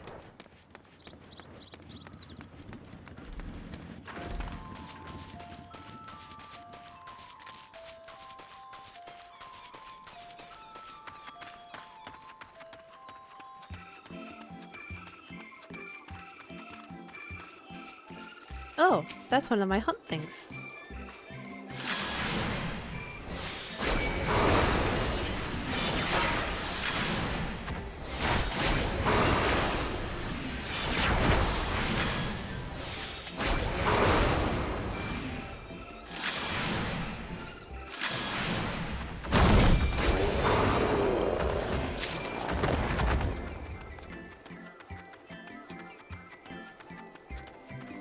Did I only need the one?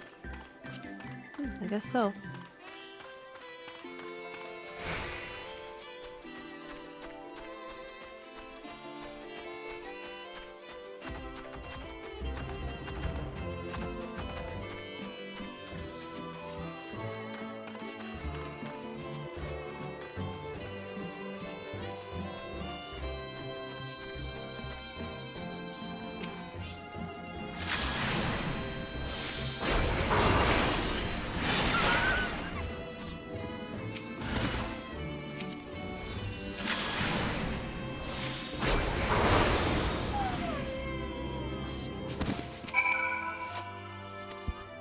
Oh no, he ran away!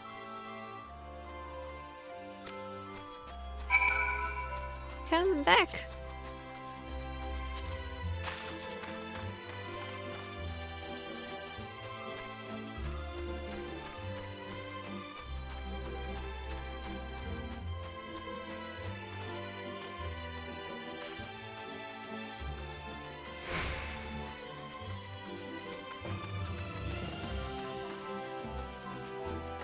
Where are you, little guy? There you are.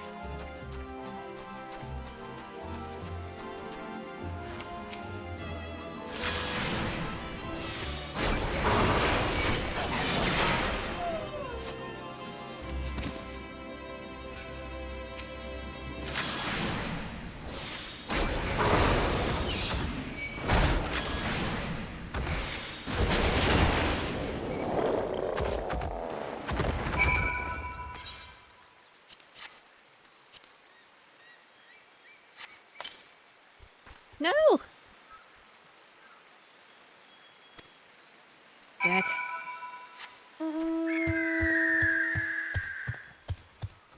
Where'd you go?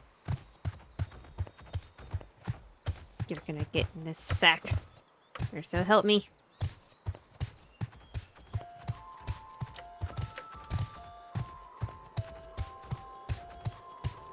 Bet it's up there.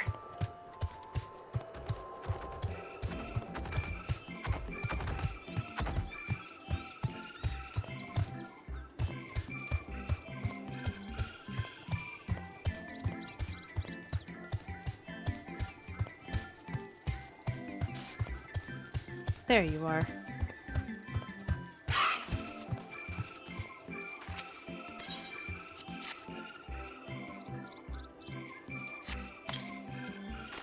There we go.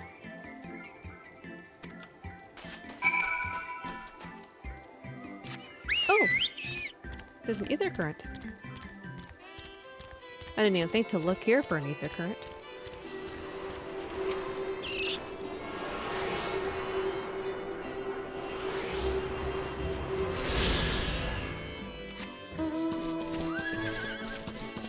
Oh, I guess there's an ether right over there.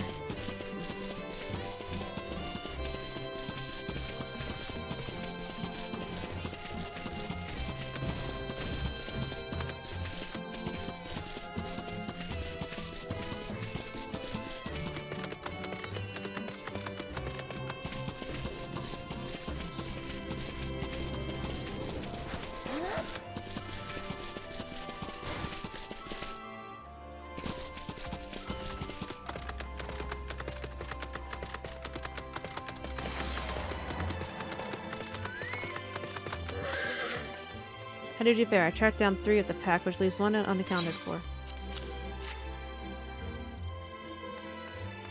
Oh, there's the odd marmot out. Wait here a moment while I put our friends in a holding cage.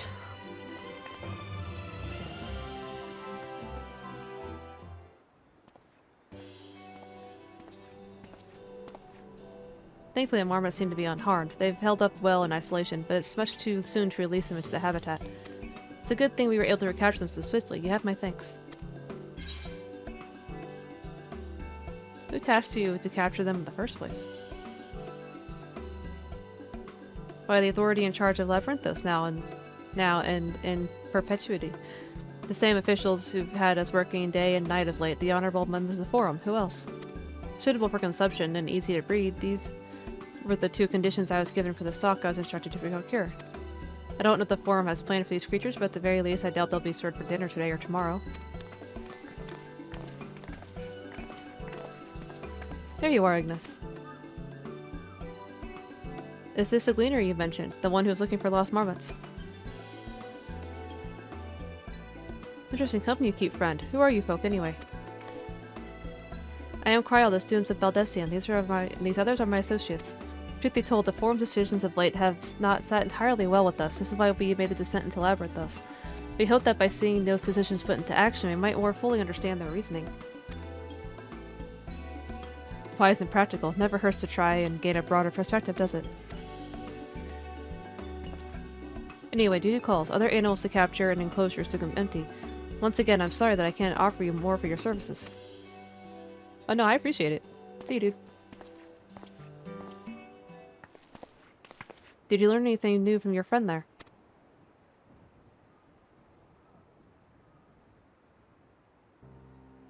So we've confirmed that the order for this ambitious operation did indeed come directly from the Forum. However, the Gleaners have not been informed of its purpose.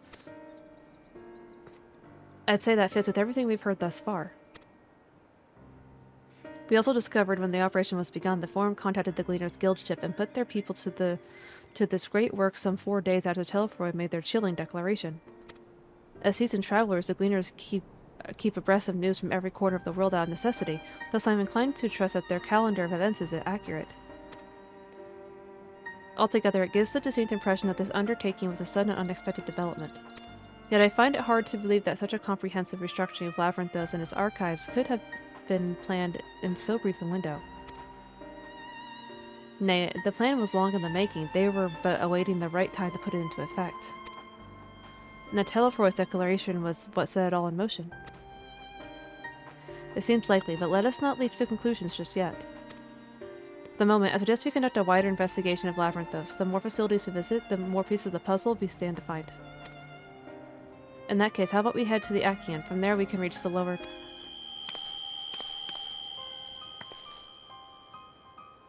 Cryle, what's wrong? I'm fine, truly. The sudden descent has left me with a bit of a headache, that's all. Nothing will stop me from soldiering on. Let's be about it, then. At least allow me to take the lead. I'm fairly certain I remember the way to the Achean.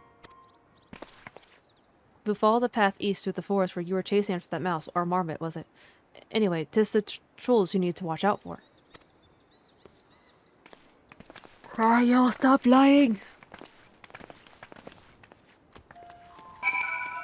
And getting up at 3 is starting to catch up with me already.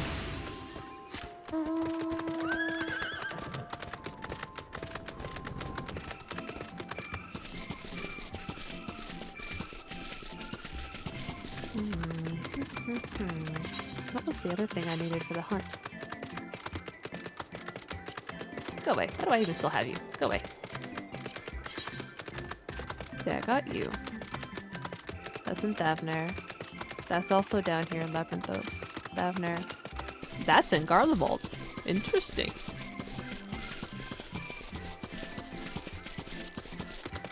Well, I'll end up back at Thavnair eventually.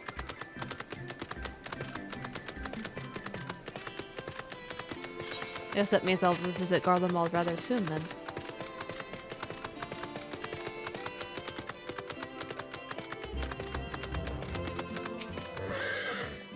Behold the Arcane. As no man serves as Sharlyan's literary archive, so does this structure house the city's vault of material data. The architecture, too, is similar. This building you see is merely the upper entrance. An access point to the vaults carved into the cliffside itself. Within those vast rooms are stored countless samples of specimens, as well as the detailed records which describe them. In a manner of speaking, the Arcane contains a physical history of Sharlyan's unwavering dedication to the accumulation of knowledge.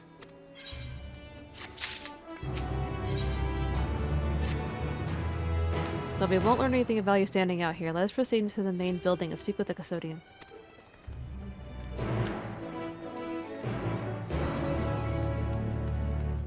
And let me grab that aetheryte.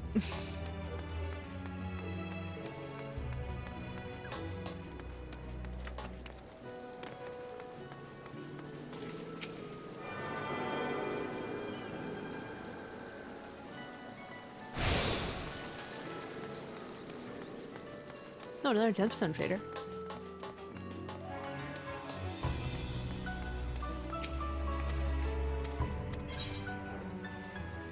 Thank you, my friend.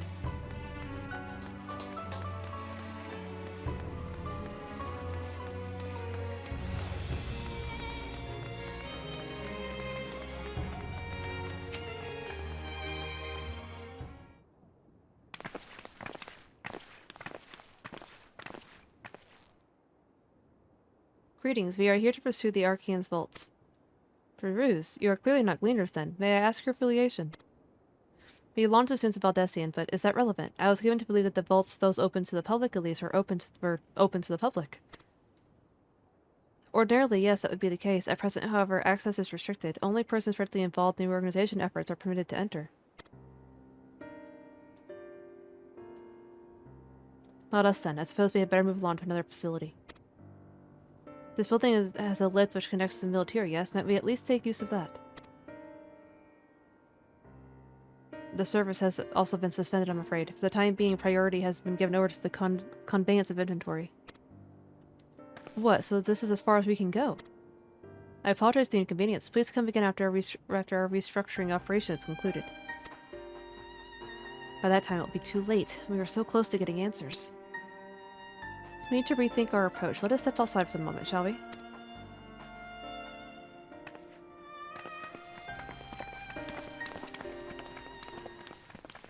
Students of Valdesian.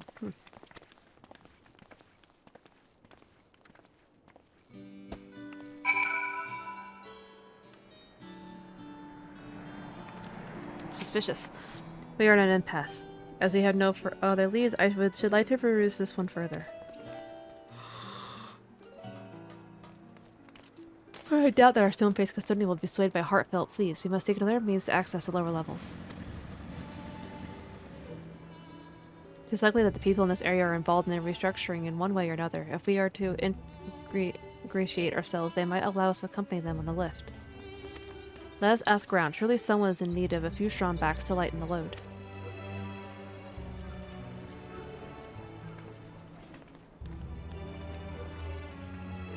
So do what I do best. Got it.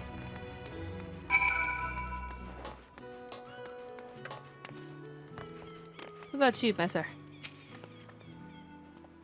No, we're just students. They won't let us in the Arcane. They'll be found. Actually, we have no idea what it is we found. There's no record of such a creature anywhere, but it was wandering around Tranquility, and so we thought to donate to the vaults. Well, this is a little squill, don't you think? Anyway, I suppose we'll take them. Wait, what's in the box? I wonder what's in the box!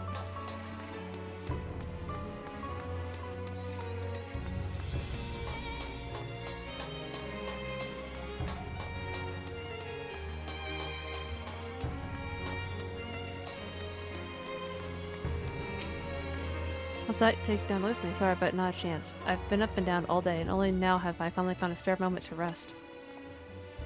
I did see a Gleaner fellow heading to the gate there, though, shouldering a large pack, engaged in some manner of task. Maybe he'll head down below after he's done with whatever he's doing.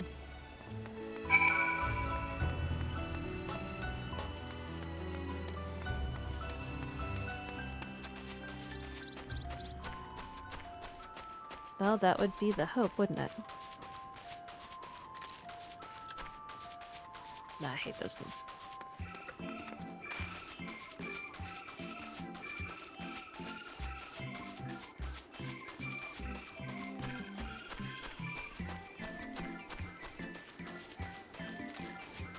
Can't go that way.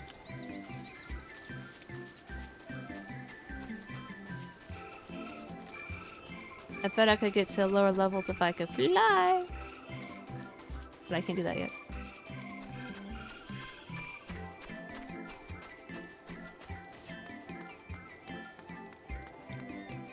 Nope, can't go in there. I was hoping to find the Gleaner here, but I suppose not.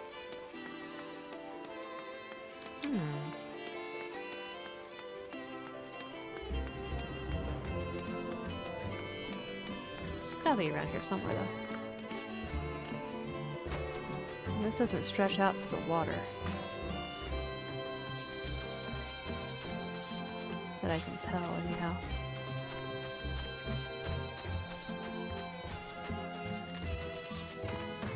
And I can't go in there. Well then, where has my wayward Gleaner gone?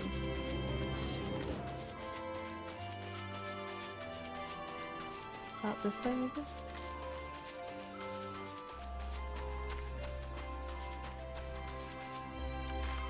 Ah, there he is.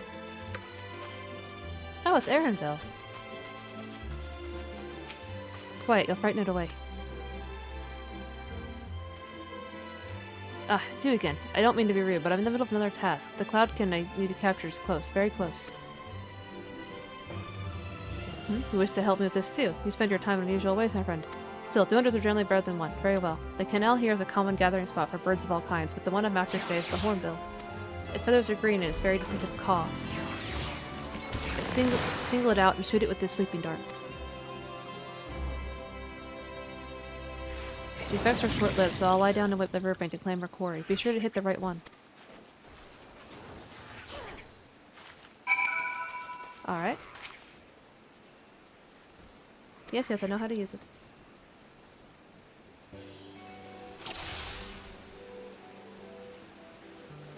A hornbill. It's green. buried you?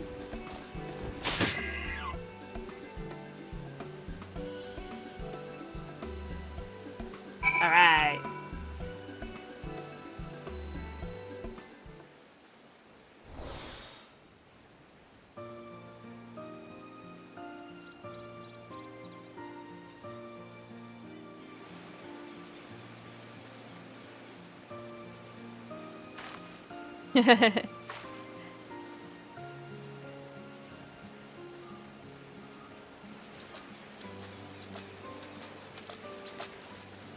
A fair shot. Nicely done. Let me truss this one up and I'll make my way over to you.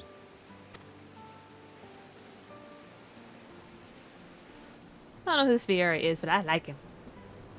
It's kind of fun to hang out with.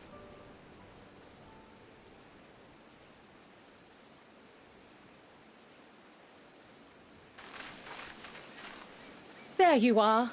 Any new revelations?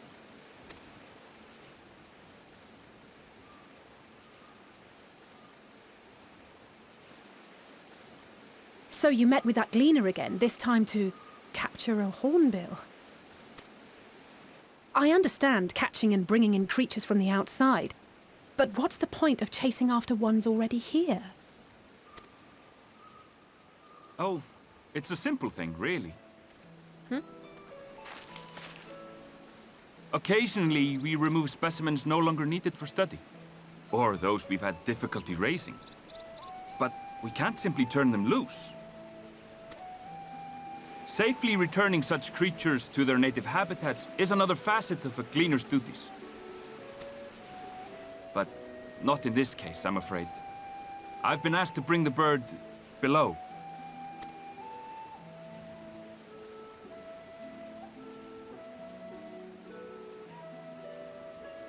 The restricted section in the lower levels of Labyrinthos.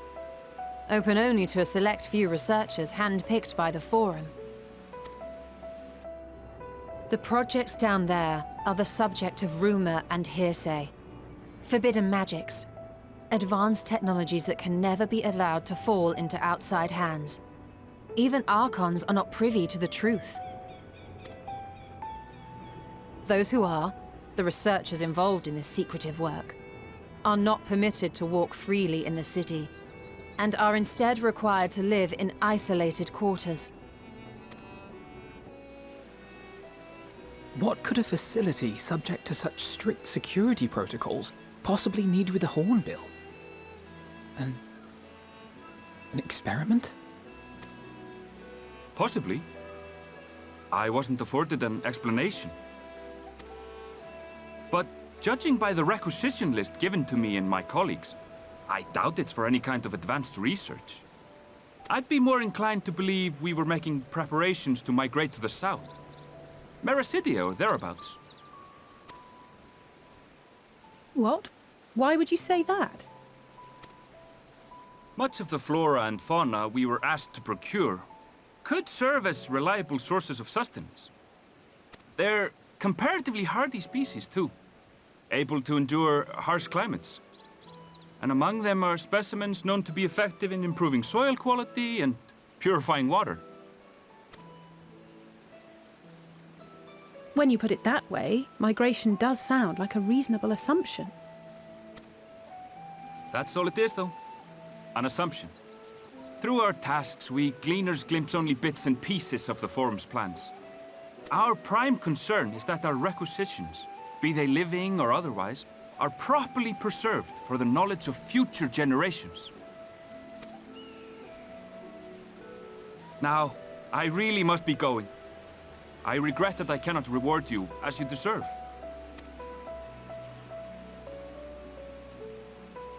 Perhaps you might reward us after a fashion, then. It is imperative that we reach the lower levels. And seeing as you are already set to descend with your assigned cargo, mayhap we could accompany you as your assistants. I'm afraid that won't be possible. Once the animals have been prepared for transport, we send them down separately via the lift.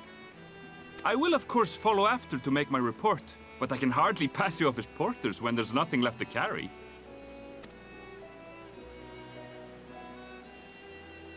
Indeed. Pray forget I said anything.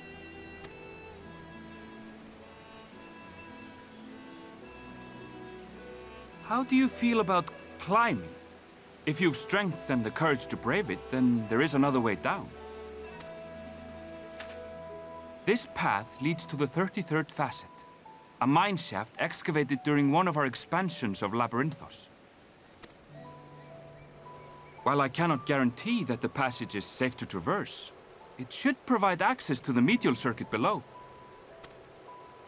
I never even knew such a place existed. Thank you. This is the perfect solution. You're quite welcome, but consider yourselves warned. If the going proves too treacherous, you'd do well to turn back. I bid you good day.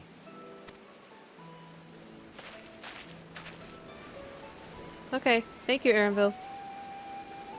Well, turning back is hardly an option, not when we've come this far. Let's go and take a look at this mine shaft.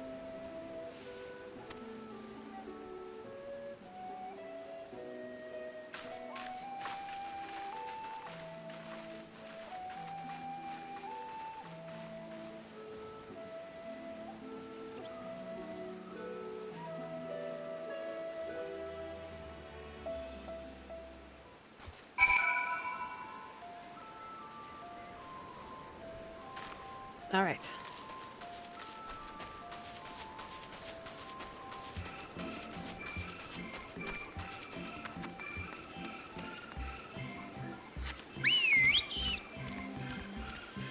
To the mine shaft we go. I don't think there's anything else in this area I need to... What are you? Are you a rake? You look like one. You are. Ah, I found another A rank.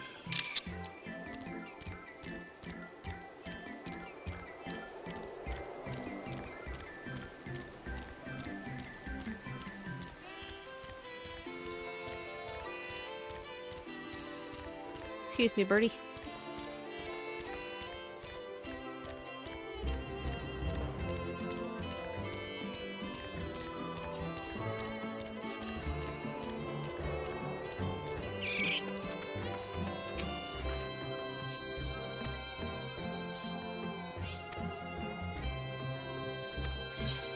Nice.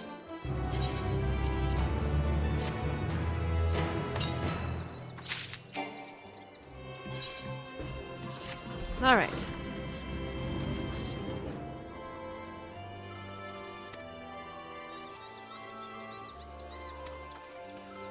All right, Alize.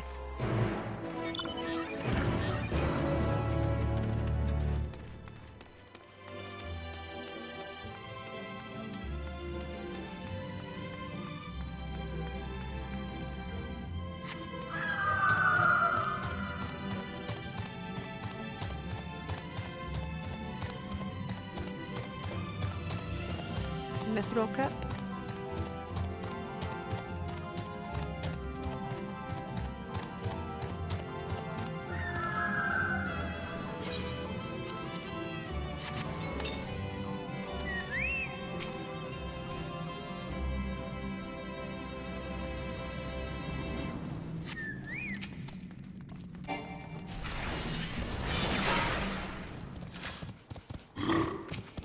Hello.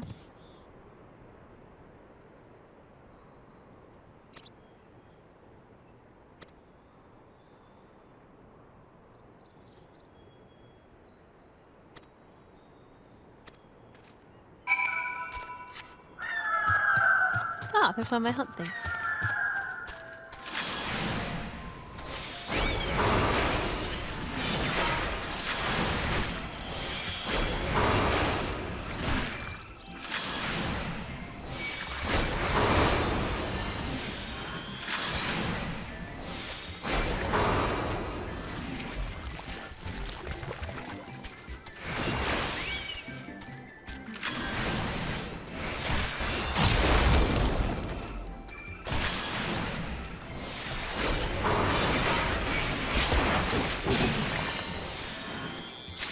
Oops. Oh well.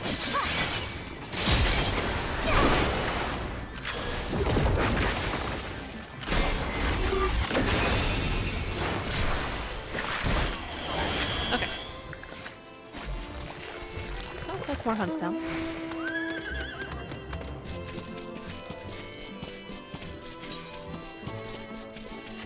And I'm gonna be level 82 before I get to the first dungeon.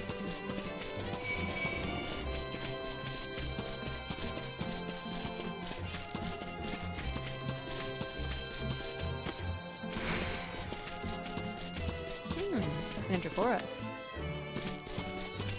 Always fun.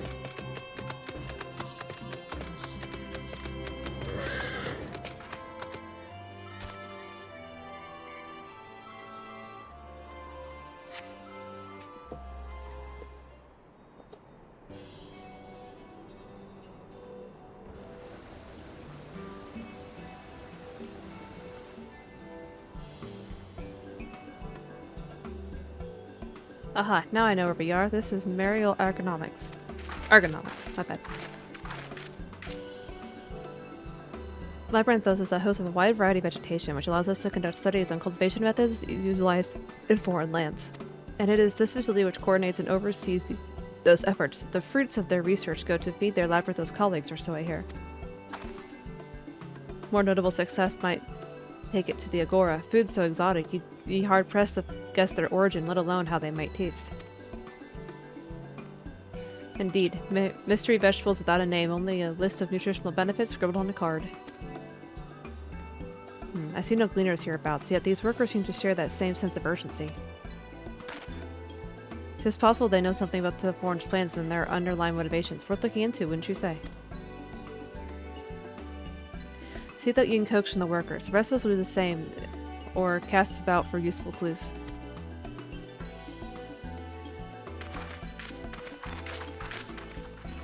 Very well, Alfino.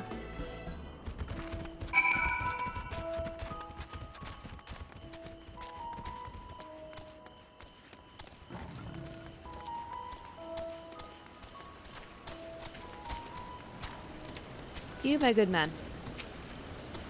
Oh, hello there. Where we weren't expecting visitors. Not with the use of the lift being restricted. How did you make it down here anyway? Mineshaft, you say? Well, you're a much harder your soul than I.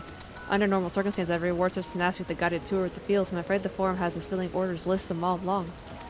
Massive yet detailed requests, literal wagon loads of crop samples, and hardly any time to put them together. When I first heard of this grand organization, I assumed we would be shuffling around old stock to make room for the new. Then came the order for ridiculous quantities of seeds we've already thoroughly researched. Passing strange, eh? I pressed for an explanation and was met with the vague assurances that all should be revealed in due course, not with the most satisfying answer. No, that is not a very satisfying answer, is it?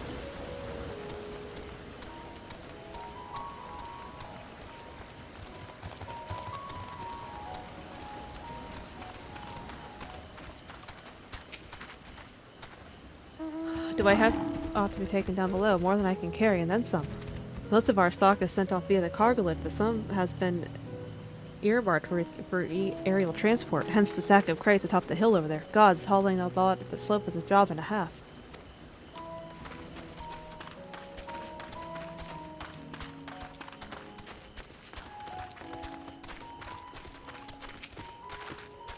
What crops are we raising? Well, as you can see, this one's a variety of grape. Only needs a good source of sunlight to grow, and the conditions here are nothing short of perfect.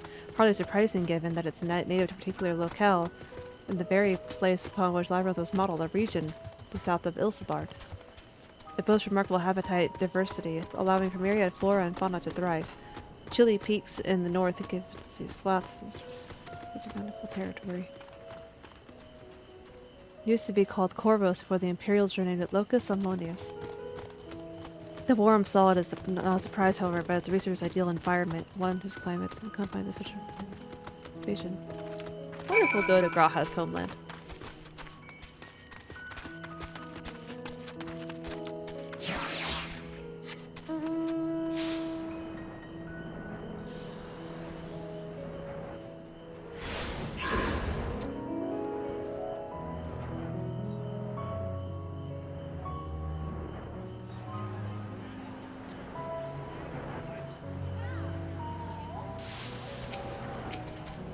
Labels on these crates tell the story of their contents, bundles of common seeds and saplings, accompanied by sheaves of reports.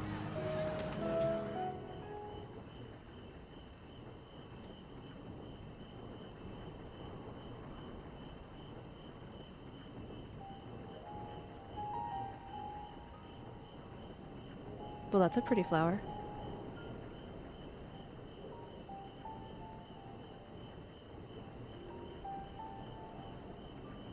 Hard to look away, isn't it?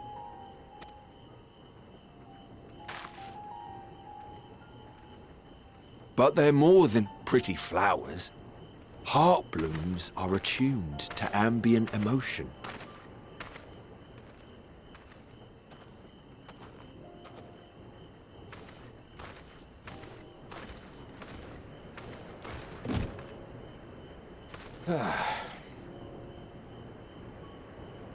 You don't seem convinced, but believe me, it's true. This ashen grey, for instance, it mirrors the anxiety and urgency of those working nearby as they rush to fulfill sudden orders. Intense feelings like those spur the petals to change colour. Bright glowing hues in the presence of joy, dark subdued shades for frustration or despair. Yet even with the collected wisdom of Sharlyan at our disposal, we've yet to identify the underlying principle of this empathic effect. And there are other mysteries besides. Although the flower is extraordinarily long-lived, its low reproductive rate has made it difficult to find younger populations growing in the wild. With too few sightings to map its distribution, and no closely related species to track, we've been unable to pinpoint its land of origin. To further complicate matters, every culture, even dimly aware of its existence, has given it a different name and mythos. Our attempts to study it via the historical record have been an exercise in frustration. As an avid botanist myself, I should one day like to unravel the Heartbloom's secrets. But I'm afraid other duties must take precedence. I will leave you to your thoughts.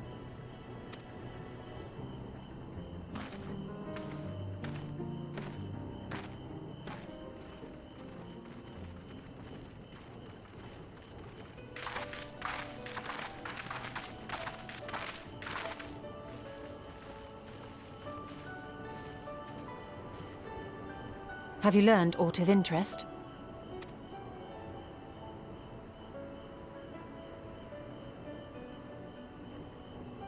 A flower that reacts to one's feelings? Strange. I must say, I have never heard of such a thing.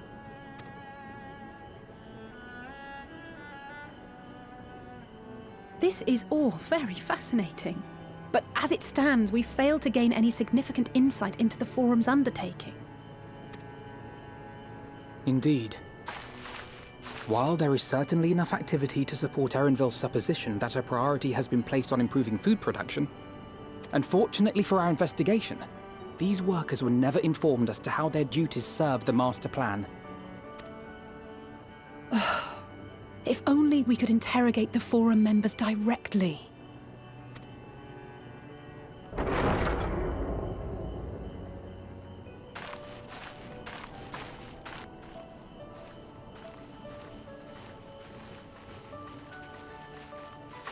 Isn't that the entrance to the Archaeum?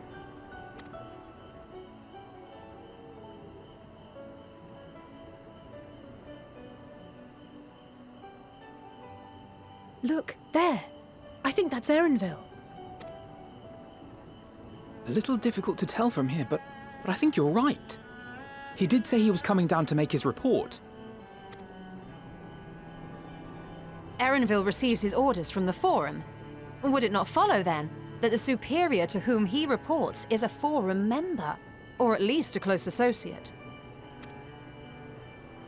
You mean to eavesdrop on their conversation? What of the risks? Ours alone to bear. We won't interfere with Erenvil's work, nor will he be implicated as an accomplice. If you're not comfortable taking part, I can do this alone. Nay. I said myself that I wished to know Father's intentions. And no answers will be forthcoming should we simply ask nicely. We can apologize later, should it come to it. Right now, we need every crumb of information we can get our hands on. Consequences be damned. It might be best if you came along as well. In fact, we should all...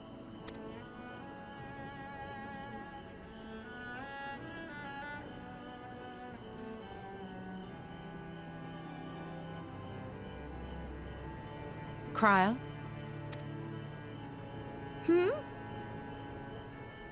Oh, yes. That certainly sounds like a plan. I'm glad you agree.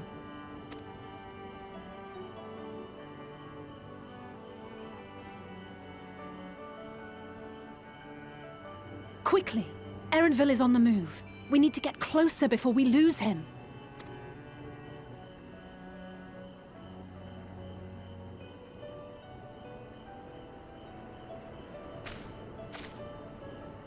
Almost.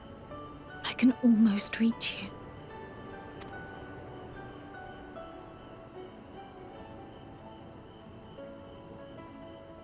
Cryle, you're acting suspicious.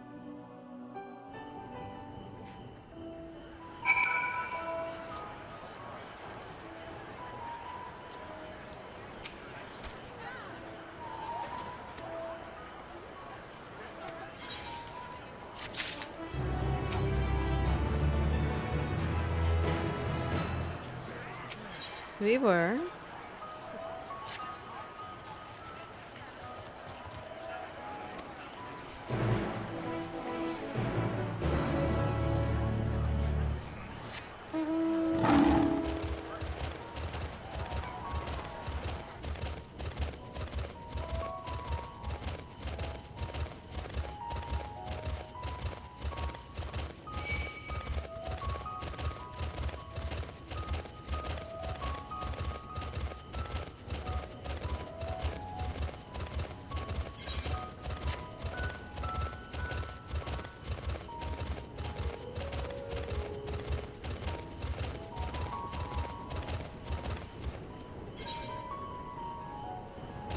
I suppose up here works just as well.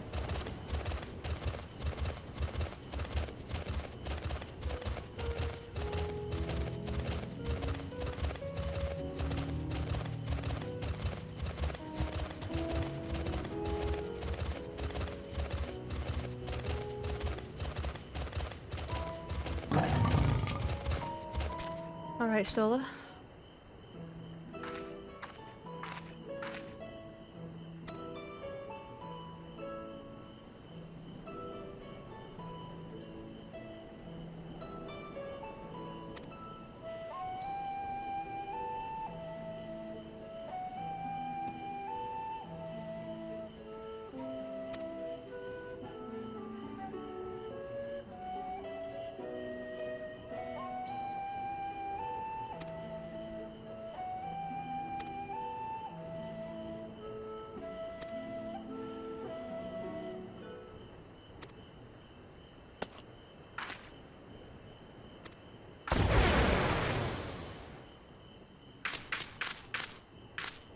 She turned us into toads.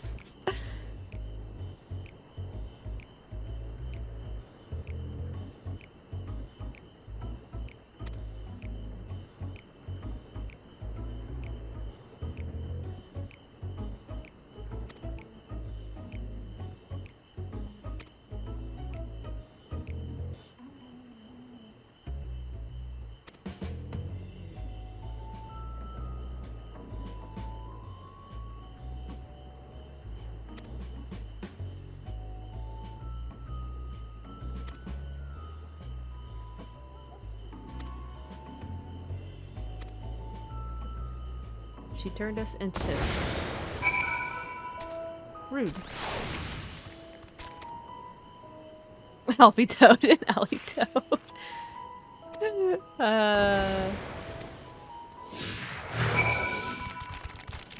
That's funny.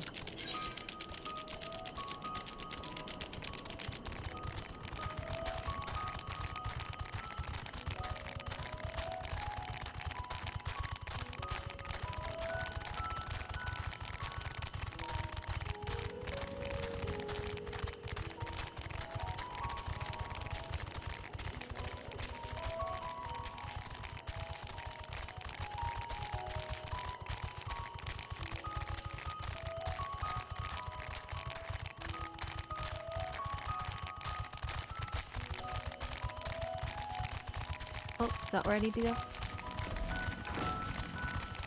Looks like it.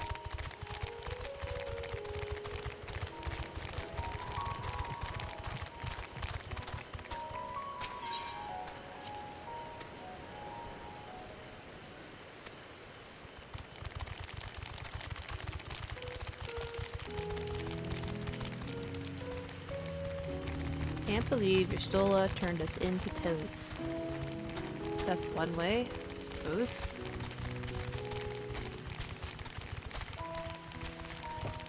Whoa, enemy.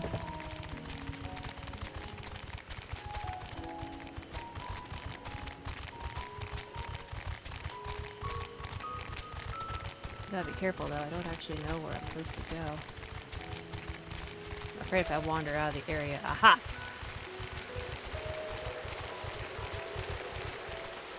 There we go.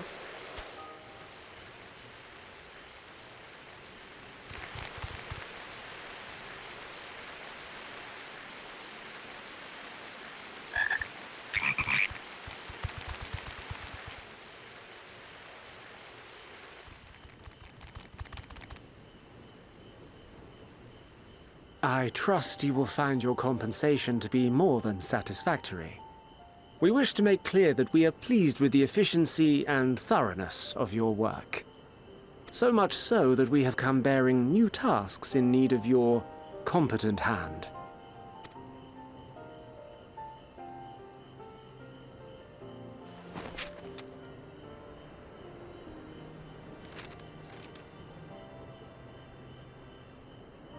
Another lengthy list. If I may speak frankly, the Gleaners have been pushed to the point of collapse by your unending demands. We are not familiars to be exploited. We are Sharlyan scholars and we deserve an explanation for this unseemly treatment.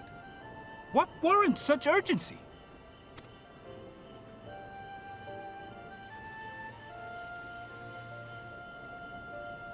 In an age long past, Sharlyan was charged with a momentous duty.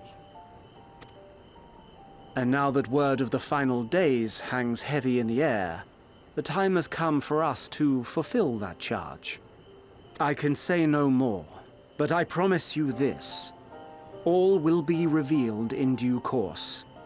And when it has, you will understand that your toil was in service to the greatest good. Suspicious.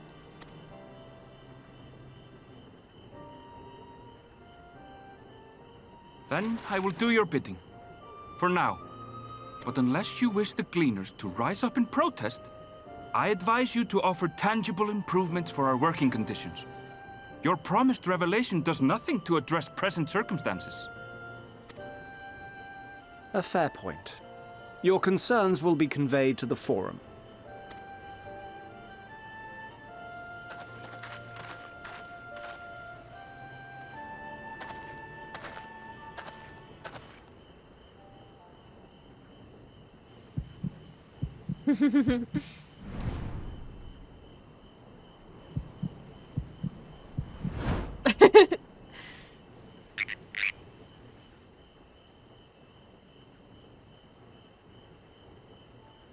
I hope that was informative.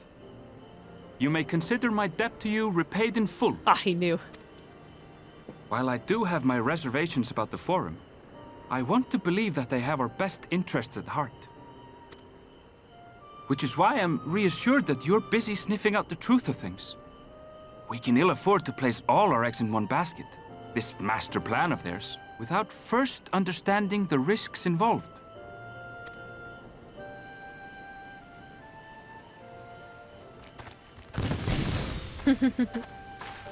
Wait! How did you know it was us? If you mean to impersonate a toad, try studying the real thing. And don't try to fool an expert.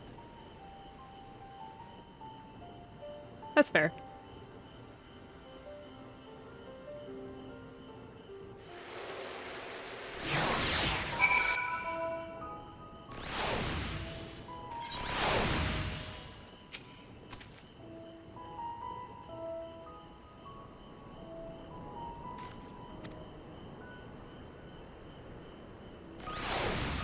Hmm.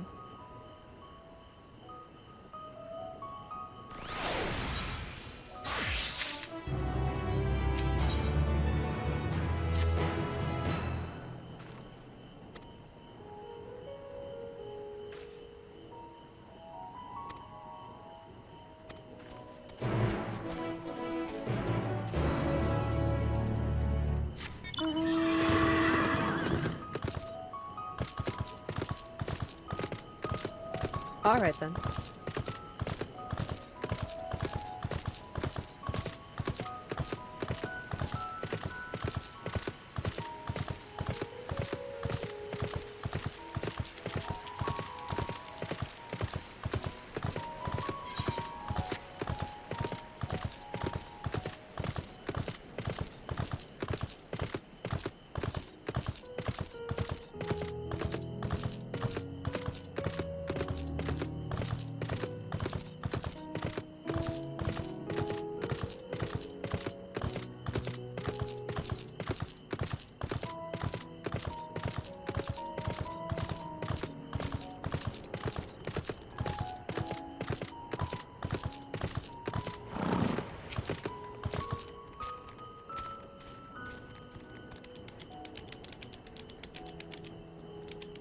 Hmm.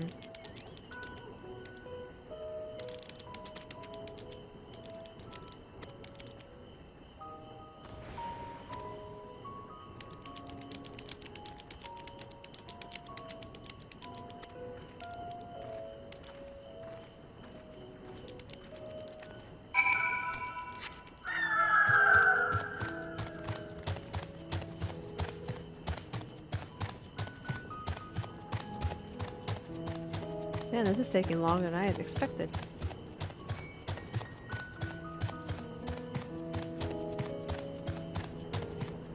Where were those flowers? I don't really remember.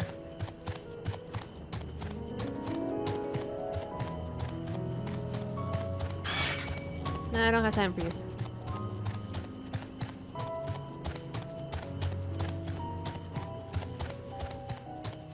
They were up the hill, I think.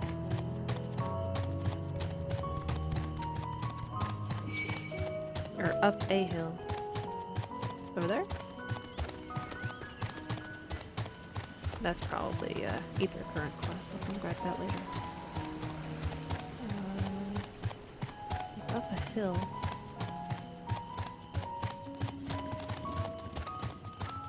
I don't think it was this one.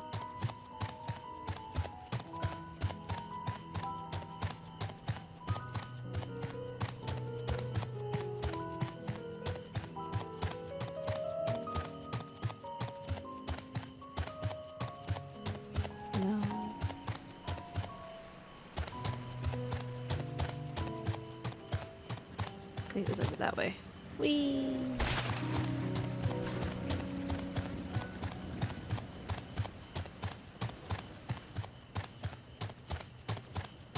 That way? That looks right. Also looks like where I came from, but we'll see. Yes, yes. Ah, there she is. I was right.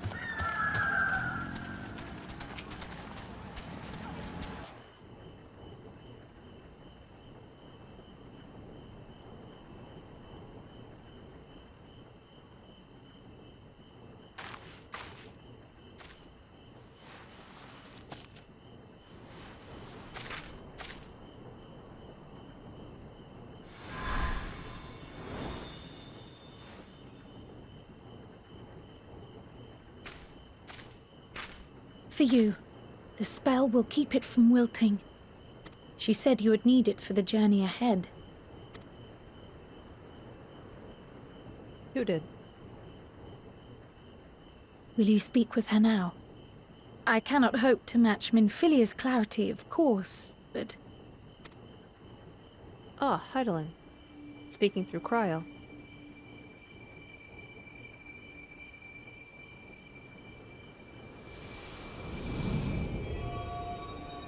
Thank you.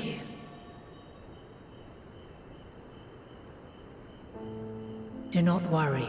She has lent me her body for only a moment. Just as I could not save the first from the flood of light, it has become arduous for me to interact with the physical world without assistance. Though I might converse with you for a time, the incorporeal form I assumed on the ship would be incapable of casting even the simplest enchantment. It is in the depths of the ethereal sea, the place to which all life returns, where my influence is greatest. After Menphilia's sacrifice on the first, it was to the sea, here in the Source, where I ferried her soul. I wished that gentle spirit to find rest in the world she loved so well. Her, and another who may yet have a part to play, though that will depend on you. Take the flower, walk free, for you are free to go where you wish, to believe what you will.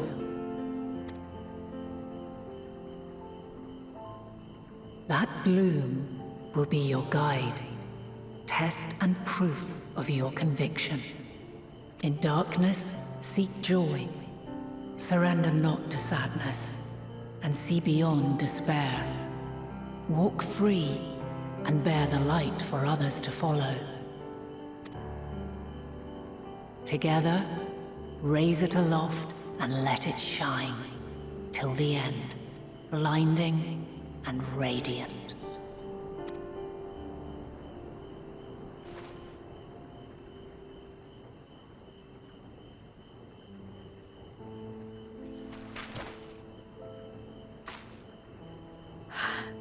That was all too brief.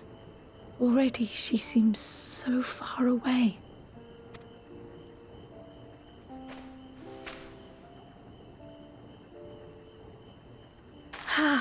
My apologies if I startled you.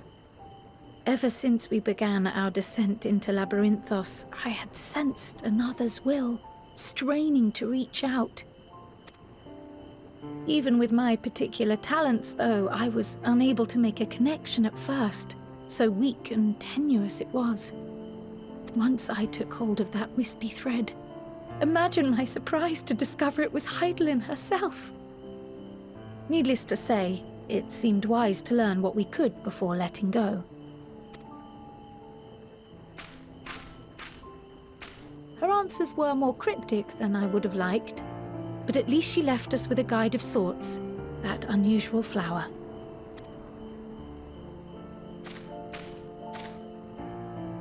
Yes, we are definitely making progress.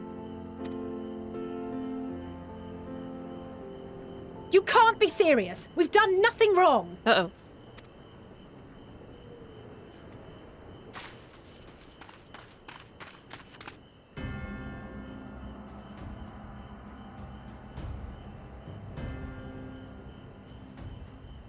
Ah, they're dead. Shouldn't have guessed. Master Fortuno? What business has the Forum with us? Obstruction and suppression, apparently. Mistress Baldessian, our records show you facilitated the Scions' entrance into Sharlyan by claiming them as assistants for your organization. We are aware of your investigations. After alerting the major institutions to the presence of potential troublemakers, we received word from an Archean custodian. A group operating under the auspices of the students, skulking about Labyrinthos and engaging in clandestine behavior. Clandestine? We may not have entered Sharlyan as Scions, but we did naught to conceal our identities. Our only purpose in this city is to seek the truth. I can think of no reason why our actions should warrant the Forum's intervention. 'Tis not our way to discourage the pursuit of knowledge, but the timing of such pursuits must be considered, not to mention their potential impact. With the world in chaos, we, the true caretakers of wisdom, have committed ourselves to an undertaking that demands the utmost discretion. And we will not risk its success by turning a blind eye to disruptive foreign elements in our midst. Oh, but you will. What, then, is to be our fate? Will you put us on a ship back to Eorzea? The Forum will convene to examine your case. The results of said inquiry will determine your future in this city. As for your absent companion, he has already been detained. What'd you do to Graha? Graha! But why? Is reading a crime now, too? Reading is encouraged, celebrated even. Not, however, of the volumes shelved in the restricted section of the library.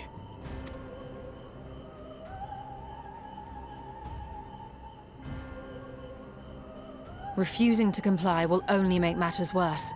Let us instead treat this as an opportunity to open a dialogue with the Forum.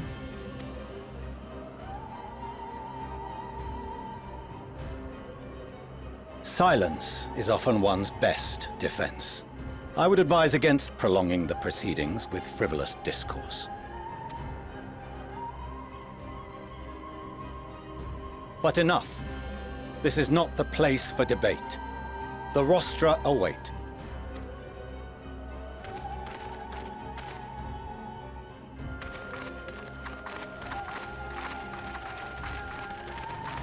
Very well.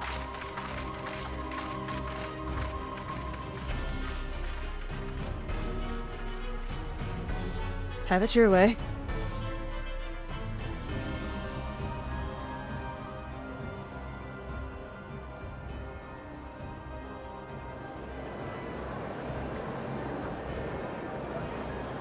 Here's Graha.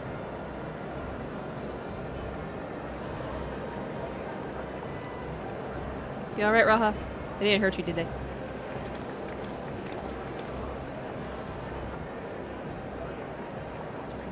Forgive me. I was careless. We would have been detained regardless. This way, at least, we managed to stay together. I trust your time within the Forbidden Archives was well spent.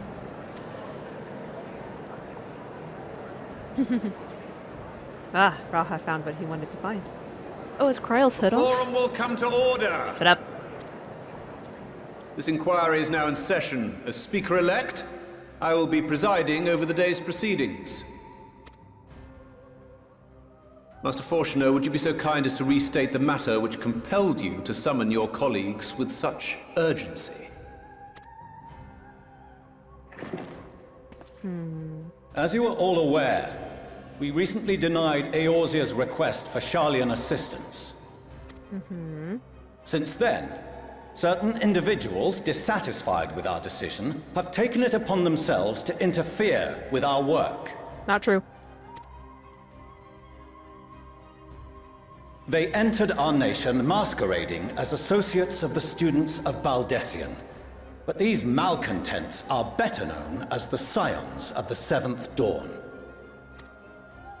These militants wield influence with both the Eorzean and Eastern alliances, and are inextricably involved with the crises presently afflicting the world at large. Loose in our city, these warmongers sought to meddle with and expose matters of state secret. What are they, if not a dire threat to be expelled? Shut up.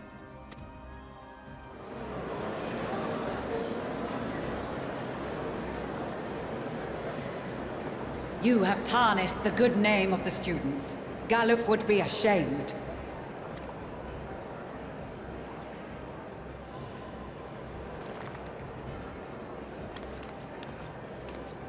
Galuf Baldessian was never one to forsake his fellow man.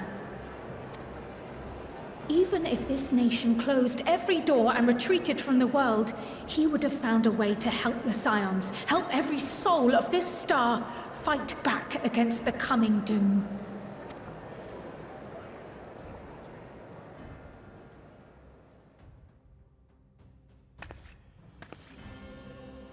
A terrible enemy stands poised to lay waste to all we hold dear.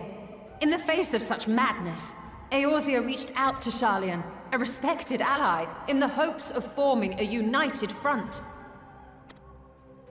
Was your curt dismissal truly the best you could offer? Or are you so preoccupied with your momentous duty of an age long past that even the end of the world is unworthy of your attention?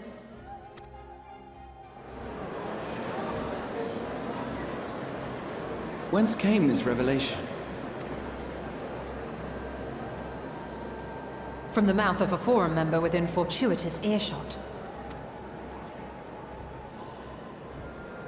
Then it seems your findings support my own.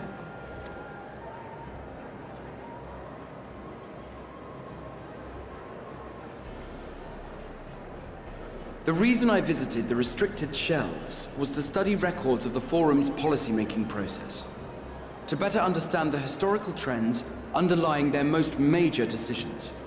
At first glance, the positions of neutrality in war and the accumulation of knowledge above all else appear constant and consistent, the unchanging pillars of Sharlayan society.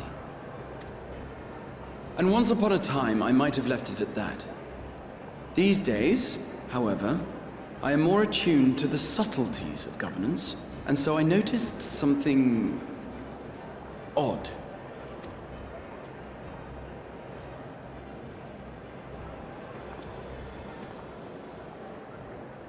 From a particular point in time, the purpose of these policies shifted. No longer was knowledge preserved for the benefit of society. Rather, society was to be gradually reshaped to ensure the preservation of knowledge.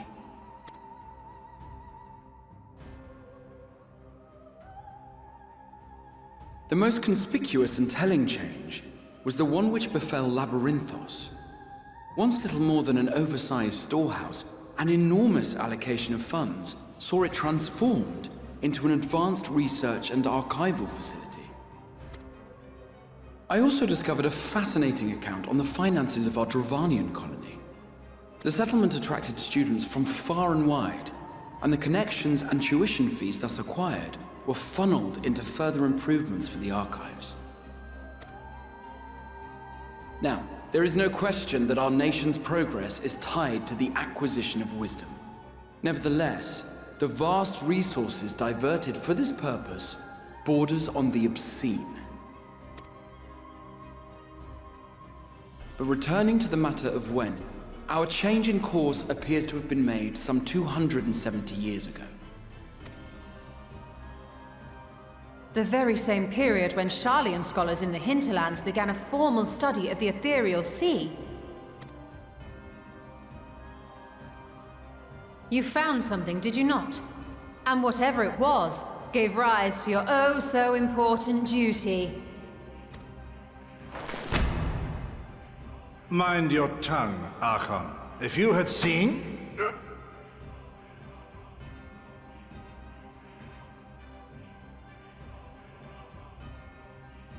Yes. We are bound by a duty we cannot ignore.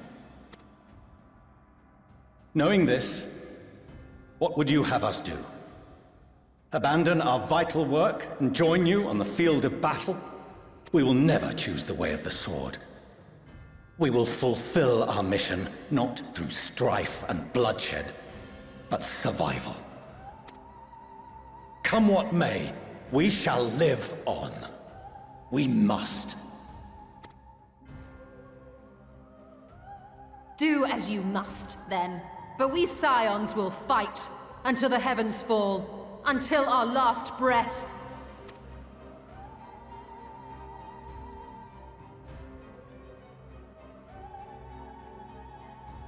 Such misguided zeal.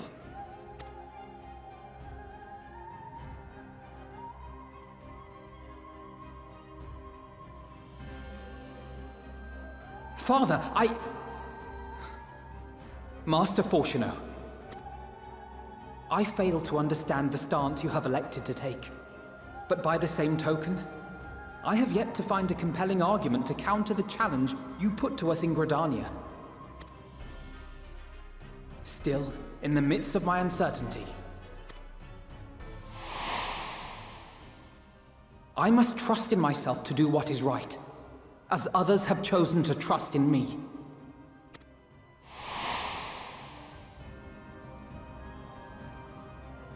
So I will continue, as I always have, weighing the consequences of my every action, and allowing my hope for the future to inform my decisions.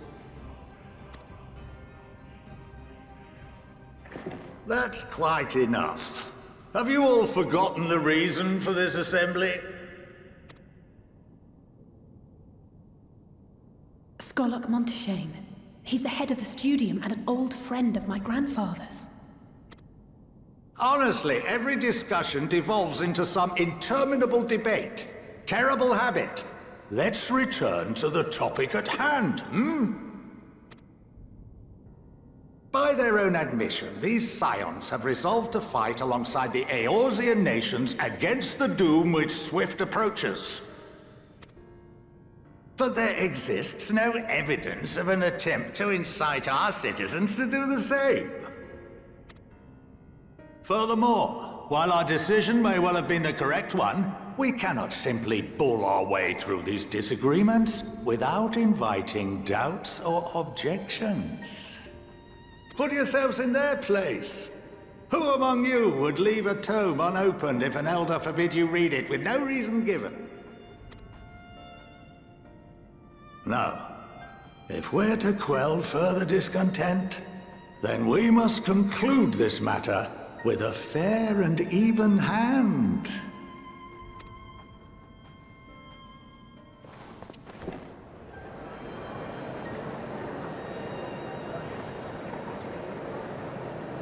Order! We will have order! Master Monteshane raises some valid points. Keeping such concerns in mind, I propose we enforce the following measures. Until further notice, the students of Baldesion are to cease any and all activities within the domain of Sharlyan. You will also refrain from any further investigation into the Forum's decisions and duties. Failure to comply with these restrictions will result in the immediate expulsion of your Scion associates.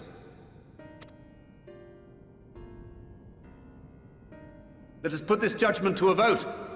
All in favor, raise your hand.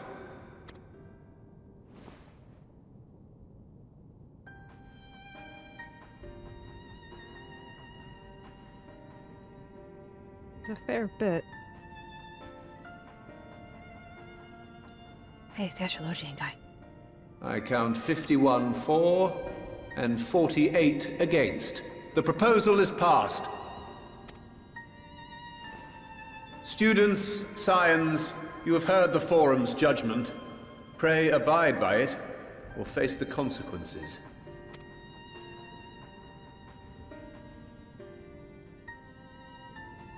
Honored members, I thank you for your time. This inquiry is concluded.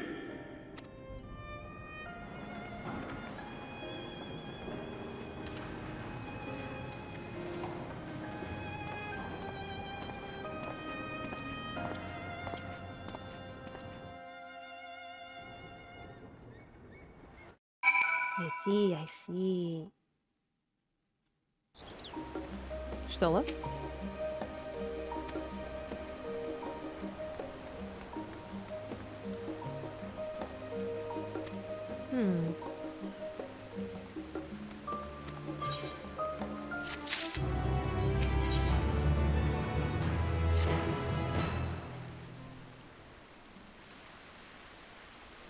Mm-hmm.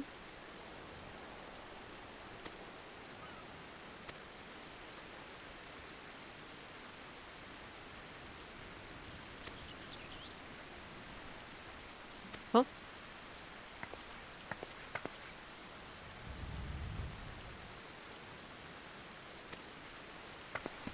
I knew it. It's their mother. Oh, she's so pretty.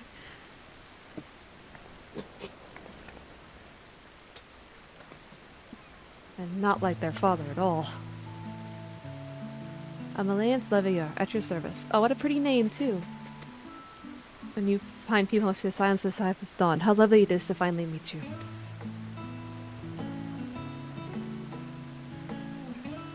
Mother, please, we don't wish to make things difficult for you. If word reaches father that you were here. Oh, bother that. Am I to be chastised for speaking of my own children?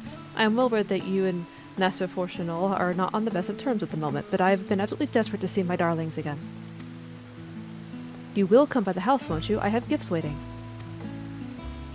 The timing couldn't be better. As matters stand, we shan't be going anywhere until we discuss matters with Thancred's group and reconsider our options. Go, visit your home. We will be back at the annex when you are ready to rejoin us. I'm not sure Ignis, what do you think? Ignis, the Ignis Cat. What a splendid day this turned out to be. Champion of Eorzea, I insist that you join us. Okay, whatever you say, madam. We must be quick about it, not for my own benefit. But should my husband return and find you enjoying our hospitality, the servants will be made to suffer the consequences. Ignis, if you would be so kind as to escort my children to the estate. And then she was gone, and with her any opportunity to protest. Indeed, the matter is settled. Enjoy yourselves, you three.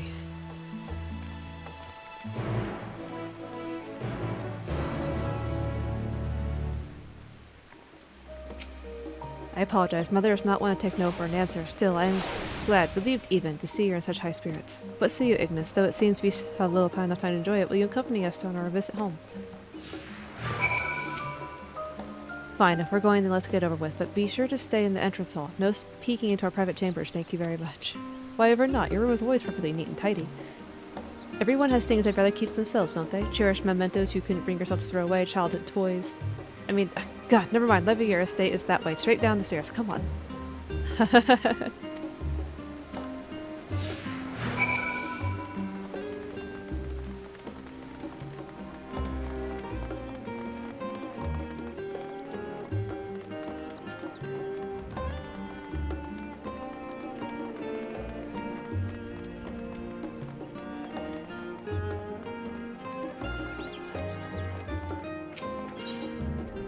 Realized that our little district was as far as we were permitted to wander alone.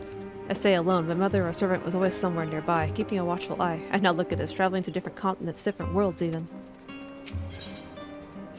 As children, Alfino and I would often wait here for father to come home from work. It must have been a day when his meetings ran long, because I remember growing restless and leaning out over the railing to watch the water rush by. Father, of course, arrived at that exact moment, came pounding down the path in a panic, crying out my name.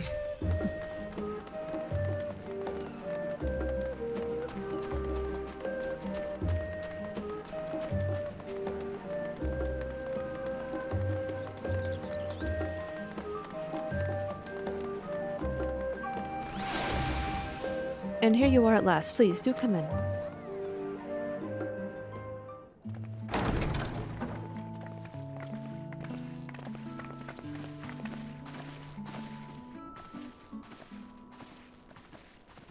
Welcome home, my lady.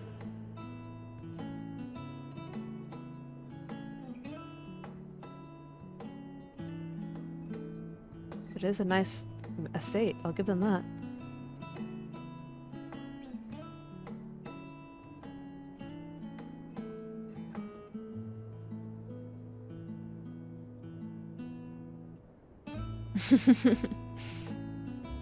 What? What are you gawping at?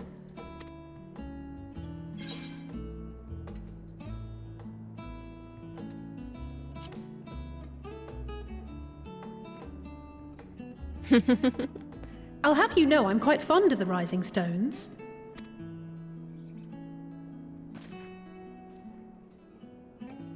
Lord Fortuneau is not to hear of this visit.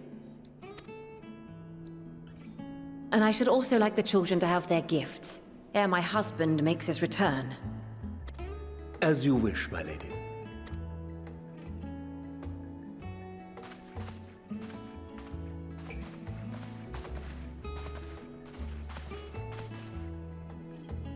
Master Alphino, Mistress Alice, if you would accompany me upstairs. We shan't be long.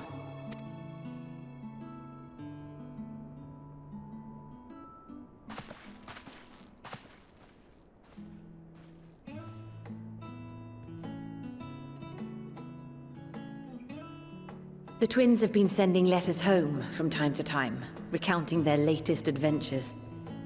I am sure they withhold certain details, of course, if only to keep me from worrying. Yet a mother worries all the same. In the early days especially, I tried to support them as best I could, sending the Scion's coin and other such donations. Fortunately, they have found the strength to overcome adversity time and time again.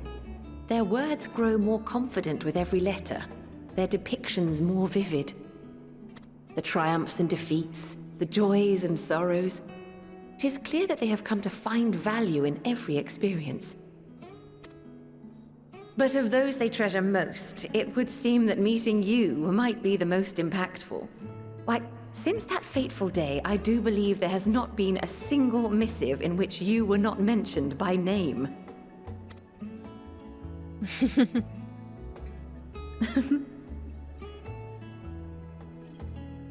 Tis plain they care for you, and I am glad they have such a steadfast companion watching over them.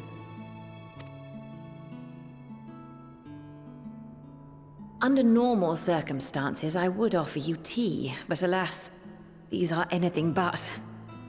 In any event, why don't you keep me company whilst we await my children's return? Perhaps you might regale me with a tale or two of your exploits. Sure.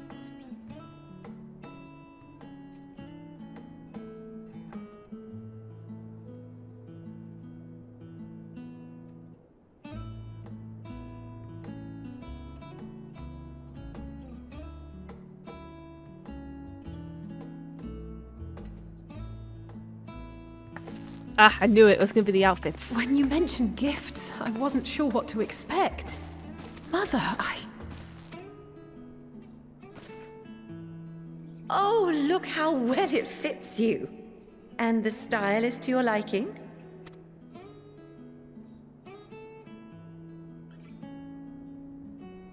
It's perfect. Exactly what I would have chosen.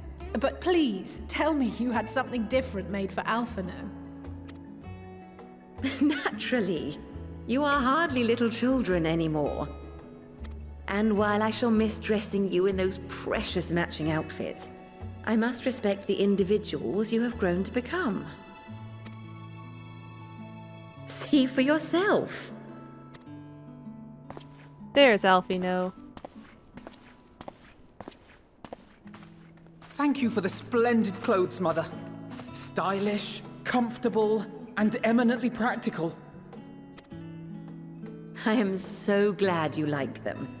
They are, however, missing one final touch.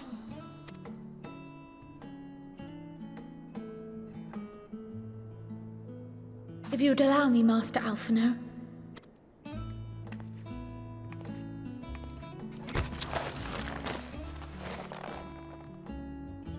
Oh, he got the wings.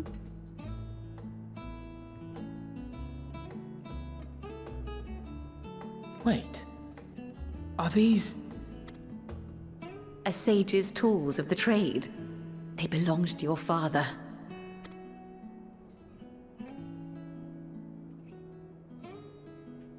Though he may as well be chained to his desk these days, as a student he was often called upon to venture into the field.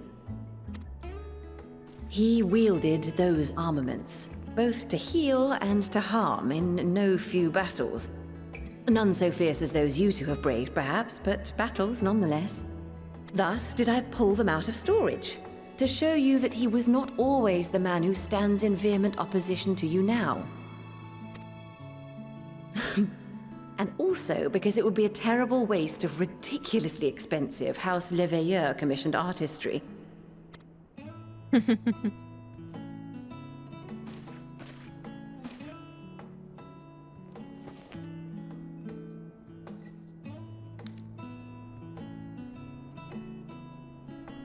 I am told these devices are quite difficult to master, but someone of your extensive experience should soon have them darting about with grace and aplomb.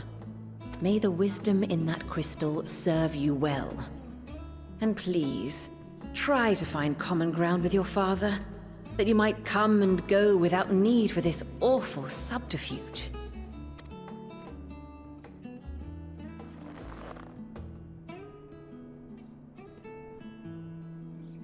We will, Mother. I promise. My final gifts to you, before you run off, are an observation and a suggestion. Firstly, Fortuno has ever been a serious man, but it was only after you were born that he truly lost himself in his work. I may not know the Forum's inner workings, but I know your father's. The timing of that change in him holds some significance.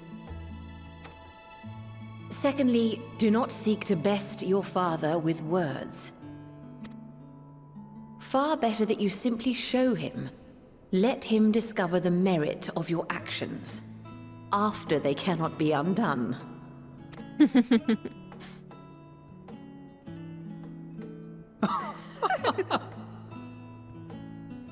Oh, Mother. We shall take your wisdom to heart.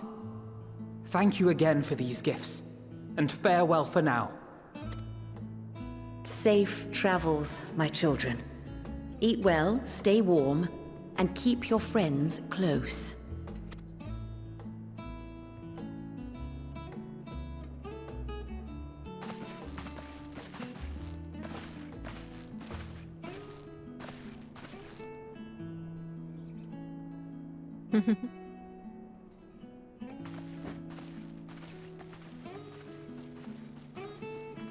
Yay!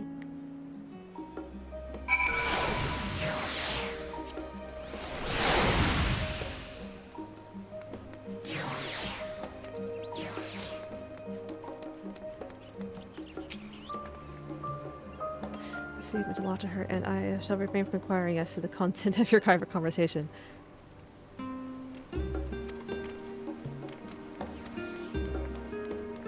Alright. Looks like I can finally get to the part I wanted to get to.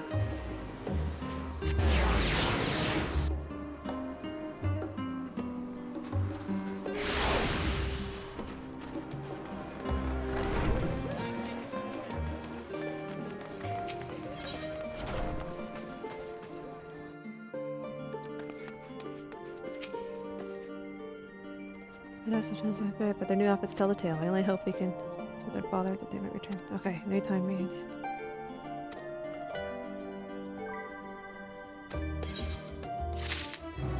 Okay. Oh. I really wanted to get to that first dungeon, but I need a break. I'm hungry and my body is stiff and... So, I'm gonna take a break. We're gonna stop here for now. Maybe pick up again in an hour or two. So, I'll see you all later. Goodbye for now.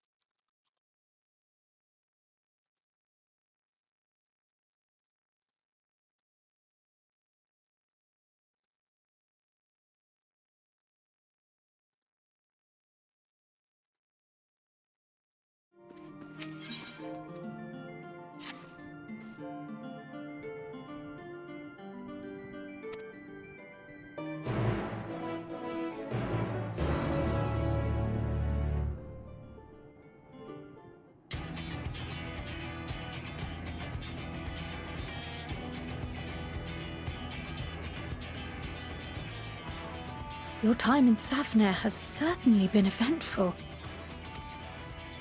In my opinion, carrying out Vitra's request and assaulting the Tower of Zot should be our highest priority. I agree. While I still have questions concerning the Forum and their grand undertaking, we have all but exhausted our avenues of investigation. Simply pressing them any harder on the subject will almost certainly result in our expulsion. Therefore, I suggest we explore the ethereal sea connection by way of a letter to Master Matoya, then make our way to Thavnair. I wonder, even with the protection these talismans afford us, what can we hope to achieve once inside the tower? According to Orenvold and Fodola's report, they were unable to free the Emolja. Worse, their attempts triggered the tower's defenses, which led to a summoning of Luna Ifrit. What does it tell us that the Spires even have such defenses? Simply pulling a prisoner from the wall is fatal, thus the direct approach is doomed to failure from the outset.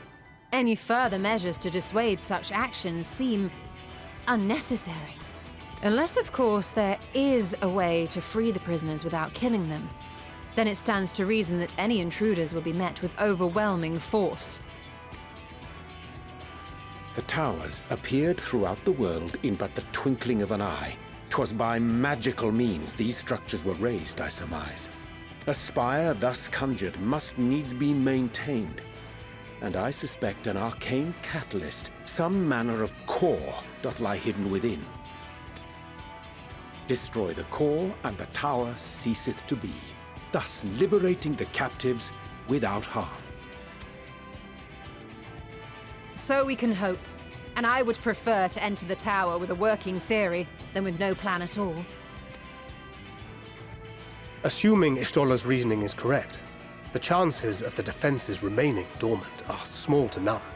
Any primals will have to be dealt with, and defeating one will likely only lead to the summoning of another. Our every victory will only compound the prisoner's suffering. May we not then divide our forces? Those proficient in healing will focus on sustaining the captives. That duty can be covered by Urianger, Kryl, Yostola, and myself. The remaining scions will proceed with the search for the core. Admittedly, this strategy puts both parties at greater risk, but it should bolster our chances of saving the Arcosodora by a considerable margin.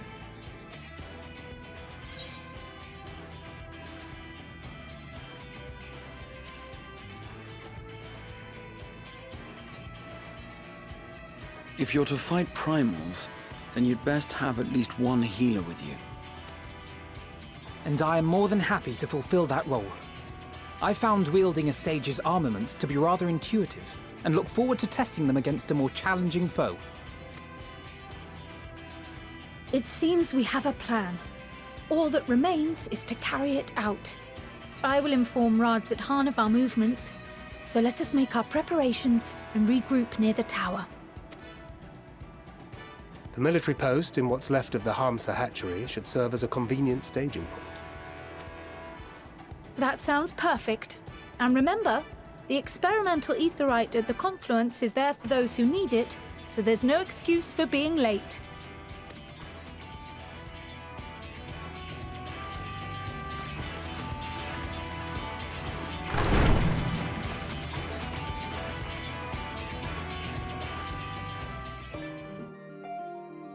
Didn't even know my mic was muted, my bad.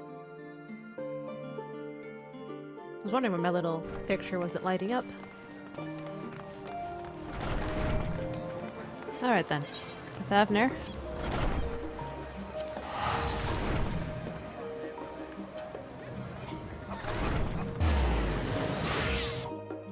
I like how everyone's having the same experience with Graha following them around the city.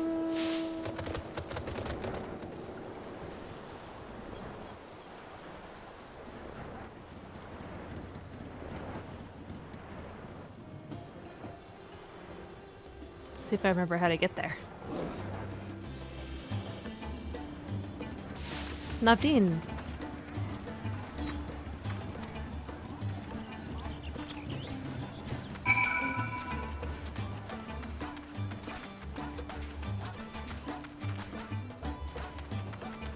Come, tiny Thancred. To the tower we go.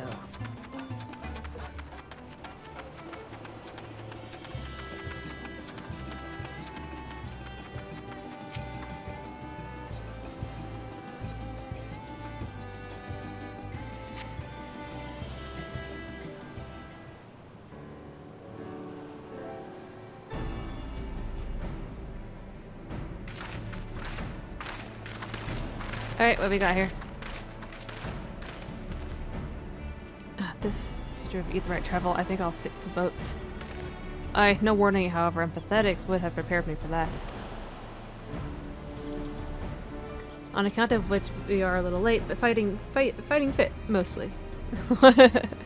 Y'all got ether sickness, didn't you?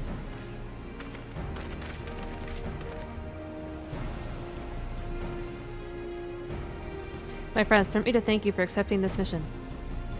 You must be... We should still call you Barshan, I suppose? Indeed, it would not do to confuse our soldiers. Very well then. For our part, we are humbled that you should see fit to entrust us with your warding skills. Please convey as much to His Excellency.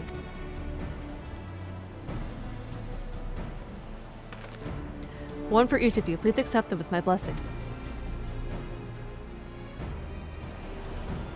Thanks. With these we can go anywhere those with the blessing of light can go. Not only for this operation either, but all the ones to come. We can finally break your monopoly on primals.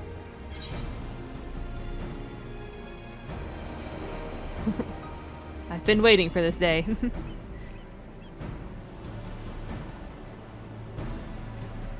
So have we, my friends, so have we. If everyone is amenable to it, let us review the strategy for good measure. So previously agreed, we'll divide into two groups. Ignis and her band will break the tower's defenses and locate its core. Meanwhile, the rest of us will tend to the prisoners, who will doubtless want for healing due to the duress of repeated summonings.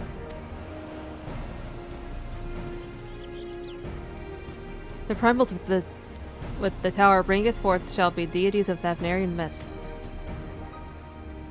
As we have no prior experience with such foes, pray exercise the utmost caution when confronting them. We commence the operation at your word, my friend. For the people of Thavnair, nay, the entire world, we must prevail.